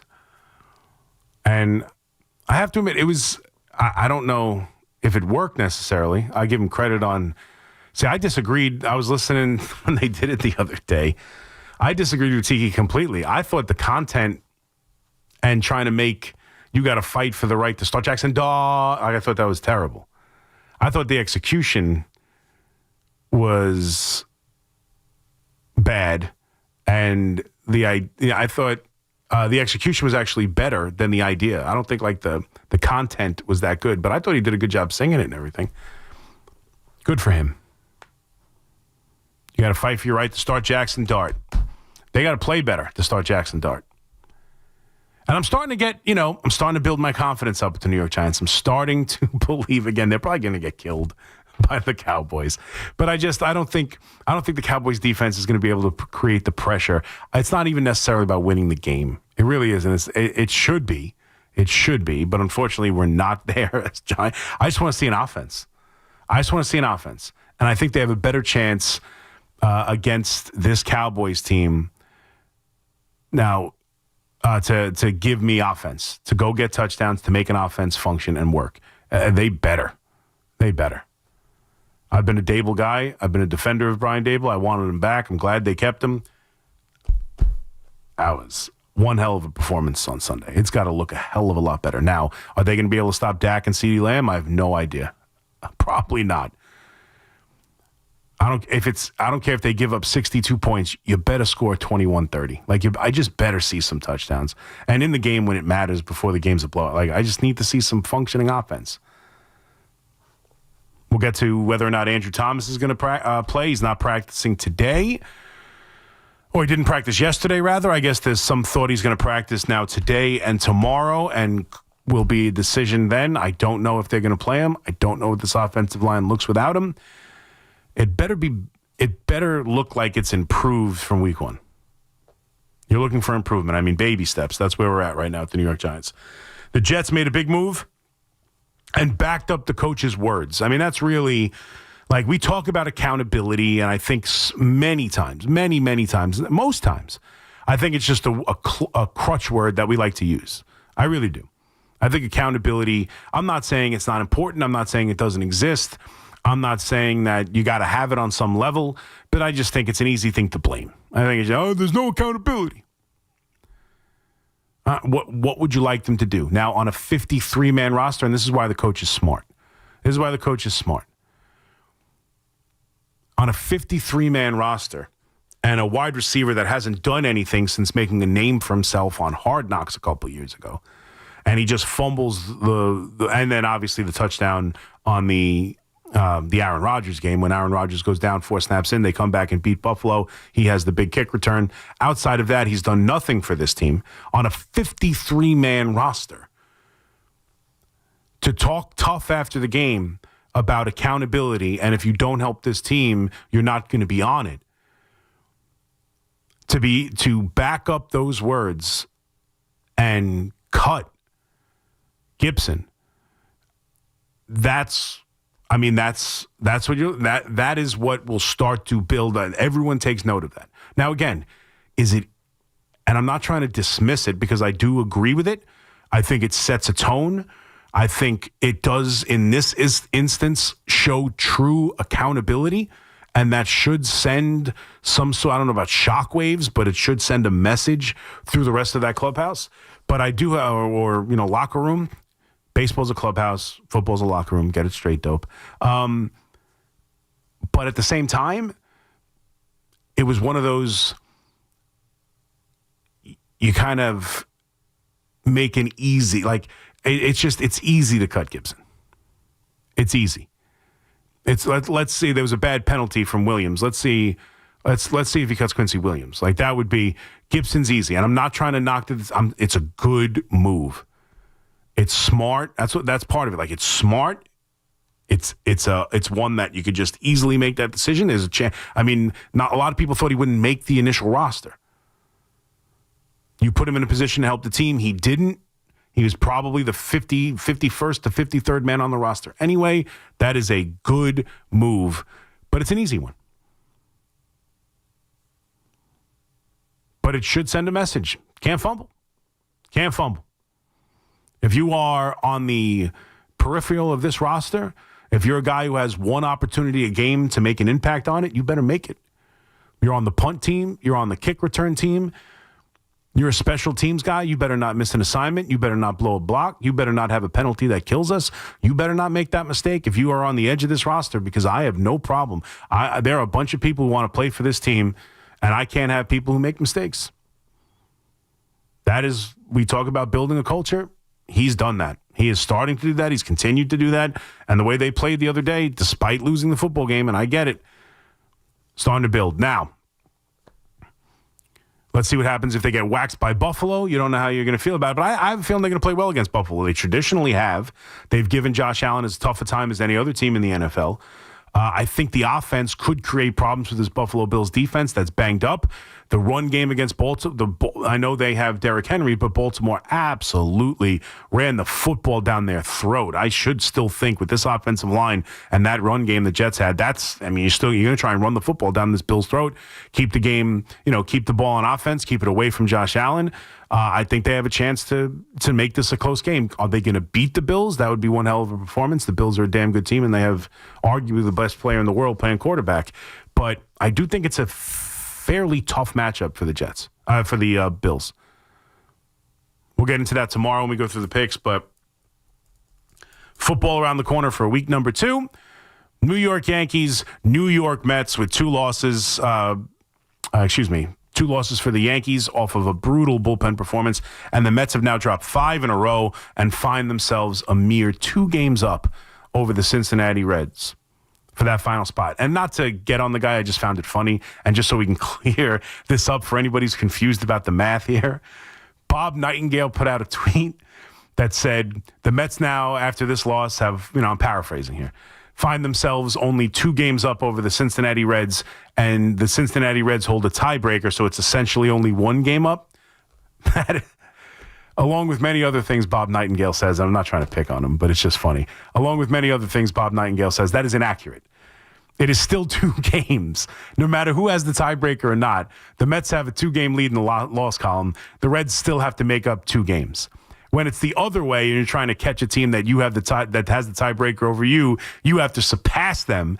So for the Yankees, for example, they're 3 games back of the Toronto Blue Jays, but it's actually like 4 because they have to tie them and then beat them a game.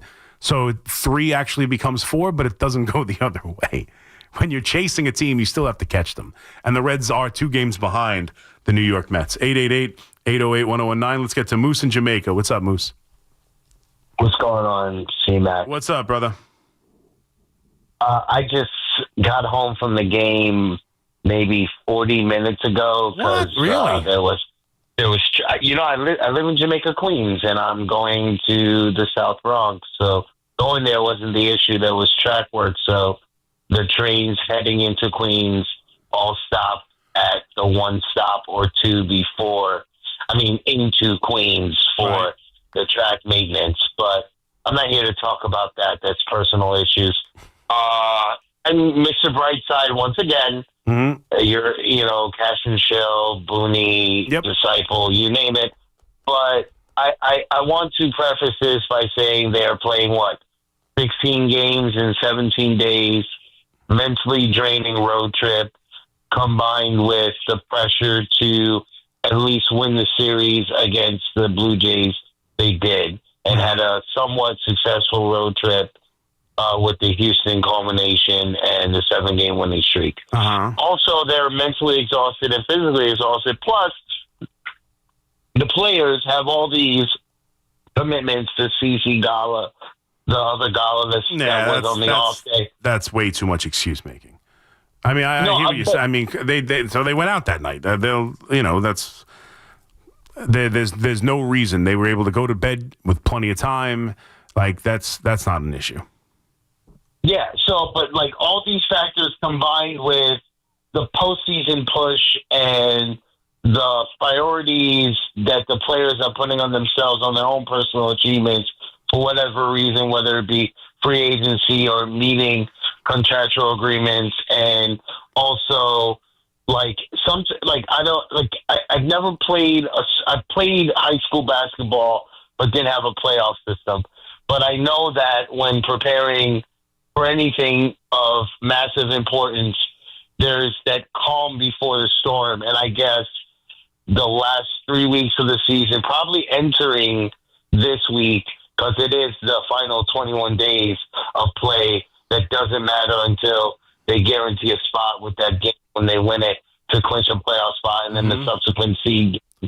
There'll be that relief and then the refocus of the energy. So I'm not worried per se, depending on the playoff matchup, but all I can do is hope. I got the New York or nowhere, so I'm going to wear it to emphasize it if my brain explodes. There you go, Moose. I'm not overly concerned either by these games. Like, look, this is, I know it's a minority on Twitter, but so many, like, the overreaction to these two games, I think the reaction should be the bullpen is in a scary situation. That's it. They're not going to give up 19 runs in two games very often. It's an outlier. It's a freaky couple of days. It sucks. It was embarrassing. I was there the other night. It's a deflating feeling being in the ballpark and watching the inning collapse like that. But it was kind of it's fluky by nature when it's this bad. I can almost laugh it off when it's this bad. I know many people get hung up on it. I don't. They lost by 1. They lost by 11. Makes no difference. They win tomorrow. They took 2. The Yankees took 1. They won one more game. I don't know. It doesn't really matter. But what bothers me is, like, again, it just feels this way right now as we headed into this 12-game stretch and the importance put on every game. And I understand why. And, they got to prove they could do this and prove they could do that. Otherwise, I won't believe in them. Who could believe in this team? Nonsense you hear. They beat the Astros. What is most of the fan base, at least the ones that, hit me up? What's the feeling around beating the Astros? Well, the Astros aren't the Astros anymore. Astros really aren't good. Framber Valdez was all messed up. He was throwing pitches at his own catcher. They're really not that good. And so, yeah, I know it's a good series win, but ultimately the Astros aren't the Astros. They beat the Toronto Blue Jays. Not a lot. It kind of got swallowed up by the first week of the first NFL Sunday. I didn't hear, it's one series. They still lost more games to the Blue Jays than they beat them. It's only one series, no big deal. But they lose to the Detroit Tigers 2 games. Suddenly, you see, I knew we couldn't trust this team. I knew it. Beat the Astros. Astros aren't the Astros. Beat the Toronto Blue Jays. Still lost the season series to them. Beat the Tigers. Lose to the Tigers. Aha! Like, that's where we are. They got to go out and win tomorrow. Later today, I don't want to get swept. I get it. But we put too much emphasis on these games. The bottom line is, yes, it's about winning the division. But if you want to put it more like, what's frustrating about these last 2 games is they had an opportunity to gain a game on the Toronto Blue Jays. They had a chance to be 1 game back right now if they won both these games. It's still 3 games. The division's not lost just yet, although it is difficult. I'd be the first to admit it. But, that's the real issue. The issue isn't that they can't beat the Tigers. And I know everyone's going to get mad. They just lost to the Tigers 105-0 back-to-back days. They're better than the Tigers. I believe that. I think they have a better lineup and they have a better starting rotation. And quite honestly, even after these 2 games, the numbers, we've seen, the back end of their bullpen isn't that good either. Right now, it's hard to say anybody's bullpen's better than that. The Yankees' bullpen's better than anybody else. But let's just even call the bullpen a wash, or their bullpen's slightly better. The Yankees' closer is better. But they have a better lineup and they have a better starting rotation. They do. Doesn't mean they'll win, but I'm not overly concerned about the Tigers. And the Tigers, over the last 2 months, haven't played any better than the Yankees. They've had a cushy division lead, so maybe the emphasis hasn't been there. Whatever excuse you want to make for the Tigers not playing poorly, because I'm sure you'll want to make an excuse for them, not the Yankees. But over the last 2 months, they had a big lead over the Yankees. It was down to like one game heading into the series. They haven't played all that well over the last 2 months. We saw them play against the Mets and look terrible in that series. I don't think the Tigers are any better than the Yankees. I don't think any of these teams are any better than the Yankees. It's just whether or not they're going to play better than the Yankees. And they had these first 2 games, and particularly the bullpen's just been atrocious. They headed into the 7th inning in game 1, tied at 2, and the bullpen fell apart. And they were in this game in the 7th inning down 2-0. The bullpen completely fell apart, and the offense has gone a little bit cold. But like the idea that these 2 games mean the Yankees can't beat the Tigers, nonsense. Because I guarantee no Yankee fan feels like the first series against the Astros means the Yankees are going to beat the Astros, and I doubt anyone thinks the 2 out of 3 against Toronto makes it seem like they're going to beat Toronto. But yet these 2 games against Detroit, if it's just who wins the heads-up series that you think they're going to win in the postseason, I hope they get to the World Series against the Brewers because they swept them the opening week of the series. So you know the Yankees will be a lock to win the World Series. They did take care of the Brewers all three times this year. Like it's so overblown and so overdone. It doesn't mean anything. These 2 losses are tough because you're trying to win the division, not because the Tigers now show that they're better. Jesse in Queens. What's up, Jesse?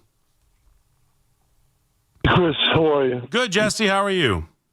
I'm good. I mean, what's the point of the Mets making the playoffs? I mean, they're going to get bombed in the first round. There's no pitching. Well, you don't know that. The point is you don't know that. The point is that the offense is capable enough to and should be good enough, hasn't been pretty much all year outside of 3 weeks in August.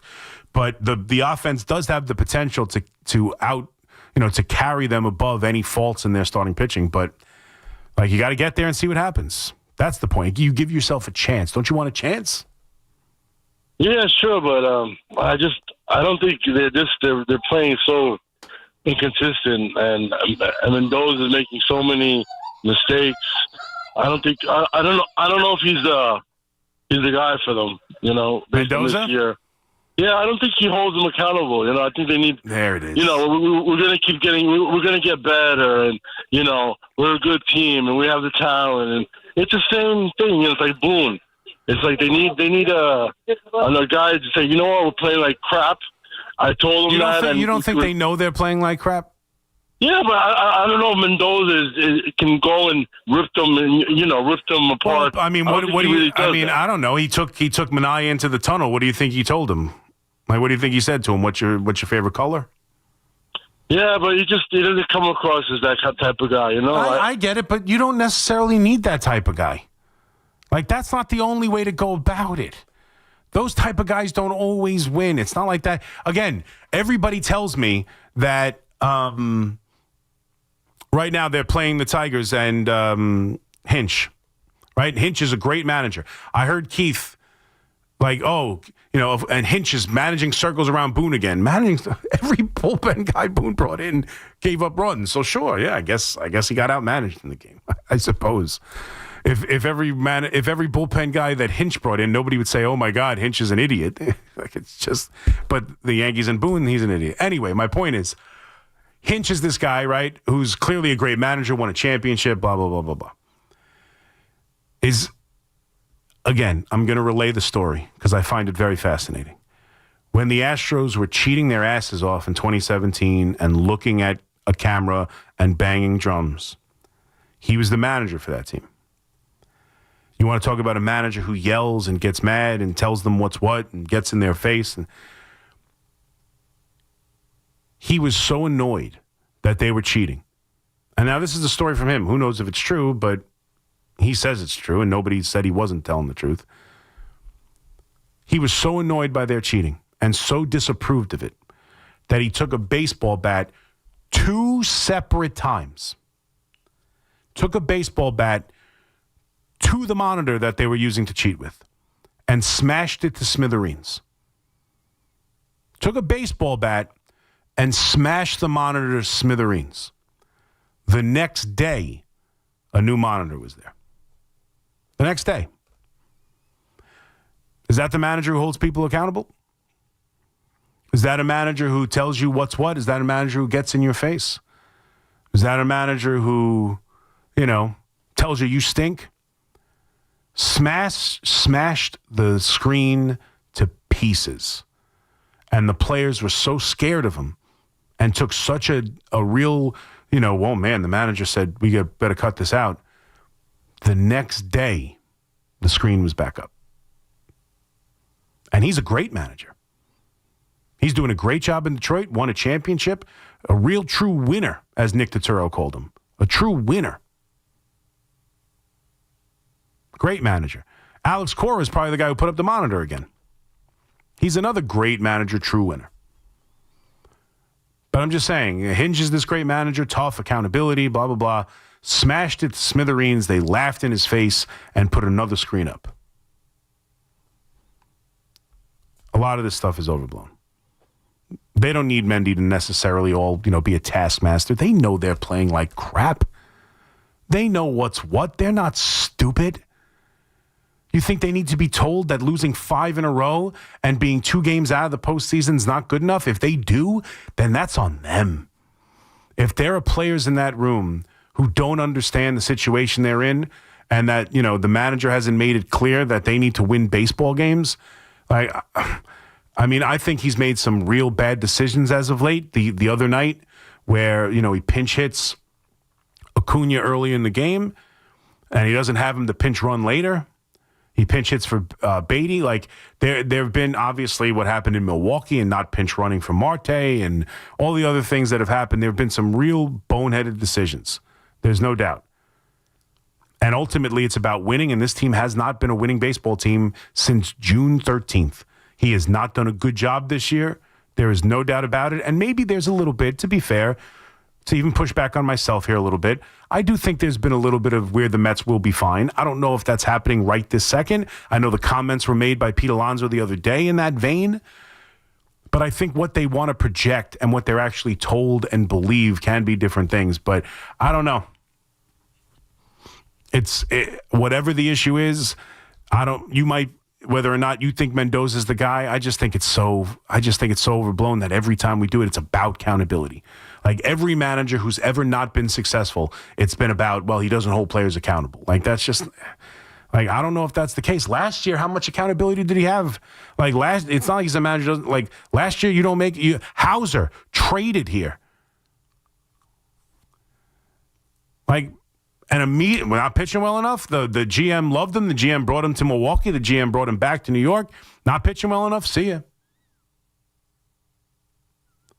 Accountability kind of was a big part of their calling card last year. And, this year it's different, but I don't know if he's a different guy. And they're not winning, and so they go to accountability. I don't know. I'm not saying you're wrong. I'm not saying accountability is not part of the problem, or maybe it is. But it's just such a lazy thing that everybody says that I just find it tiresome. Every time there's a problem, it's analytics and it's accountability. They're our new favorite words, the double A. Accountability, analytics. Anytime something's wrong, it's one of those two things, I promise you. 888-808-1019. Quick break. McMonigle here with you on the Fan. We'll come back halfway through as we take you to 5 o'clock in the morning. Continue to take your calls next right here on the Fan.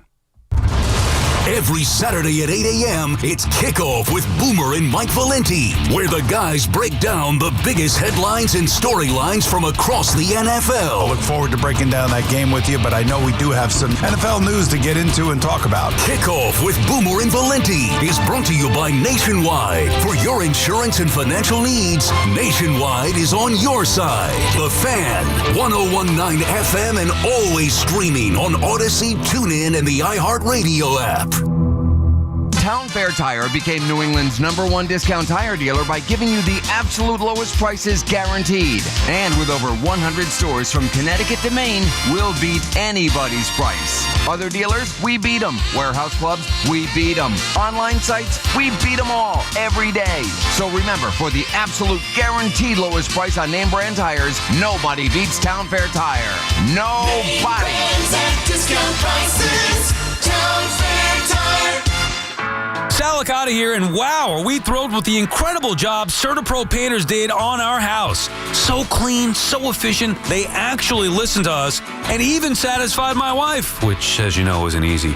If you've been putting off painting because of the economy or tariff worries, don't. Painting your house is the easiest and most efficient way to protect and raise your home's value. Do what we did. Call CertaPro Painters today. Each CertaPro Painters business is independently owned and operated.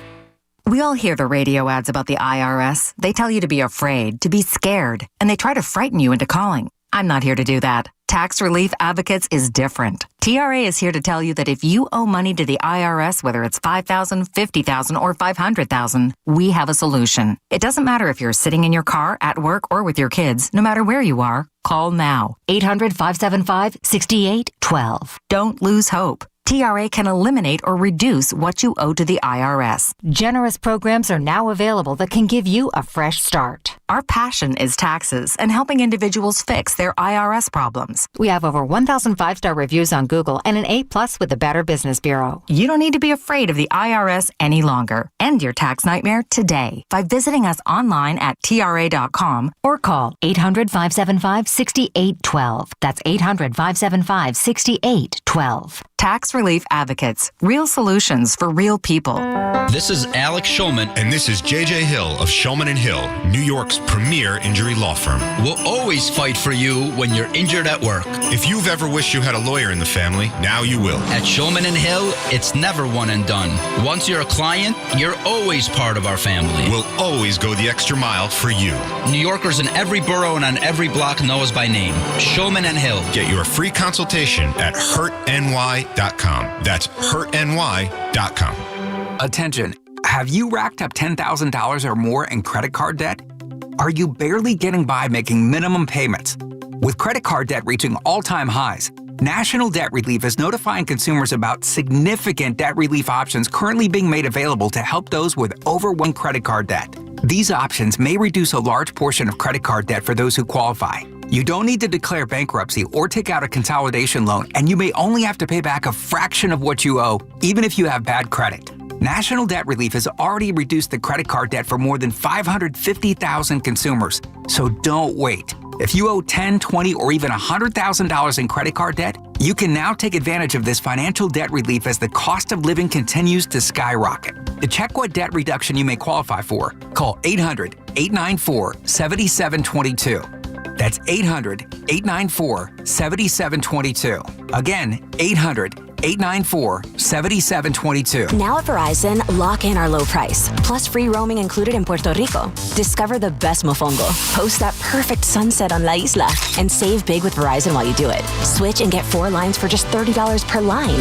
See? Just $30 per month with unlimited welcome with autopay plus taxes and fees. Plus calls, texts, and data in Puerto Rico included, so you can use your phone sin problema. Stop by your New York Verizon store today. For unlimited welcome in times of congestion, unlimited 5G and 4G LTE may be temporarily slower than other traffic. Domestic data roaming at 2G speeds. Town Fair Tire is Connecticut's largest name brand discount tire dealer. We give you the guaranteed lowest prices on all name brand tires and honor all manufacturers' rebates. We even honor our competitors' rebates. With over 100 stores from Connecticut through New England and an inventory of over 600,000 tires, you'll always get the right tire at the guaranteed lowest price.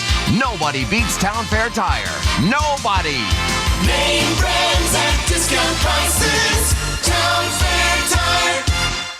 Talk New York sports on WFAN 888-808-1019. Powered by Paramount Plus. Count on Sundays all season long with the NFL on CBS and Paramount Plus. Yeah! All right, 3:33. This takes me back, man. For whatever reason, this song always reminds me of it. I don't know if you lived in Long Island, Nassau County. Underneath the Garden City Hotel was a club called Posh or Pasha, I forget now. I think it was just called Posh. And I hated it. I am not a club guy. I need to, no lady's going to see me on the dance floor and be like, oh, I got to take him home. I got to be able to talk to you. I got to be able to spit some game. So I was much more of a bar guy than I was a club guy, but my buddies listened to it. And for whatever reason, that time period when we were going there, that was the biggest song in the world. It was a huge hit. It was everywhere you went.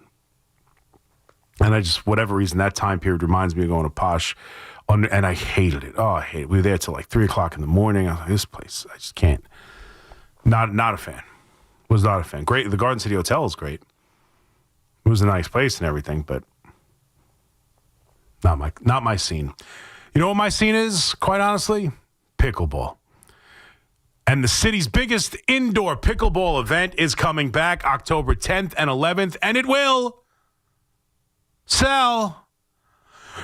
Oh, sign up for the fun or for the cash prizes. Either way, go to 1010wins.com/pickleball for all the info. The pickleball tournament is presented by Nissan. At Nissan, we make cars that thrill. Experience the thrill for yourself today. Shop NissanUSA.com.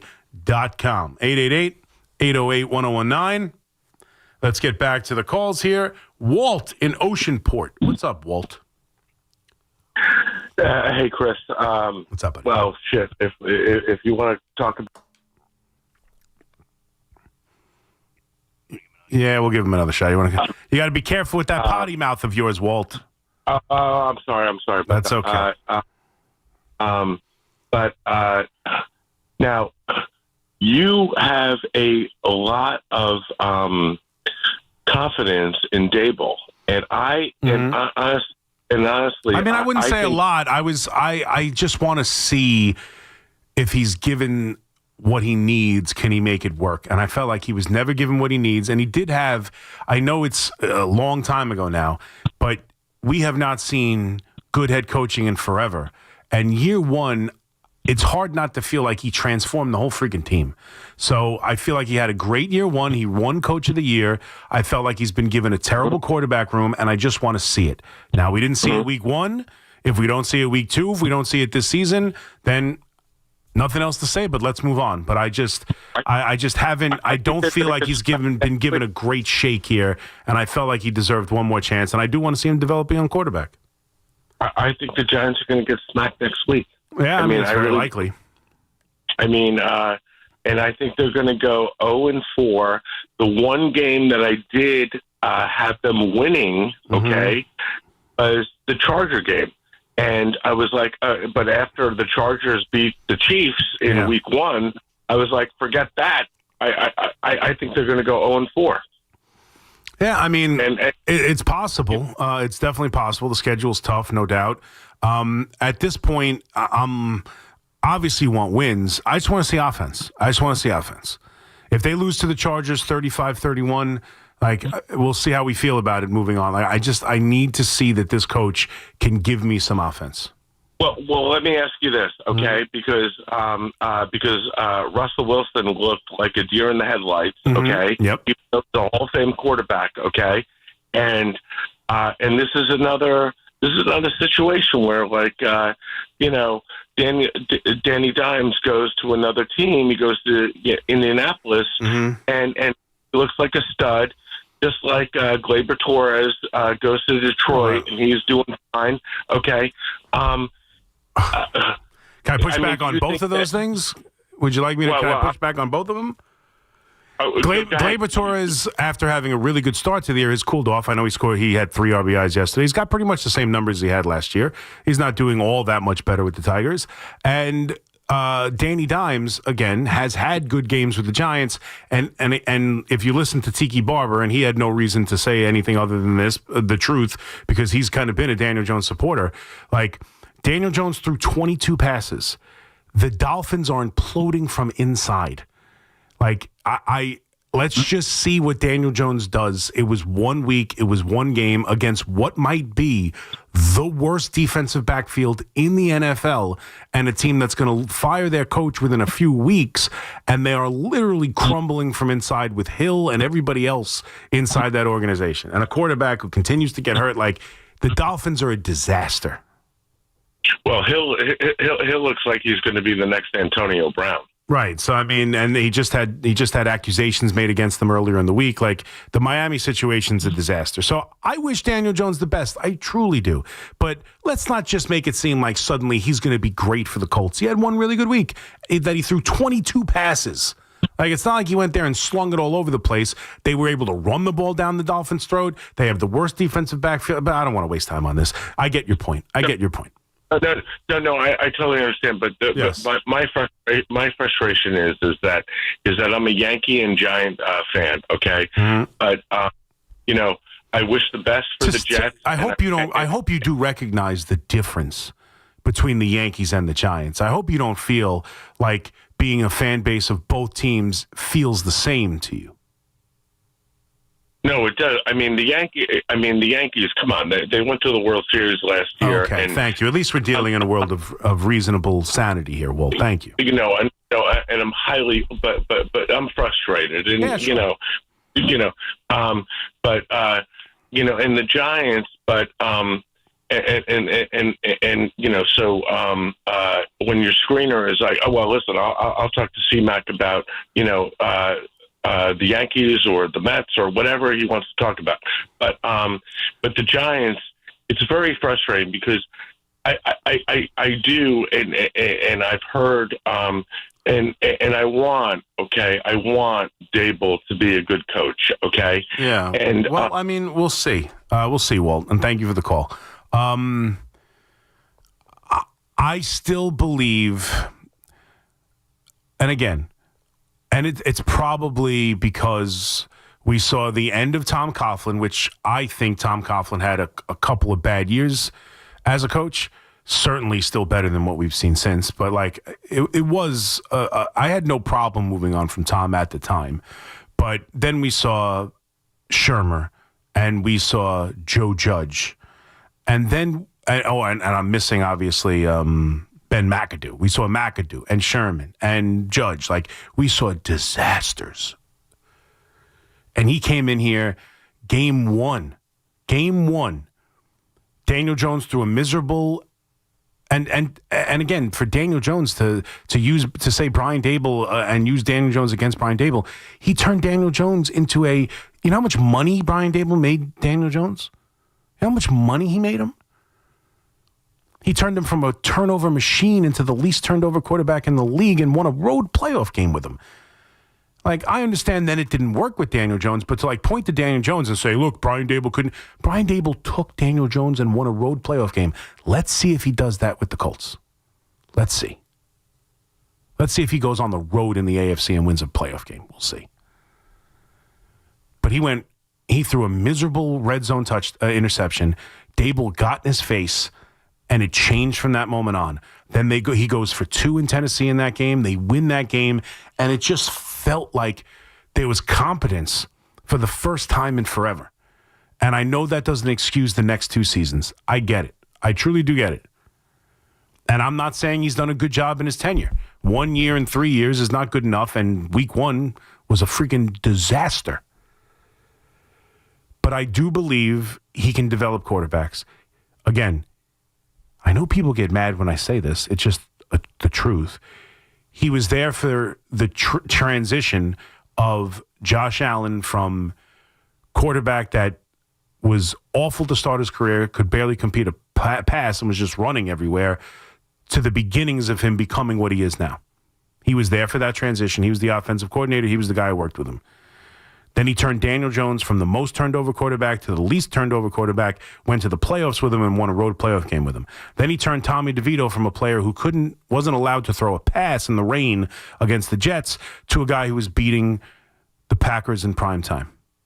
Like, even in the disasters, the one thing that he has shown some ability to do is work with quarterbacks. And I just felt like firing him without ever giving him anything close to a functioning quarterback would have been a disaster and would have made no sense. Why would you bring in a guy specifically for what he does with quarterbacks and never give him one? So between that and the promise of year 1, I felt like bringing back Brian Dable was the thing that made the most sense to me. Having said that, he had all offseason and training camp and preseason to prepare for last Sunday. And it could not have been worse. This week better look a lot different. And I don't think the team's going to make the playoffs, so I'd love a win. I care less about the win than I do care about functioning football. They got to go out there and look like a football team. Every other game I watched, outside of the aforementioned Miami-Indianapolis game, where Miami looked completely lost. Outside of that game, every other game I watched, from New Orleans to Cleveland to Tennessee with a rookie quarterback, I mean, every other game I watched, I saw at least an offense that looked like an NFL team. Every other game except the Dolphins and the Giants. That's it. That's it. Every other team, even in losses, even with turnovers, even with big mistakes, even with double-digit losses, I saw semblance of NFL football. The Giants were the one team on the slate that gave you none.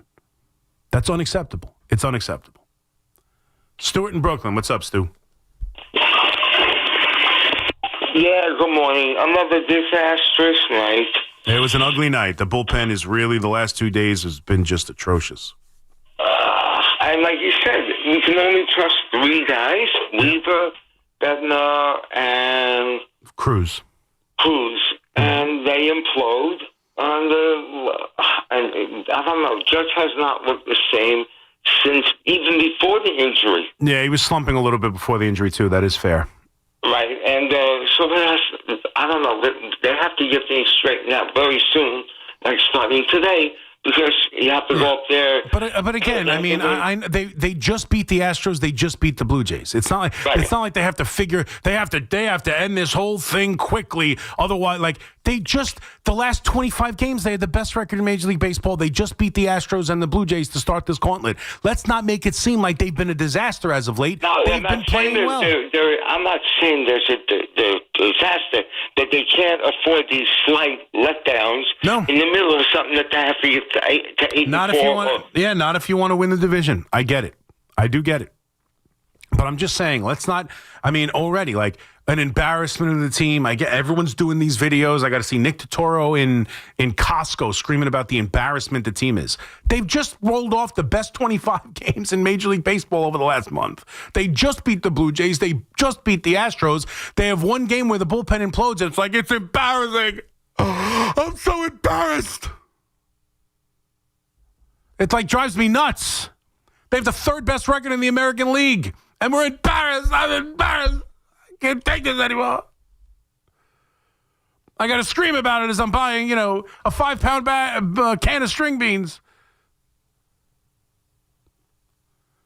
Greg in Mayapack. What's up, Greg? Chris, thanks for taking the call. You got it, buddy. Enjoy watching you on YouTube, by the way. Thank you. This is a good idea. I got to tell you, I'm listening for the last couple of days, and I'm hearing people starting to blame Mendoza. Mm-hmm. This isn't on Mendoza. All of a sudden, he's an idiot. Listen, I mean, last year, Stearns put that team together, and it almost overachieved. It actually surprises. I think it did overachieve. Yeah. So it kind of. I was watching Stearns after the Dodgers eliminated the Mets, and he couldn't wait to say, well, we had a fun season, and we had a lot of laughs, and now we're moving on. And it was like he couldn't wait to shed the Iglesias and the whole gimmick of the grimaces. Martinez, well, he was shot anyway. But the team right now, it looks good on paper, but that pitching lab is a bunch of rubbish. I mean, you can only do so much. You can take, if you buy a Pinto and spend $20,000 trying to make it better, it's still a Pinto. Yeah, I don't disagree, Greg. I think it's less on the manager and more on the roster. I do agree with that. I don't think Mendoza's done a great job. But I also don't think it's fair to say that, David Stearns gave you a Pinto. Because I've never seen a $765 million Pinto before. Maybe you have. But they just gave Juan Soto $765 million. They gave Pete Alonso, Pete Alonso is the highest paid first baseman in the league.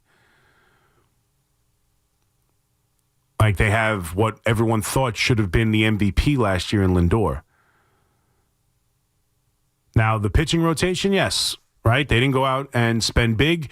Looking at the free agency, and Fleegs was just asking me a trivia question about the free agent starting pitchers of last year. A lot of them didn't do great, right? Nathan Eovaldi probably had the best season of all the free agent pitchers, and now he's been dealing with an injury. So,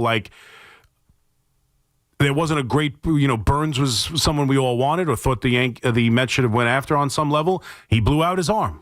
So I get why Stearns handled it the way he did. I truly do. But that doesn't change the fact that the rotation has been dreadful and really wasn't expecting to be all that good. It was supposed to be this offense. And so I get you. I just don't think it's fair to call it. I think he's done a better job than you want to associate it with a Pinto. I'm just saying, it's more of like a Toyota Corolla. It's actually better than that. It should be a little bit better than that. The offense should be a hell of a lot better.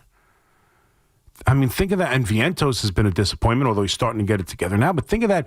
Lindor, Soto, Alonso, Nimmo, Vientos. Just that right there at the top.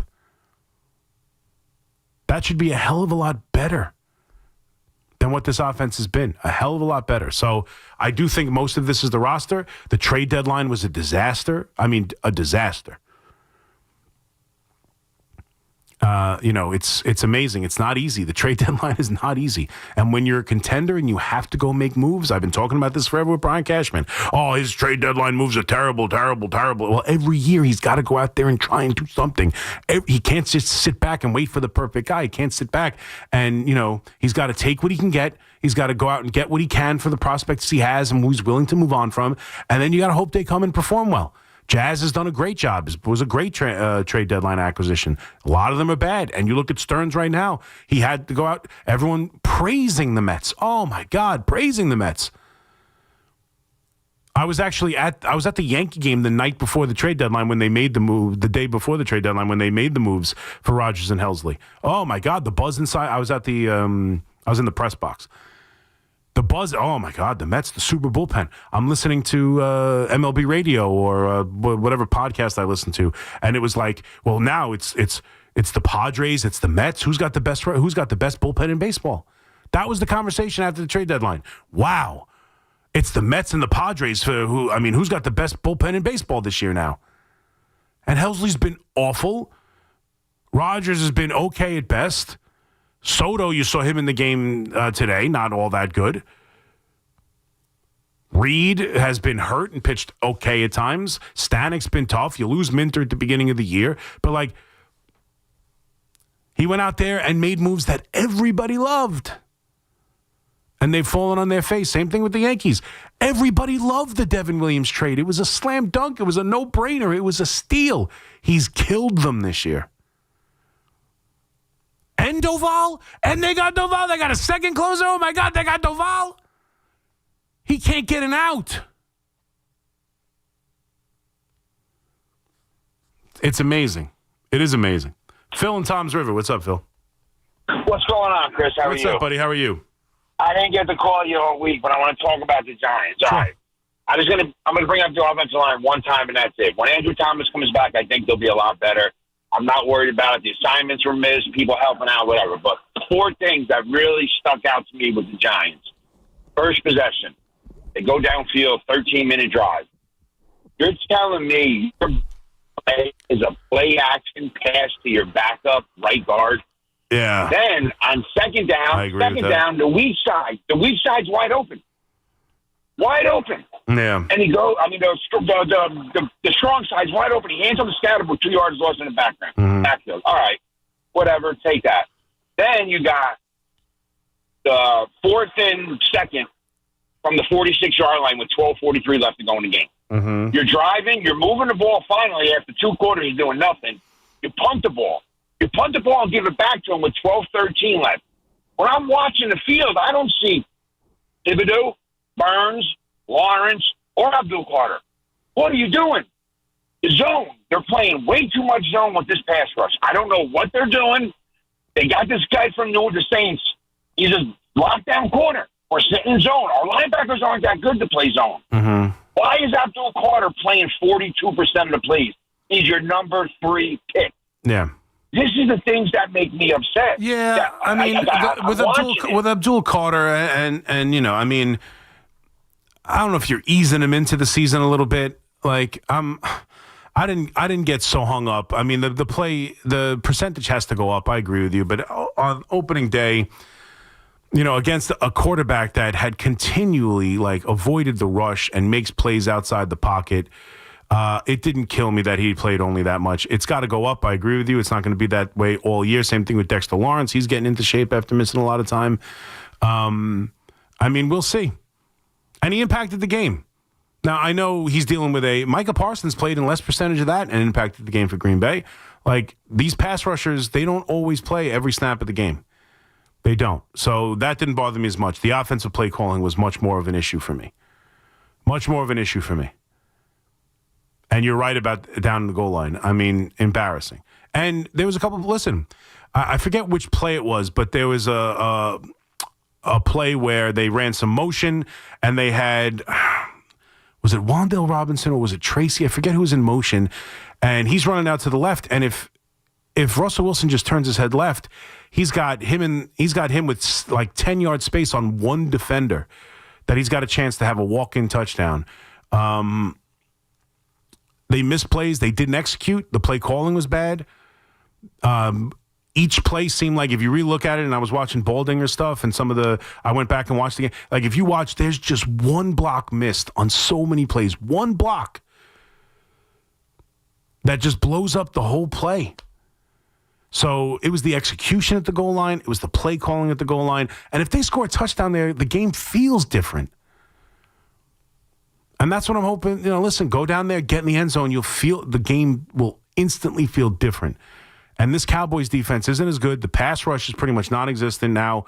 Now, who knows? It's 1 weekend. They did trade Micah Parsons, but maybe they'll find it. Against this Giants offensive line, always possible. But it's not as good a front four as Washington presents. I don't think the defense is as good. You got to find a way. Even though they shut down Saquon Barkley, you got to find a way to establish the run. You got to find a way in the second half, at least, they shut down Saquon Barkley. You got to find a way to run the football. You got to find a way to get offense against this Cowboys defense. Now, defensively against this Cowboys offense, that's going to be tough. But Brian Daboll has got to find a way to make some offensive strides in this game against the Cowboys. Has to. 888-808-1019. Quick break. We'll come back. All of your calls for the final hour. We'll come back. We'll say good morning, and we'll talk to you until 5 a.m. in the warm-up show. We'll be right back. It's Boomer and Gio. Mornings on the Fan. 101.9 FM. Silver lining, yes. Moral victories, no. There's no way in the world that Aaron Glenn is happy. I mean, I think that when you are an offensive coordinator and you're an offensive player and you see the way that the Jets played offense, you can take away from that game that you can do this. Listen to Boomer and Gio on demand on Apple Podcasts, Spotify, or wherever you get your podcasts.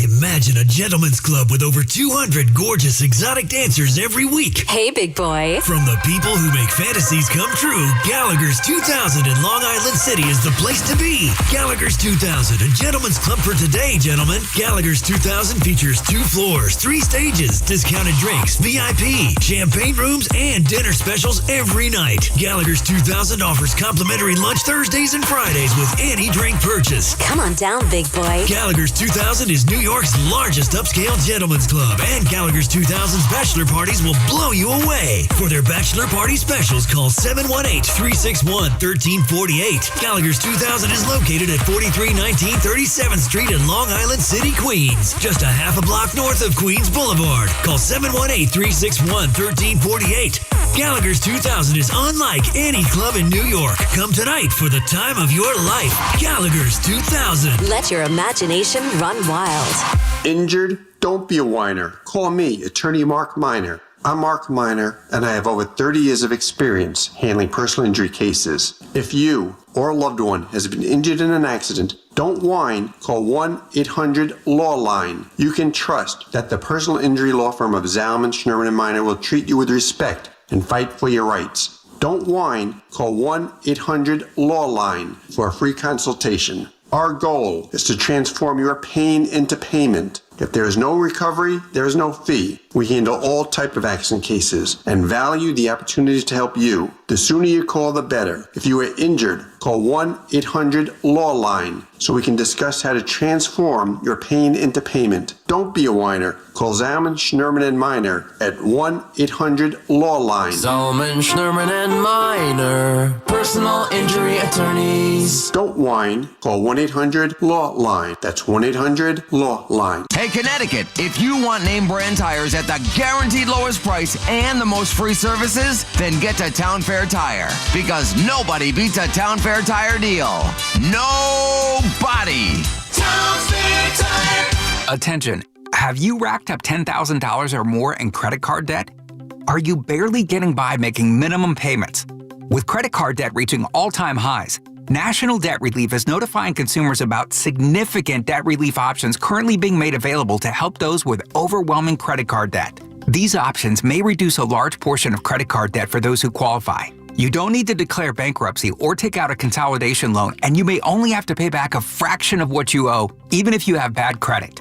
National Debt Relief has already reduced the credit card debt for more than 550,000 consumers, so don't wait. If you owe $10,000, $20,000, or even $100,000 in credit card debt, you can now take advantage of this financial debt relief as the cost of living continues to skyrocket. To check what debt reduction you may qualify for, call 800-750-2525. That's 800-750-2525. Again, that's 800-750-2525. We all hear the radio ads about the IRS. They tell you to be afraid, to be scared, and they try to frighten you into calling. I'm not here to do that. Tax Relief Advocates is different. TRA is here to tell you that if you owe money to the IRS, whether it's $5,000, $50,000, or $500,000, we have a solution. It doesn't matter if you're sitting in your car, at work, or with your kids. No matter where you are, call now. 800-575-6812. Don't lose hope. TRA can eliminate or reduce what you owe to the IRS. Generous programs are now available that can give you a fresh start. Our passion is taxes and helping individuals fix their IRS problems. We have over 1,000 5-star reviews on Google and an A+ with the Better Business Bureau. You don't need to be afraid of the IRS any longer. End your tax nightmare today by visiting us online at TRA.com or call 800-575-6812. That's 800-575-6812. Tax Relief Advocates. Real solutions for real people. Wake up with Boomer and Gio. Mornings 6 to 10 on WFAN, WFAN FM, WFAN FM HD1, New York, and Odyssey Sports Station. WFAN Sports Flash. Good morning at 4 o'clock. I'm Gordon Damer. This report brought to you by Roto-Rooter, America's neighborhood plumber. 1-0 on the way, and that's lined in the air to deep right field. Forget it. This ball is long gone. Max Kempler's 16th home run of the year gives him a 5 RBI night. And then the Phillies make it 10-2. It started bad and only got worse for the Mets. Howie Rose the call on Odyssey Mets Radio. An ugly night all the way around. Phillies blasted the Mets 11-3. Mets' 5th straight loss. Clay Holmes gave up a pair of runs in the very first inning, got pulled in the 5th without recording an out. The bullpen did not make things any better, gave up 7 runs and recorded just 12 outs. Since reaching 21 games over 500 back in June, the Mets are now 31-46. So, Carlos Mendoza, is your team demoralized? No, I mean, they know where we at. I mean, That's one thing with these guys, and they're not going to give up. They're going to keep showing up. They're going to keep preparing. They're going to keep competing and having each other's back. But yeah, I'm pretty. Nobody's happy, but we got to keep going. Mets remain up by 2 for the final NL wild card, but now have the Giants and the Reds nipping at their heels. Cincinnati beat the Padres 2-1 to pick up a game. It was deja vu all over again for the Yankees as their bullpen imploded again, and they got hammered by the Tigers for a second straight night. 11-1 the final at the stadium. Carlos Rodon gave up just 2 runs over the first 6, but the combo of Mark Leiter Jr., Camilo Doval, Tim Hill, and Luke Weaver allowed 9 runs and got just 7 outs. Austin Slater, the outfielder, he got the final 2 outs. The only Yankee reliever who was not scored on. These nights are frustrating, obviously, but it's that time of year we gotta get over it and get ready for tomorrow. But obviously they've been able to really add on late in some close games early. Yanks remain 3 back of the Blue Jays in the American League East. It's 65 and mostly clear in Central Park, and that's what's happening. I'm Gordon Damer. Get the scuttlebutt on your favorite team, The Fan, on the Odyssey, iHeart, and TuneIn apps.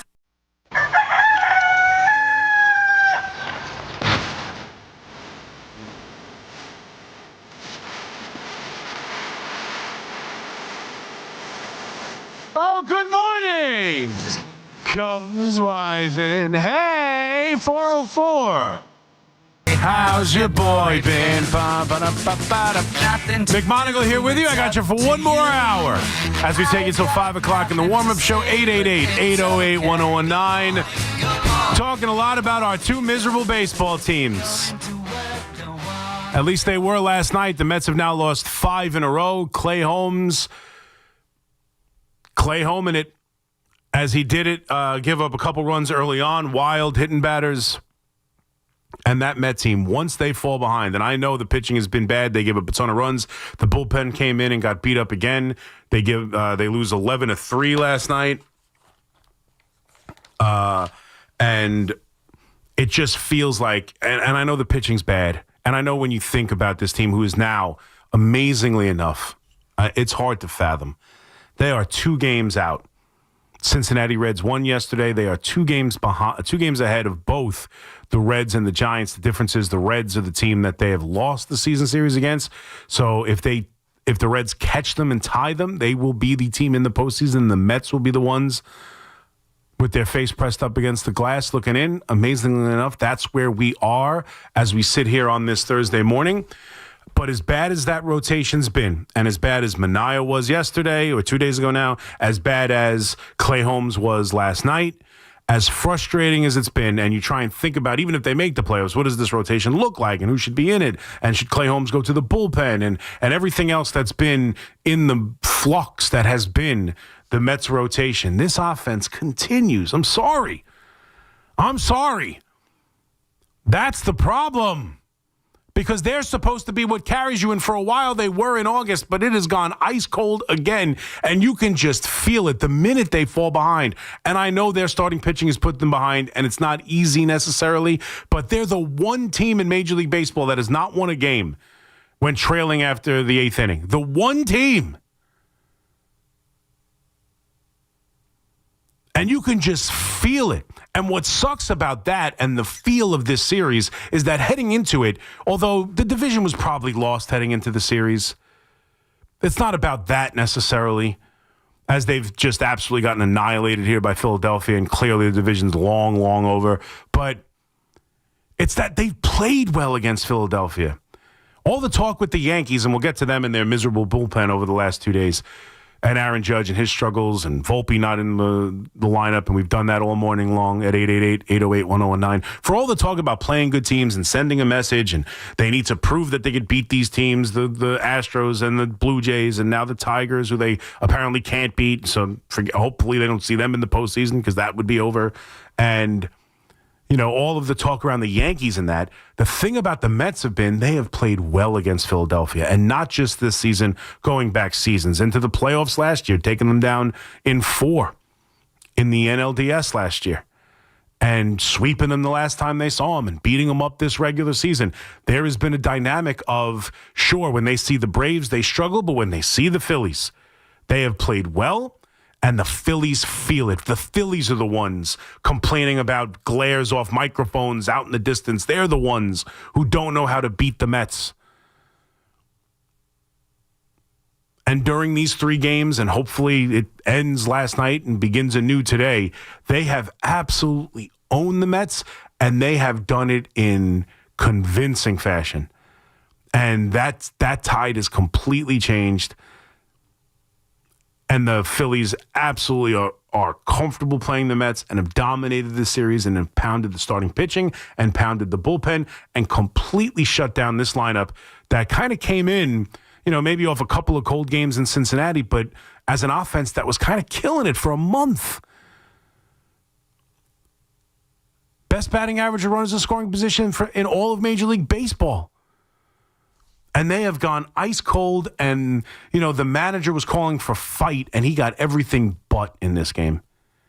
There was no fight from the offense. There was no pushback from this rotation. The bullpen came in and just let a bad outing turn worse. And this Met team right now is just in free fall. 5 losses in a row, including the last 2 to Cincinnati, which set up the idea that now they are literally 2 games away from being outside of the postseason looking in. And again, I don't want to project what happens if that happens, because I still think that this team is just too damn good to allow that to happen. I just still think this roster is too damn good to allow that to happen. But if it does, what needs to change with this team? How does this group come back? It would be a disaster of epic proportions. They cannot allow that to happen.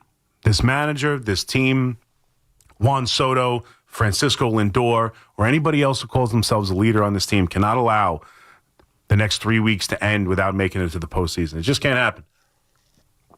And then you get to the Yankees with their bullpen, and the real problem, yes, their offense has gone cold too. And they lose these 2 games in ugly fashion, tight, close games, 2-2 in the 7th. In game number 1, the bullpen gives up 10 runs.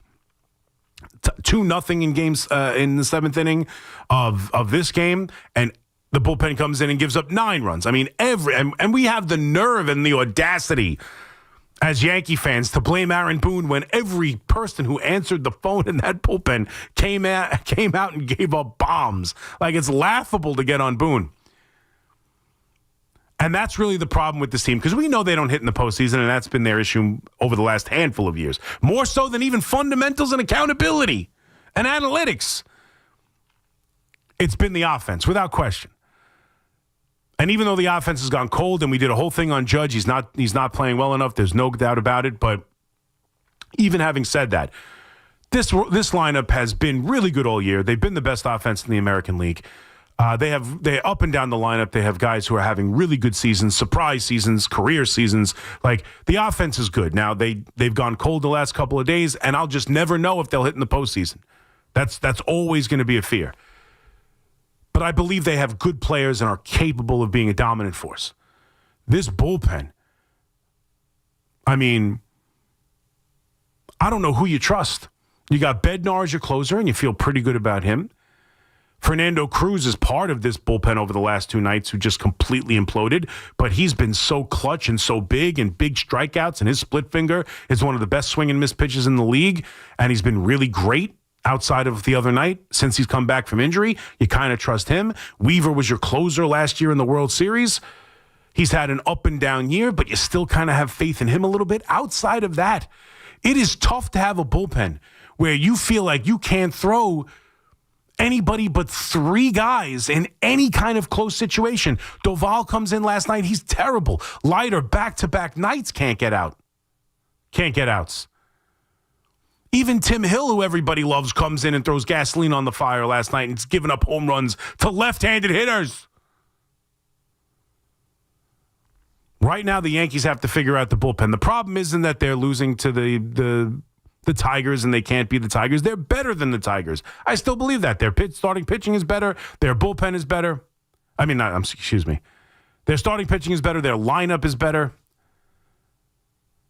But right now, this Yankee team has a real problem. And quite honestly, we can yell and scream. And I know these games are important.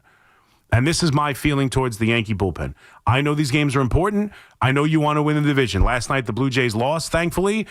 It's going to be very difficult to win this division, down essentially 4 games, considering they've lost the tiebreaker. That's a tough road to hoe, only with 18 left to play or 17 left to play, whatever it is. That's not going to be easy, no doubt. It's still on the table, but it won't be easy. And as much as you're trying to hold on to the first wild card and have home field advantage in the wild card series, very important if you want to go win a World Series, without question. But the most important thing, more important than any of that, is that they are set up to play well in the postseason. And for me, as important as these games are, when you have 3 arms you can trust, you can't go to these guys when you're only down a run to keep it close. You can't. I can't pitch 2 of those guys in a losing effort. I can't pitch these guys to keep a game close. In the postseason, I'm going to have to do that because I have nobody else. The Yankees and Aaron Boone have to be very careful. They want to win these games. They want to go win the division. It better be the strength of this team, which is the starting rotation and the offense, because the bullpen is down to 3 arms you trust, and I can't just throw them in every situation that's close. I'm going to need those 3 guys to save victories, and I need them fresh heading into the postseason because I'm going to need them to pitch in all these situations that I don't want to pitch them in now, because God knows when I can throw Devin Williams, when I can throw Doval, when I can throw Leiter, when I can throw Hill, when I can throw anybody else in the bullpen outside of Bednar, Weaver, and Cruz. So, it's going to be tough, but they better head into the postseason with a fresh back end of the bullpen, because I can't overuse them down this stretch no matter how much I want to win these games, no matter how much I want to win this division, no matter how much I want home field advantage in the wild card series. I got to get to a position heading into the postseason where those guys haven't been drained over the last 3 weeks just to get there.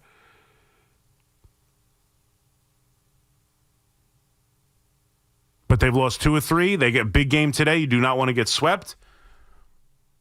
But ultimately,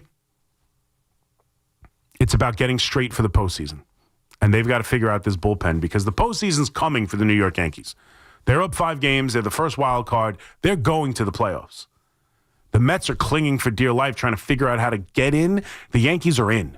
And as much as I want to do more than just get in, the most important thing is that they're set up for success when they get there. And that means, I know many of you are angry, it means not pitching some of the back-end arms that you have faith in just to keep a 2-run deficit.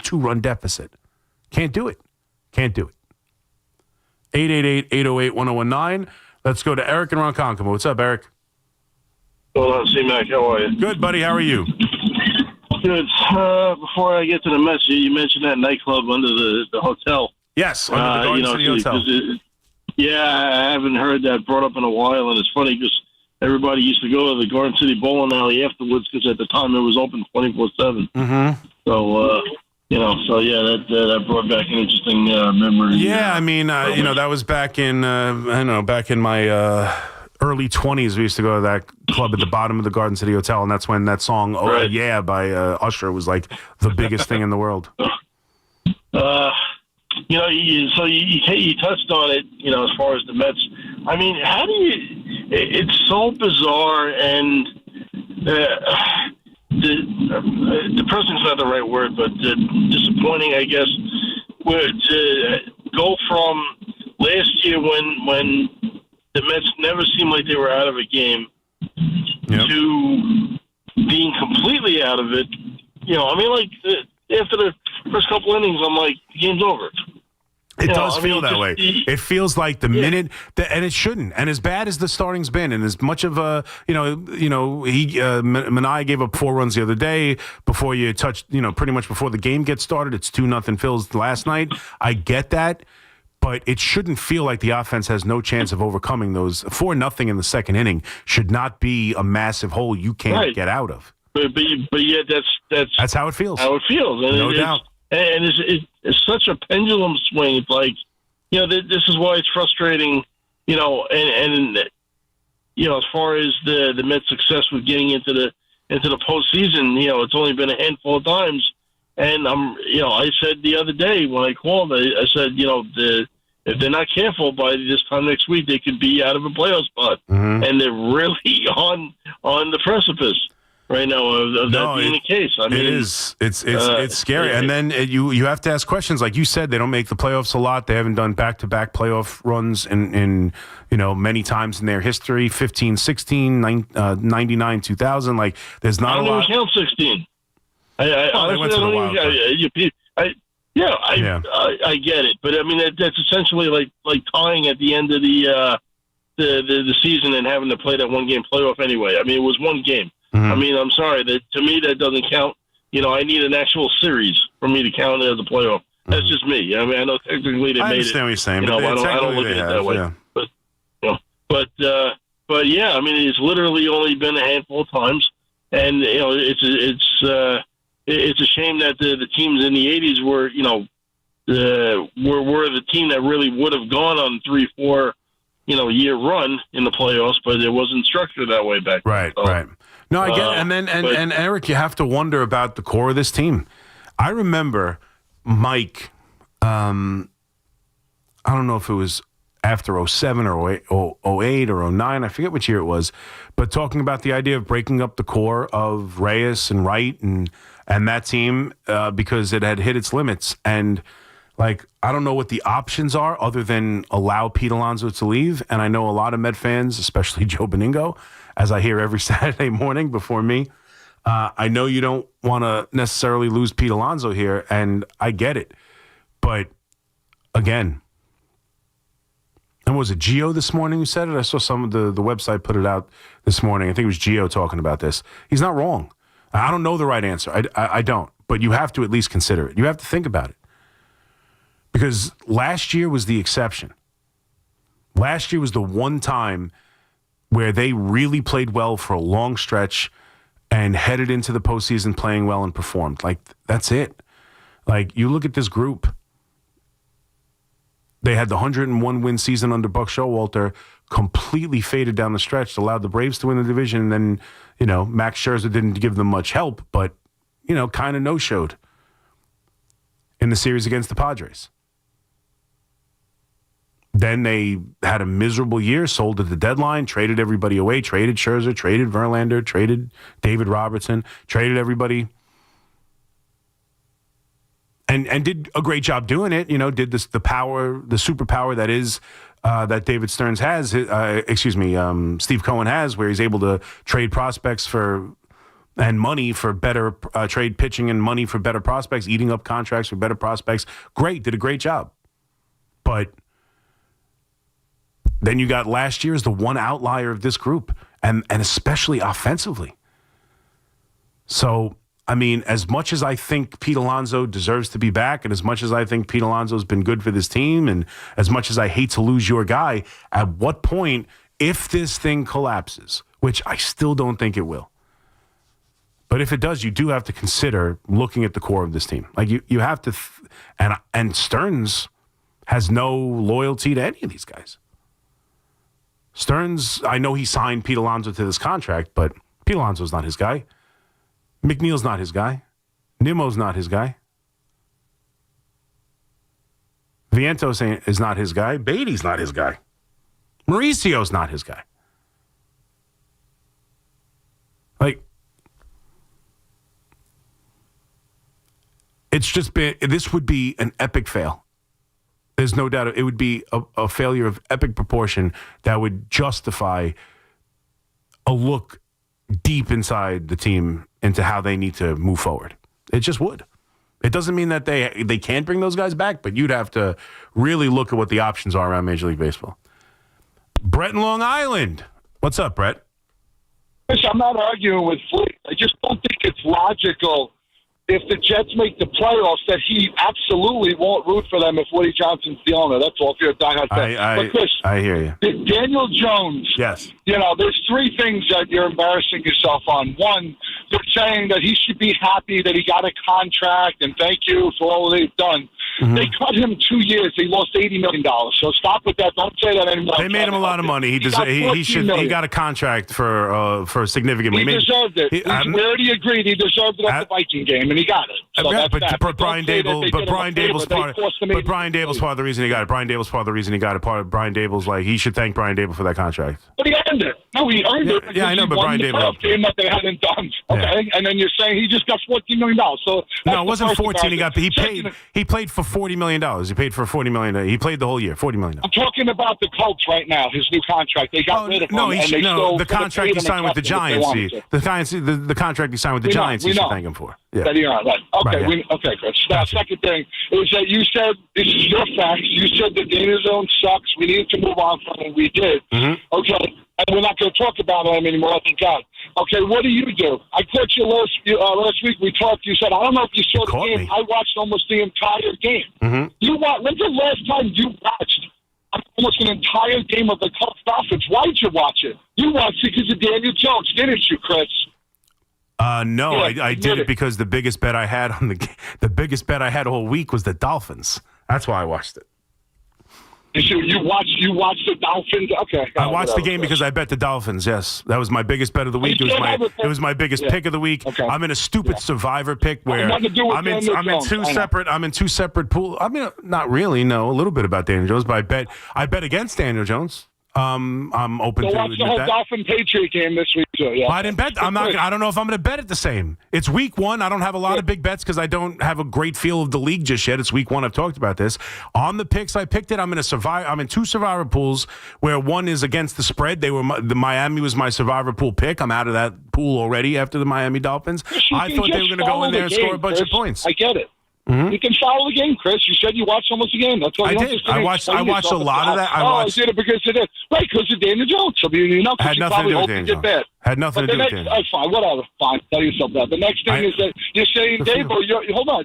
Now the next thing is you're giving credit to Dable again for being a quarterback. You went from whisperer to assisting to today. You said transitioning Josh Allen. You're saying all this stuff. Meanwhile, and what? So. A guy that you said sucked that they got rid of, and now he won a playoff game that I've been arguing for the past 5 years, and you're like, it's one game. One game. So now you're using it to defend Dable. And then the next thing is DeVito was the fourth quarterback here, and they got rid of him, and he's a backup. And you're saying they had no film on him, Chris. Come on, man. Yeah, I know. I'll help you out it's with everything. This stuff, okay? I know. It's everything but the coach. It's everything but the coach. One game, a road playoff game. Was Daniel Jones the biggest turnover in the NFL? Was Daniel Jones the most from fumbles and interceptions? Did anybody else in the NFL before Brian Dable got there? Did anybody else in the NFL turn the ball over more than Daniel Jones? No, I want to help you with this, Brad. I want to help you with this. Answer the question. God, help me. I'm helping you. Did he turn the ball over more than everybody else? He had a turnover problem. Yeah. Okay. So yes, he was the most turned over player in the NFL. When the season. Okay. You see now this is where I ask you a question, you say yes. Or you say no. Was he the most? He was, correct. Okay. At the end of the season, after Brian Dable pretty much taught him to look for his first read and then tuck it and run and hand the ball off to Saquon Barkley and stop turning the ball over, when they won all those games, thanks to Saquon Barkley, and then got into the postseason, was he the least turned over quarterback in the NFL? Yes, he regressed. Yes, he was. Okay, so good. Okay, so yes. He was.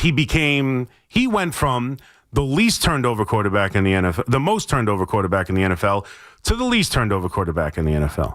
Then he took him to a playoff game, and he won that playoff game.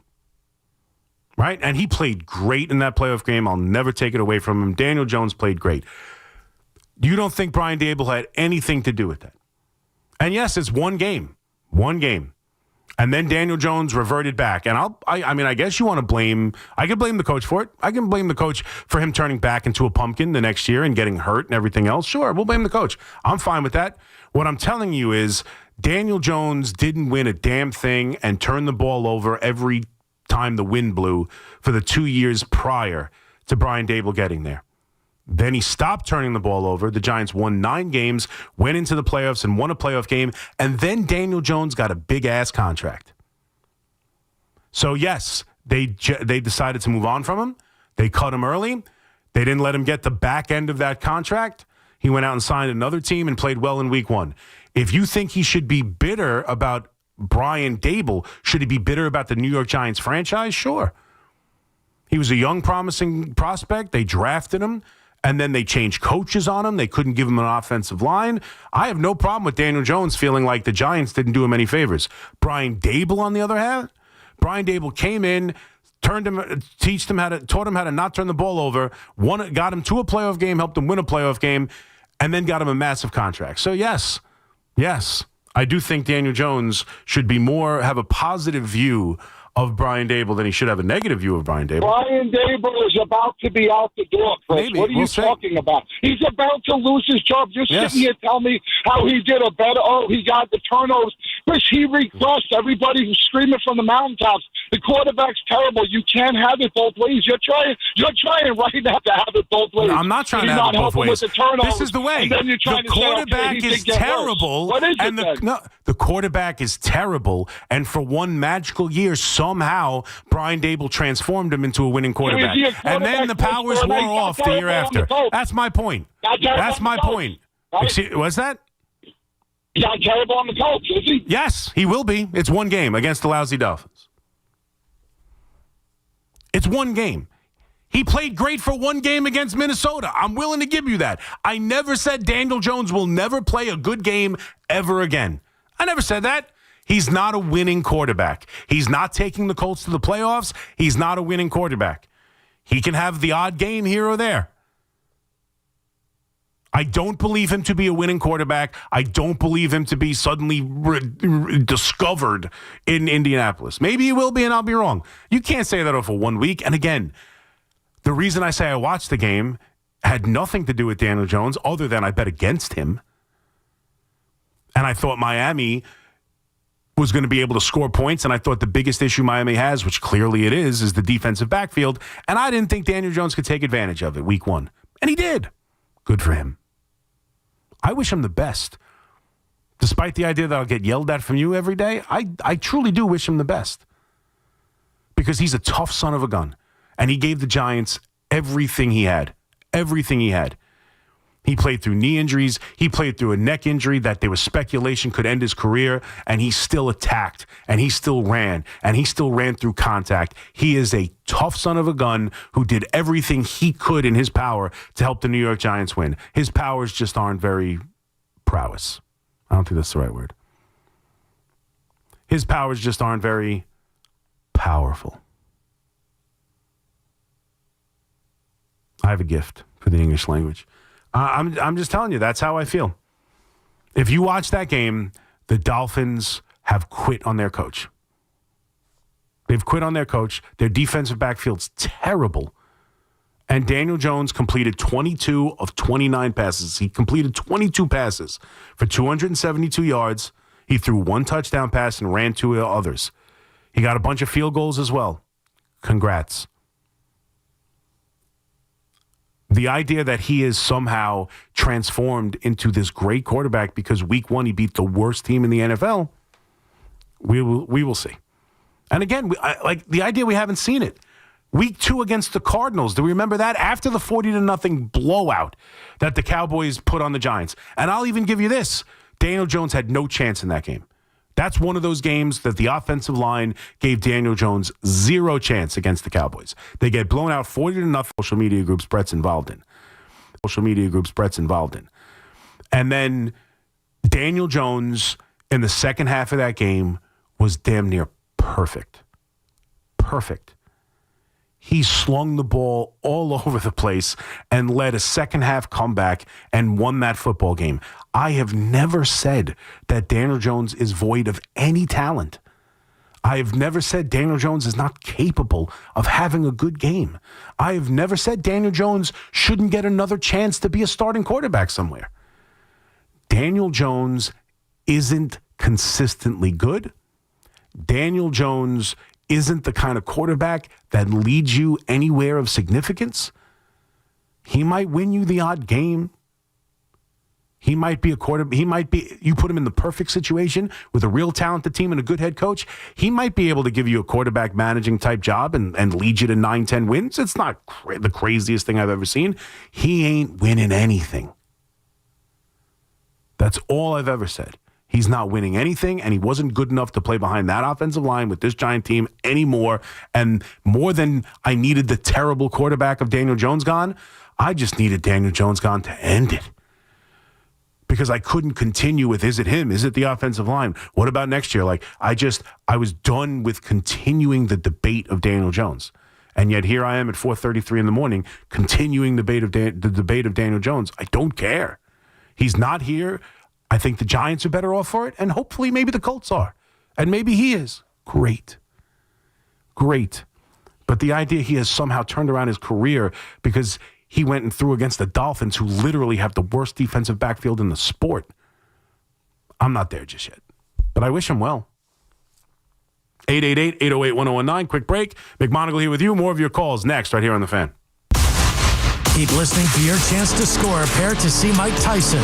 Return of the Mike Tour coming to Hard Rock Hotel and Casino Atlantic City on January 23rd. From our friends at the Hard Rock Hotel Atlantic City. Tickets go on sale tomorrow 10 a.m. at Ticketmaster.com. It's all from The Fan, 101.9 FM and always live on the free Odyssey app. Town Fair Tire is Connecticut's largest name brand discount tire dealer. We give you the guaranteed lowest prices on all name brand tires and honor all manufacturers' rebates. We even honor our competitors' rebates. With over 100 stores from Connecticut through New England and an inventory of over 600,000 tires, you'll always get the right tire at the guaranteed lowest price. Nobody beats Town Fair Tire. Nobody! Name brands at discount prices. Town Fair Tire. Imagine a gentleman's club with over 200 gorgeous exotic dancers every week. Hey, big boy. From the people who make fantasies come true, Gallagher's 2000 in Long Island City is the place to be. Gallagher's 2000, a gentleman's club for today, gentlemen. Gallagher's 2000 features 2 floors, 3 stages, discounted drinks, VIP, champagne rooms, and dinner specials every night. Gallagher's 2000 offers complimentary lunch Thursdays and Fridays with any drink purchase. Come on down, big boy. Gallagher's 2000 is New York's largest upscale gentleman's club, and Gallagher's 2000's bachelor parties will blow you away. For their bachelor party specials, call 718-361-1348. Gallagher's 2000 is located at 4319 37th Street in Long Island City, Queens, just a half a block north of Queens Boulevard. Call 718-361-1348. Gallagher's 2000 is unlike any club in New York. Come tonight for the time of your life. Gallagher's 2000. Let your imagination run wild. With over 90 years of combined legal experience representing the law enforcement community, Decolator Cohen & DePrisco, LLP, continues to strive to educate police officers of their civil rights to sue in line-of-duty accident cases. The 2025 Police Officers' Right to Sue newsletter can be viewed on policeofficersrighttosue.com and provides successful results in varying line-of-duty accident cases. These results include damages recovered from RMP accidents involving the City of New York and civilian motorists, station house defects, ricochet injuries from the range, private premises slip and falls, sidewalk slip and falls, construction defects, snow and ice cases, and injuries emanating from defective RMPs. In any LOD accident, it is important for the officer to take photographs of any defects, injuries, or damage. It is also essential to draft the line-of-duty report and detail the cause of the accident in the paperwork. Remember, there's a 90-day time limitation to file a claim against a municipality. If any law enforcement member has a question regarding a potential lawsuit, contact Decolator Cohen & DePrisco, LLP at policeofficersrighttosue.com or call 1-800-901-1529. Attention. Have you racked up $10,000 or more in credit card debt? Are you barely getting by making minimum payments? With credit card debt reaching all-time highs, National Debt Relief is notifying consumers about significant debt relief options currently being made available to help those with overwhelming credit card debt. These options may reduce a large portion of credit card debt for those who qualify. You don't need to declare bankruptcy or take out a consolidation loan, and you may only have to pay back a fraction of what you owe, even if you have bad credit. National Debt Relief has already reduced the credit card debt for more than 550,000 consumers. So don't wait. If you owe $10,000, $20,000, or even $100,000 in credit card debt, you can now take advantage of this financial debt relief as the cost of living continues to skyrocket. To check what debt reduction you may qualify for, call 800-750-2525. That's 800-750-2525. Again, that's 800-750-2525. In the U.S., it is estimated that more than 1 in 5 adults live with mental illness. Help is available. Call 988 to start on your road to mental health care. We can survive together. From your friends at Town Fair Tire. We all hear the radio ads about the IRS. They tell you to be afraid, to be scared, and they try to frighten you into calling. I'm not here to do that. Tax Relief Advocates is different. TRA is here to tell you that if you owe money to the IRS, whether it's $5,000, $50,000, or $500,000, we have a solution. It doesn't matter if you're sitting in your car, at work, or with your kids. No matter where you are, call now. 800-575-6986. Don't lose hope. TRA can eliminate or reduce what you owe to the IRS. Generous programs are now available that can give you a fresh start. Our passion is taxes and helping individuals fix their IRS problems. We have over 1,000 5-star reviews on Google and an A+ with the Better Business Bureau. You don't need to be afraid of the IRS any longer. End your tax nightmare today by visiting us online at TRA.com or call 800-575-6986. That's 800-575-6986. Tax Relief Advocates. Real solutions for real people. Have something to say? Dial us 888-808-1019. Powered by Paramount Plus. Count on Sundays all season long with the NFL on CBS and Paramount Plus.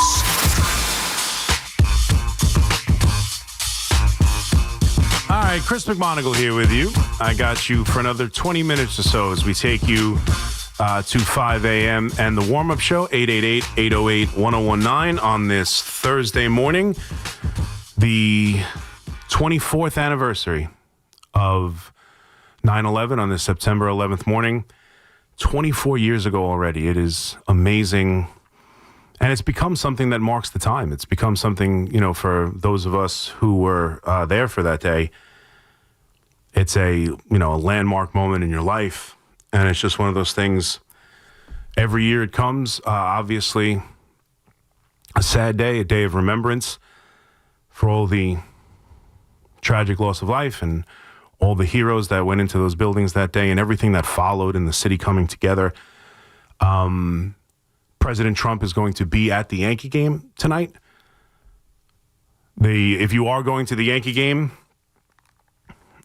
they suggest you get there early, obviously, because of the added security of the president being at the game. But 24 years ago already, the day that changed everything for this country and this city I was my first year of college.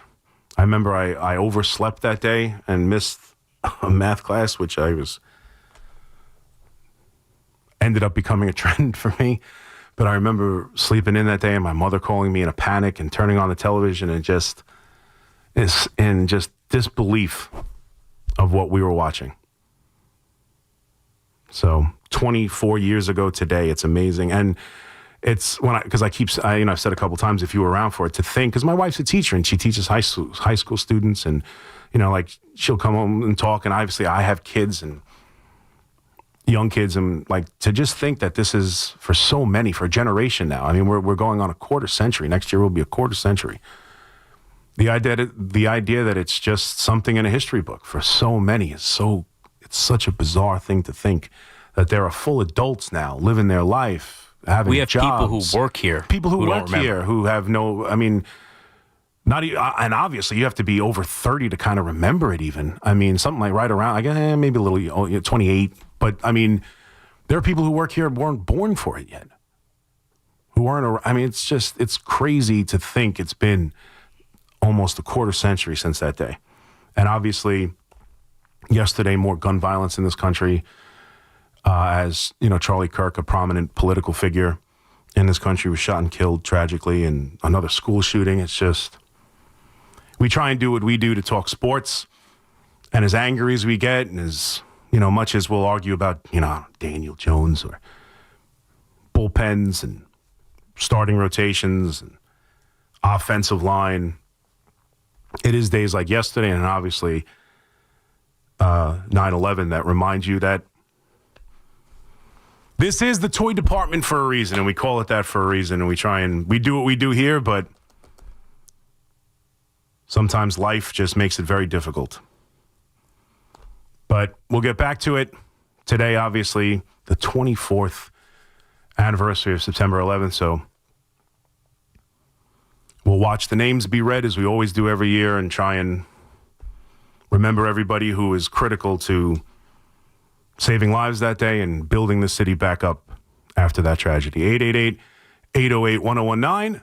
McMonigle here with you. I got you for another 15 minutes. We'll come back. We'll do rapid fire style and take your calls all the way to 5 o'clock in the warm-up show. We'll be right back. It's BT and Sal, middays 10 to 2 on the Fan, 101.9 FM.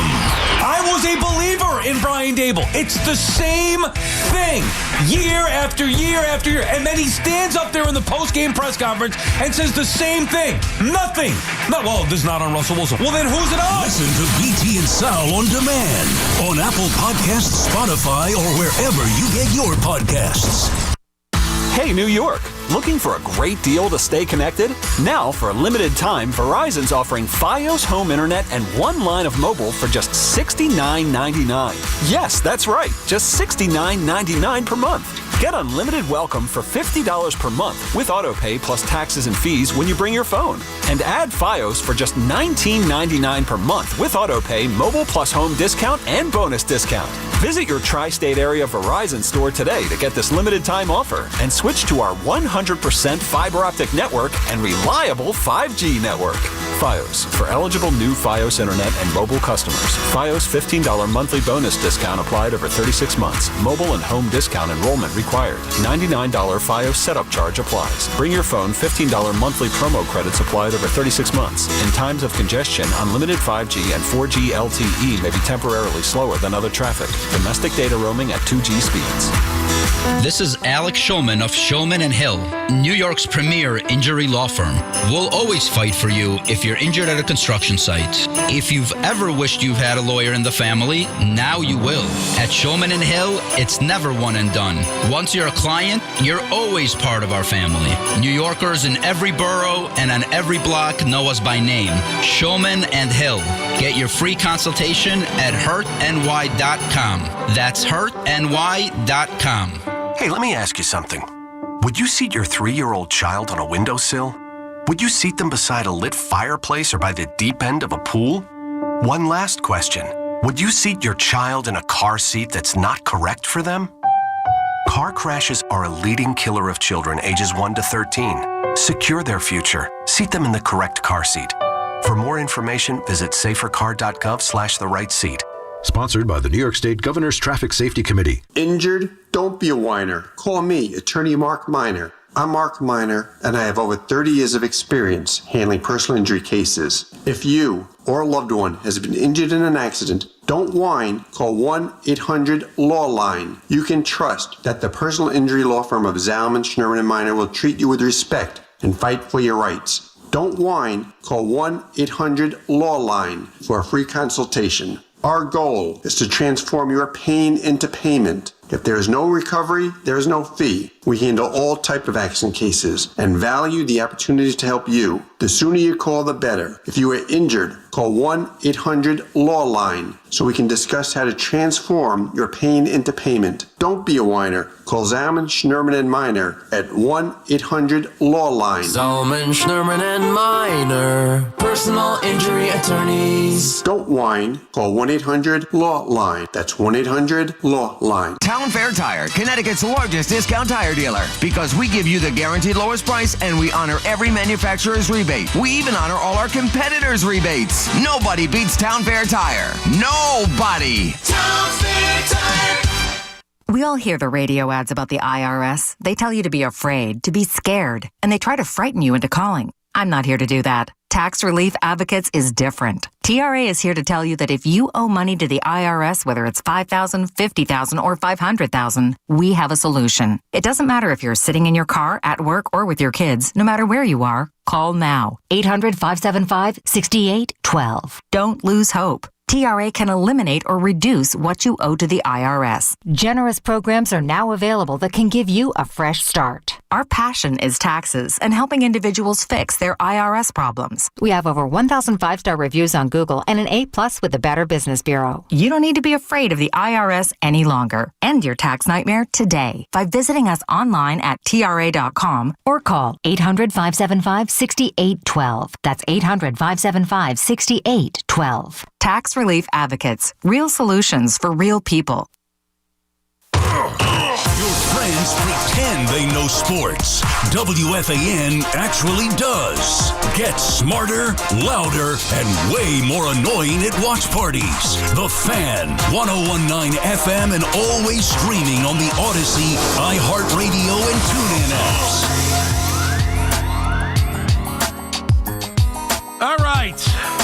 Back here on The Fan, McMonigle here with you. Also streaming on YouTube. Go to the Overnight. Me and Keith stream live on YouTube every single night. Obviously on the Odyssey app as well. And, of course, here 660 AM and 101.9 FM right here on The Fan. And let me just tell you about something important. September is Prostate Cancer Awareness Month. Men, please go get screened. It's a simple blood test, and when detected early, the survival rate of nearly all cases increased to 99%.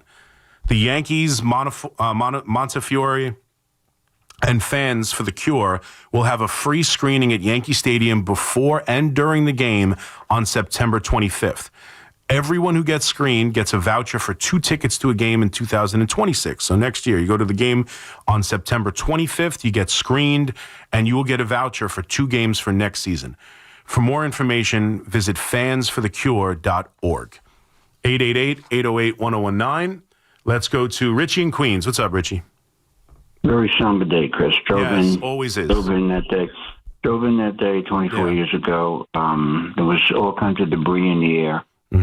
Papers, and I remember Warren Wolf saying to Imus in the morning, I think a little small building, a small plane hit the World Trade Center. Yeah.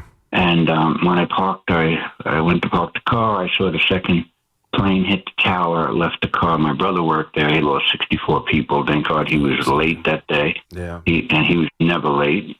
And, you know, I was walking through and went to the World Trade Center and South Tower when it came down. I was with my secretary, and we were running through the streets. And that day was just incredible. And we had played in the Financial Softball League, and we had played Cantor Fitzgerald about 2 weeks prior. And all the guys that were in their 30s were all killed except one that was on vacation. And the thing that I remember is that we came back like in January. I drove the car to the Battery Garage, and I don't know if you're familiar with that, and all the cars were still there covered with debris, and my thought was, well, these people went to work this day, and they never came home. So it's a day that obviously we never want to forget, and I know it's something that sometimes the kids, you're out of sight, out of mind, but you put it very eloquently, but it's a day that it's still very, very, very with me. I remember. You remember? I thankfully, I was going to community college at Nassau County, so I wasn't anywhere in the city. And amazingly and thankfully, I really didn't know anyone personally. Who I didn't really know anyone that lost their lives. I feel very lucky for that.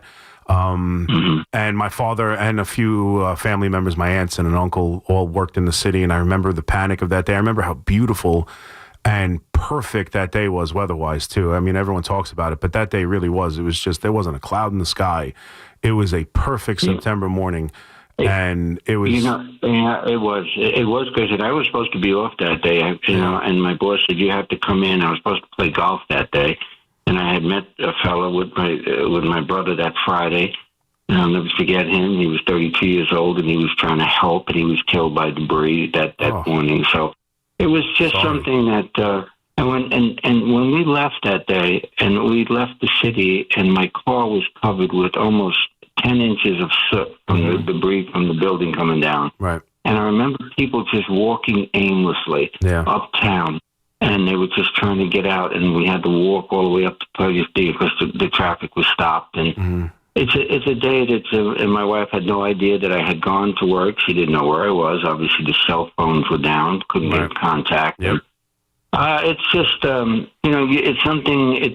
It's a very, very tragic day, and you brought up what happened yesterday, and it just never ends. So sports sometimes is our outlet, right? But sometimes it just can't get away from the thought of what happened on this particular day. No, so, absolutely. Thanks, Chris. Of course, Appreciate it. Richie. Thank you for the call. Yeah, no, there's no avoiding it, but this is, an outlet, and obviously, sports and the Mike Piazza home run and the Yankees' run to the World Series was such a huge part of bringing normalcy back for us and for the country. So, I mean, what we do here plays a role.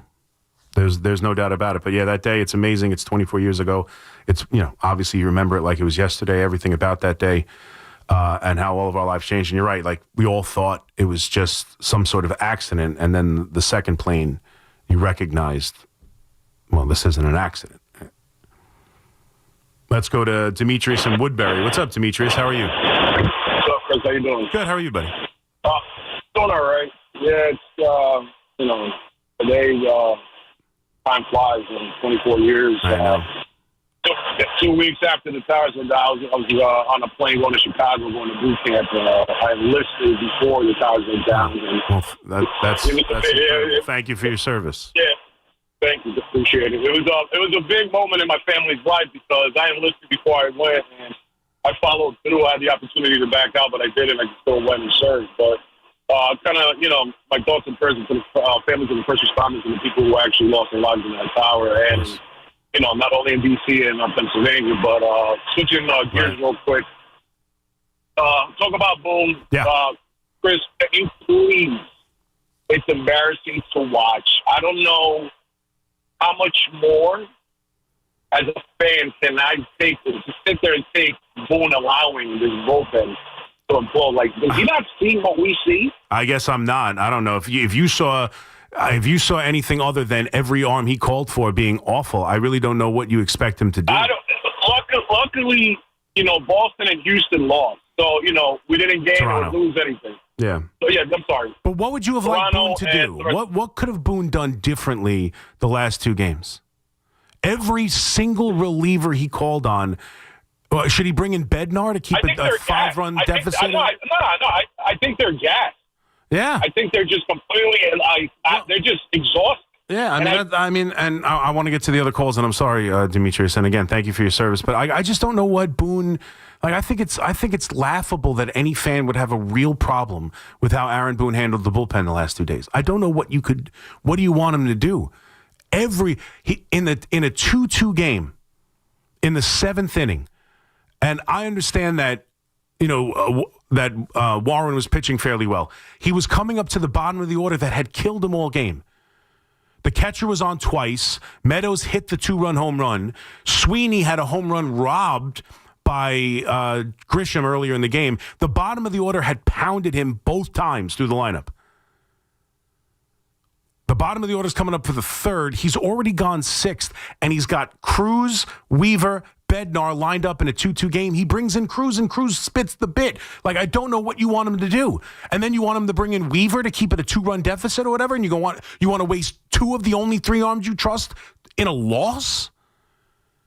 Like, there's nothing you can do. And tonight, like, they're down. Again, he's not going to go to his top guys. He felt like part of the reason Leiter hasn't pitched well is because he's not got enough work. He wants to bring Leiter in. And in fairness, he gives up a base hit, but then a ground ball that absolutely should have been a double play.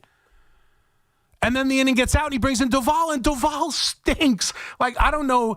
Like, you want him to bring in Williams there? You want to bring in, like, who do you trust? He's going to go back to Cruz and not have him for tomorrow? You want to bring in Bednar to keep it a 2-3 run game? Like, it doesn't make any sense, man. There's nothing he could have done. There's plenty of reasons to get on Boone. Plenty.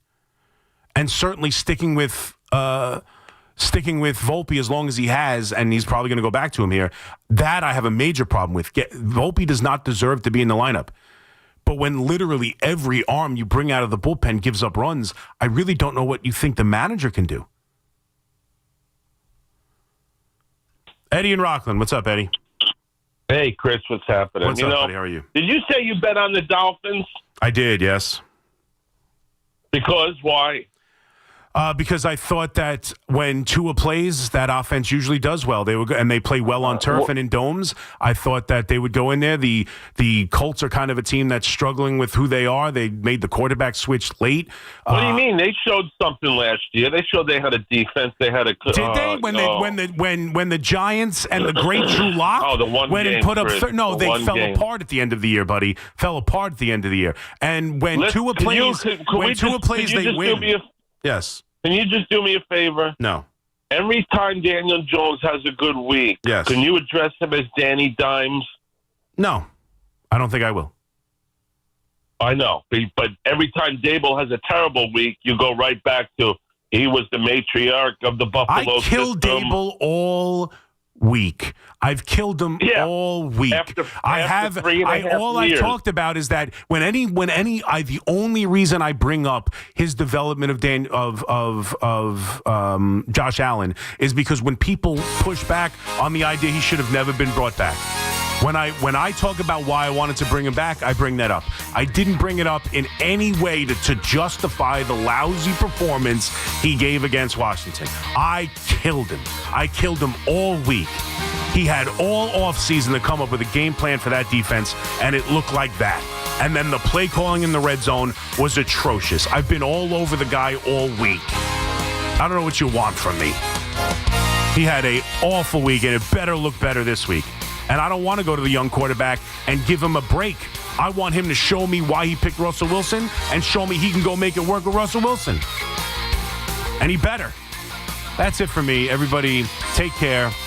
Thank you for calling. Thank you for listening. Thanks to Fleas on the other side. I'll be with you tomorrow at 2 a.m. Bye-bye. Radio 101.9 FM.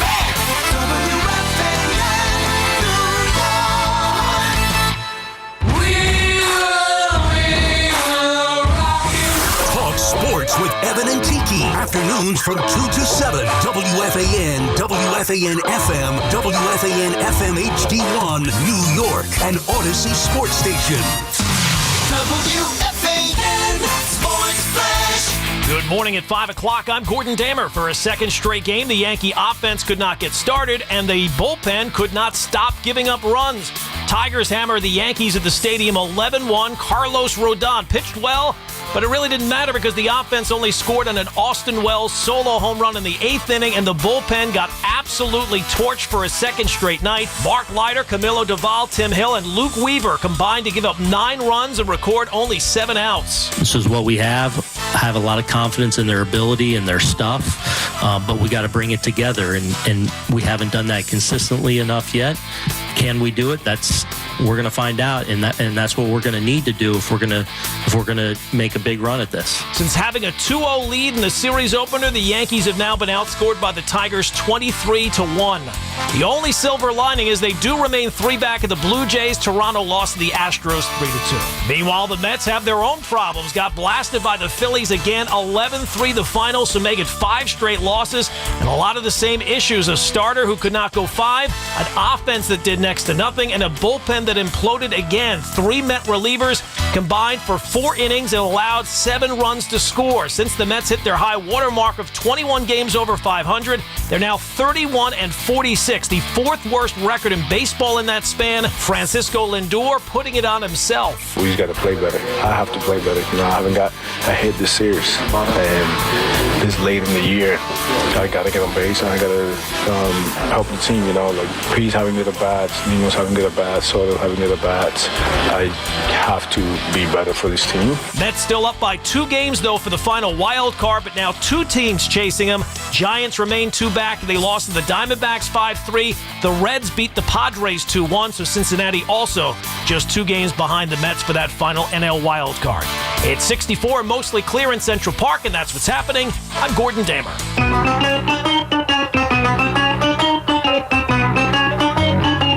Good morning, campers. Alan and Jerry. Don't worry, it's only an hour long, and most days it doesn't suck. Hey, week 2 in the NFL. What is up? The Eddie Scazzeri. I got Al Dukes across from me. Eddie, can you just do us a favor and just rerun yesterday's show open about the baseball, and then we'll come back in about 15 minutes to talk football? Is that good? What's up, Al? Oh, hi there, Jerry. Hello. What a weird day yesterday. First of all, today's 9/11. Let us not. 24 years. Next year is going to be a big thing, I suppose. Why do we do that? Why? Because a number is a more round number. Well, like that's like quarter of a century, I guess. I don't know. get it. Like, 10, 25, 50. Like, it's as if... Well, because the lunatics who bombed us, they celebrate holidays like that as well. They are big on 10-year celebrations, 20, you know what I mean? Yeah. So, like, we have to be extra vigilant when it's the 10-year, the 20-year, I didn't mean that. I meant more... Those jackasses will go, ooh. For sure. I meant more, even like birthdays. Yeah. 40 such a big deal. 39 isn't? 41? Yeah. It's just more significant. Just because, like, it, you can't celebrate every year, like a birthday. Because then it's just... Well, most people do celebrate every year. Yeah, I know, but it's not the same. But you don't have, like, a party for your 38th. True. Well, that's why that was my question. Why not? 38 seems like a nice number. Yeah, and it could be your last. You Happy never 30. know. Yes. You never know, Jerry. Wow. So yesterday was a very bizarre day with this Charlie Kirk. Were you familiar with Charlie Kirk at all? Not at all. Did not know him at all. I did not. A fellow radio talk show host, Jerry. It's interesting because I never listened to his radio show or podcast, but I was following him on Twitter because I found him to be an interesting man. So Twitter was very bizarre yesterday. First of all, you had to do all you could prior to that to avoid watching a woman get killed on a light rail train in North Carolina. Like, that was just on the timeline nonstop. And I actually did avoid somehow seeing that actual video. And then yesterday, the Charlie Kirk assassination video was going all along.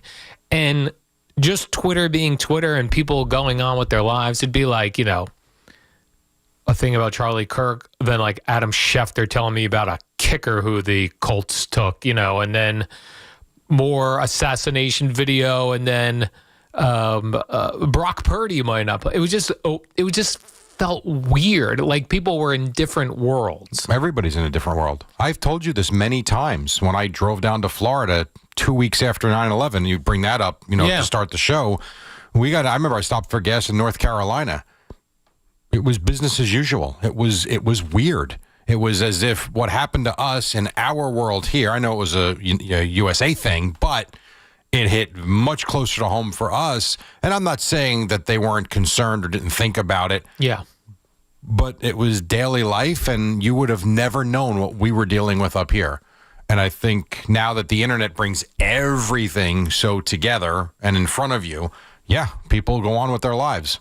Yeah, I also think there could be if I would have just let's say I had a random dumb thought that I wanted to tweet out yesterday, and I'd open Twitter without looking what was going on. I could have tweeted out a random stupid thought, and people would be like, "You idiot! This guy was just killed." Of course.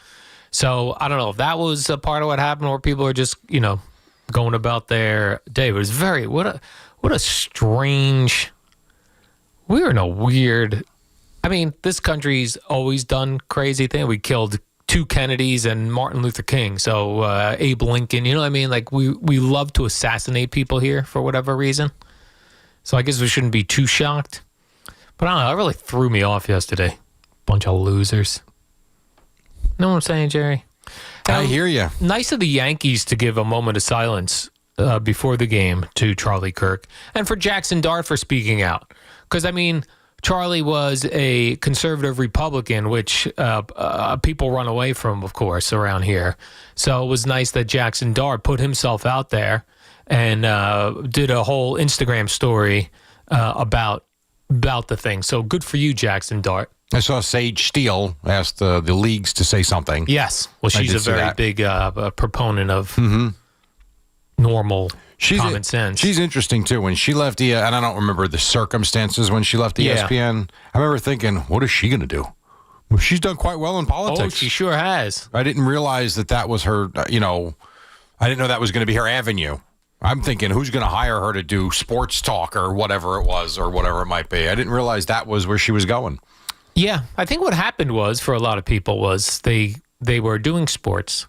Then they saw how insane people were getting, and they just started commenting like common sense things, and then all of a sudden they were labeled as political because they would look at things the way a common sense person would look at them, and then all of a sudden we'd go, oh, there's a political commentator. Well, and it also seemed like ESPN at that time, you weren't allowed to have an opposing view other than what they were putting out. Well, I think that's probably still the case. Yeah, perhaps, but I do feel like whoever's running ESPN, the last year specifically, they've gotten away from politics more than they used to. Yeah. And they've gone more back to sports. Yeah, they let certain people do it, like Stephen A. Smith. Well, Stephen A. Smith's got a whole political show on YouTube now. I mean, he's like, I really do think you could see him run for president. Yeah, but they will let him mention politics on ESPN, where they might not let the underlings. He's got to be their highest paid employee, right? I would think so. At this point. He better be. Right? Didn't he get $100 million over 4 years? I think so. Yeah. Yeah, so I don't know. The whole thing just bugged me yesterday, Jerry. I don't know. I understand. Yeah, punks. Just a bunch of punks. You know, you want to not get on Twitter and social media, but that's unfortunately, if you want actual news of what actually is going on, that's where you have to go. And then all the sports stuff is on there. You can't turn on like MSNBC and get news. You get crap. So you have to follow you wouldn't even know that woman was killed on the light rail in North Carolina if not for Twitter. It wasn't on the news. The news. The news slants it the way they want to slant it. Correct. And didn't fit their little What do you think that stories. started? Do you think Tom Brokaw back in the day was doing that? I guess we don't know. I don't know. It would be something that you have to ask your parents. Yeah. Well, they would know either. You know what I mean? Like that was the news back then. I think it started like when... Yes, but there weren't right-wing and left-wing networks back then. There weren't. I mean, you watch the news at 6 p.m. or whatever, 7, whatever time the network news would come on. Yeah. Like, that was it. And maybe we took that as gospel. I don't know. I was too young to remember. I think we took it just like we took whatever the New York Times printed as gospel. And then I think they say like when the 24-hour news networks started on cable. Which CNN was the first, correct? Yeah, and then they became talk shows and not news. Right. Now you're starting to throw opinion into stuff. Correct. Yeah, so that's, I think, when that all started. So, you know, that's what I'm saying. Like, I really don't want to be on Twitter. I don't. But you have to. If you want to know what's going on in the world, and for this job, for sure. Yes. You can't not be on Twitter. Correct. I stay off it all day. I log in this morning. But you're still seeing it, though. I mean, it's not saying stay on it all day, but I'm saying you still, like, you can't not be on social media and work in any form of media. No, you have to be on it for sure. No, I agree with that. No, there's no doubt. And I'm just saying you can limit your viewing of it and your perusing. Yeah. You know, I leave here. I've always told you, I check it literally twice after I leave here. Yeah. About 3 o'clock and then at 8 o'clock before I lay down. That's it. And when I say I check it, I don't do the For You stuff. I usually just go to the people I'm following. Yes. It's a quick glance, move on. And that's it. Now, this morning, I'll see a lot of it. Yes. Because I have to. Because you'll be here. Yes, you'll be looking. Without it, like yesterday, would you have had the Xavier Gipson release if you weren't literally sitting there with it open? Right. Probably not. Or we would have been very late to it. Yes. So you are correct about that. Yeah. It's become a very big, whether it's sports, whether it's media, whether it's news, it's become the source to get stuff now. Yes. I know. It sucks. And what's interesting, too, is remember when Spike, they did that, they had that study they read and they were sharing with us that like 4% of the population is like, it's not a big number of people which I find hard to believe. Yeah, I find that hard to believe too, but it's a big world out there. I know it is. I know. And then that's the part you start to think like, well, then if you're not on Twitter, you're solely getting your news from CNN, NBC. You know what I mean? And it's all the same viewpoint, and they decide. Well, let me ask you this: do you get anything from? I'm not on Facebook anymore. Do you get news from Facebook these days? No, you don't. Okay. Instagram? No. And that's it then. Yeah, it's Twitter. Yeah. Because as much as people didn't like Elon Musk, he in him buying it, let all opinions on there, which also wasn't the case prior. So you can get everything on there. You can get people celebrating the assassination of Charlie Kirk, and you can get people that will show you what happened to that woman in Charlotte when NBC and the AP and Reuters decide that's not a news story. So you do get everything there, depending on who you want to follow and look at. But it just, I don't know, man. I was bummed out today. It's just really annoying. Well, at least you got a good night from your baseball team. Yeah, and that it's just like stupid too. It's the same. It's like, it's the same you know thing what? every Mets day. and Yankees, go away. Just go away. Football season's here. We need you in the summer. We don't need you now. So get lost with your stupid bullpens and your no hitting. Just get lost. It's September 11th. We're into big game tonight. Tonight we start week 2. Yeah, Green Bay, Washington. We don't need you no more. They will disappear this weekend. They will. And watch, they'll win a couple of games and no one's paying attention. We'll come back on Tuesday. They'll lose on Monday. Yeah, we won't care. Or whatever. Right. We pretend to care now during the week, but once football gets here, no one. Guess what? No one's watching the Mets and Yankees on Sunday. Nobody. That is true. As much as I watch baseball, and I watch it a lot, and I had it on last night again like a sheep. It is true. On football Sundays, it's literally just a click over to check the score and then right back to the football. And it's been like that for me. I don't remember a time when I would watch baseball on a football Sunday. And going back as a kid, too. Yeah.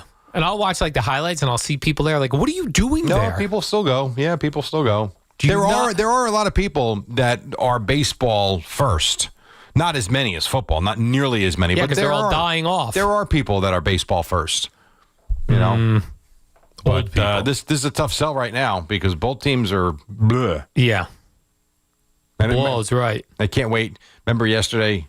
It was yesterday? What's today? Thursday? Maybe it was Tuesday when I had mentioned to Boomer about the trade deadline and what's the point sometimes? I feel like teams just make trades to appease a fan base to say that, well, we did do something. We did make moves. And, Boomer said, Ryan Helsley's, really picked it up a little bit, had a good outing. Well, he was right back giving up home runs last night. Yeah. I mean, what a disaster. Pitcher can't get through the 5th inning. What a mess. And again, the Mets are down like 11-1. And, Juan Soto hit a home run. Great. By the way, why did the highlight package show the ball he hit to left center that was a double that should have been a triple? Did they show that? No. So he hits a ball last night. Was it last? Yeah, I think it was last night. I'm getting confused. It was last night because I saw. I was reading an article and it discussed it. Everything blends, and it's a clear triple, but because they reviewed it, I guess, or because I don't know, because the players are saying it hit the fan, they put him at second base. That doesn't seem fair. Like at some point, don't you have to use the umpire's judgment as to where he was and where he would have been? I would think so. That's kind of weird. Maybe they checked the tape and maybe he was lollygagging it. He wasn't. He was running. Bases. Oh, he was running. He was running. He had a triple. And again, this is meaningless because the Mets, got blown out again and embarrassed themselves again. But I just thought that was interesting. But whatever. I saw an interesting baseball note that's not from this market. That Aroldis Chapman. Oh yeah, I know. Allowed his first hit. Yeah, he's been lights out like he's 25 years old again. Yeah. But hadn't allowed a hit? Yeah, he's been phenomenal. Since July 23rd. There was the story last week or 2 weeks ago. You guys were out. I was doing the show with Willie and CeeLo was anchoring.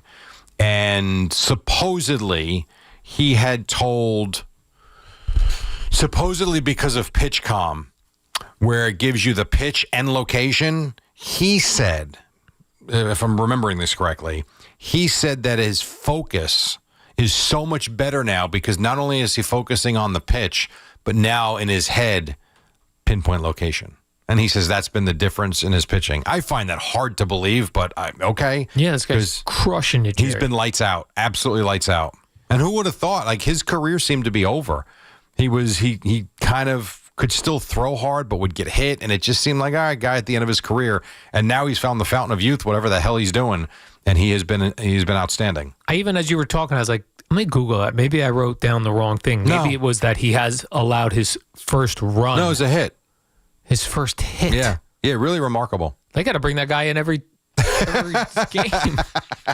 Well, you might burn him out then. Yeah, burn him right out. Whenever you need him, you use him. That's for damn sure. Yeah. So good for him. Hey, good for you. Good for him. That's right. All right. Well, we're just getting started. Jerry. And we will take a break. It's 5:18. Mets lose, Yankees lose. Lots to do. Boomer and Gio coming up at 6 of Football Thursday on the Fan.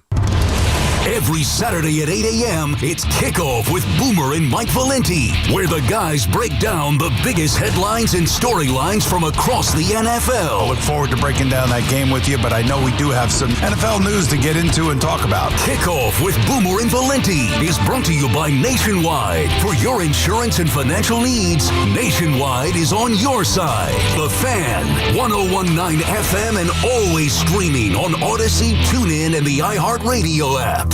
Hey, healthcare workers of New York, are you looking to make a difference? Saints Joachim and Ann Nursing and Rehabilitation Center is actively hiring nurses and CNAs. Call 718-714-4800. That's 718-714-4800.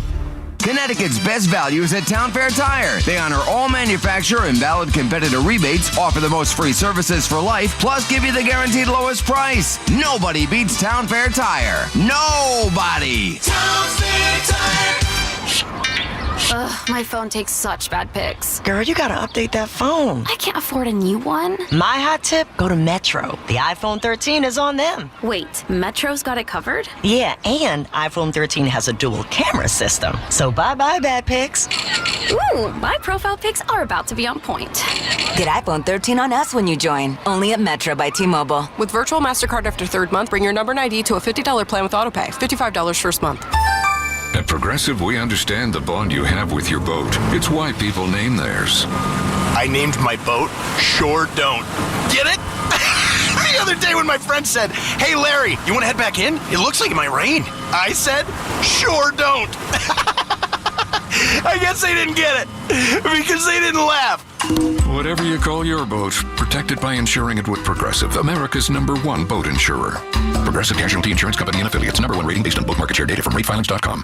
When your reputation's on the line, you don't leave anything to chance, especially your primer. Painters trust Kills primers for a smooth start, strong adhesion, and serious stain-blocking power. And now, the full Kills lineup is available exclusively at the Home Depot. Need it fast? Get same-day or next-day delivery, or order online and pick up in-store. Kills primers. Pro results faster. The Home Depot. If you're a pro, you know. This is the story of the one. As a maintenance supervisor at a manufacturing facility, he knows keeping the line up and running is a top priority. That's why he chooses Grainger.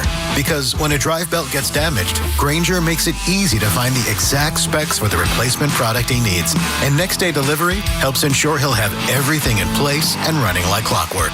Call 1-800-GRAINGER, click Grainger.com, or just stop by. Grainger, for the ones who get it done. My name is Maria. Okay, I lied, it's Mary. But I'm feeling more European after my European-style holiday on MSC Cruises. The restaurants, nightlife and shops and La Galleria. And of course, American touches, like a sports bar and water slides. Bellissimo. Okay, this is a problem. Book now and save up to 30% off, plus kids sale free. MSC Cruises. Let's holiday. To book, visit msccruises.com or contact your travel advisor. Restrictions apply. Ships registered in Panama and Malta. Life insurance. Why are you putting it off? Can't afford it? Too much hassle? Think you don't need it? There's lots of excuses for putting off life insurance. But if you weren't there, who would pay the mortgage and other bills? With Ethos, you could be covered in 10 minutes and boom, family protected. Ethos, fast and easy online term life insurance. Up to $2 million in coverage with no medical exam. Some policies as low as $1 a day. Answer a few health questions and get your free quote at ethos.com/radio. That's ethos.com/radio. Your home equity could vanish almost overnight. stolen by scammers who forge a deed and transfer it out of your name. The FBI calls it house stealing, and the worst part is you may not know it until it's too late. Find out if you're already a victim now at HomeTitleLock.com. Use promo code RADIO for a 30-day free trial, a title scan, and access to a title specialist, a $250 value. Go to HomeTitleLock.com now. Promo code RADIO. $5,000. That's the average amount of money people in the U.S. are now spending on gas in a year. $5,000. That's crazy. If you drive, you have to download Upside, the free app that gives you cash back every time you get gas. That's right. You can earn real cash back with Upside just by buying the gas you're already buying. You can literally start earning cash back today. I use Upside every time I fill up, and I've already made around $200-$300. You're putting gas in your car anyway. Why not get real cash back? If you like free money, download Upside. I'm saving the cash I earn from using Upside to help pay for a vacation later this year. Download the free Upside app now to earn cash back every time you buy gas. Use promo code CODE to get an extra 35 cents per gallon on your first tank. You can cash out anytime right to your bank, PayPal, or a gift card for Amazon and other brands. Just download the free Upside app and use promo code CODE for a 35 cents per gallon bonus on your first tank. That's code CODE for a 35 cents per gallon bonus. At Dick's Sporting Goods, we have always believed sport has the power to change lives. Community happens here. Change happens here. Sport happens here. Introducing the all-new Dick's House of Sport, bringing new experiences, new services, and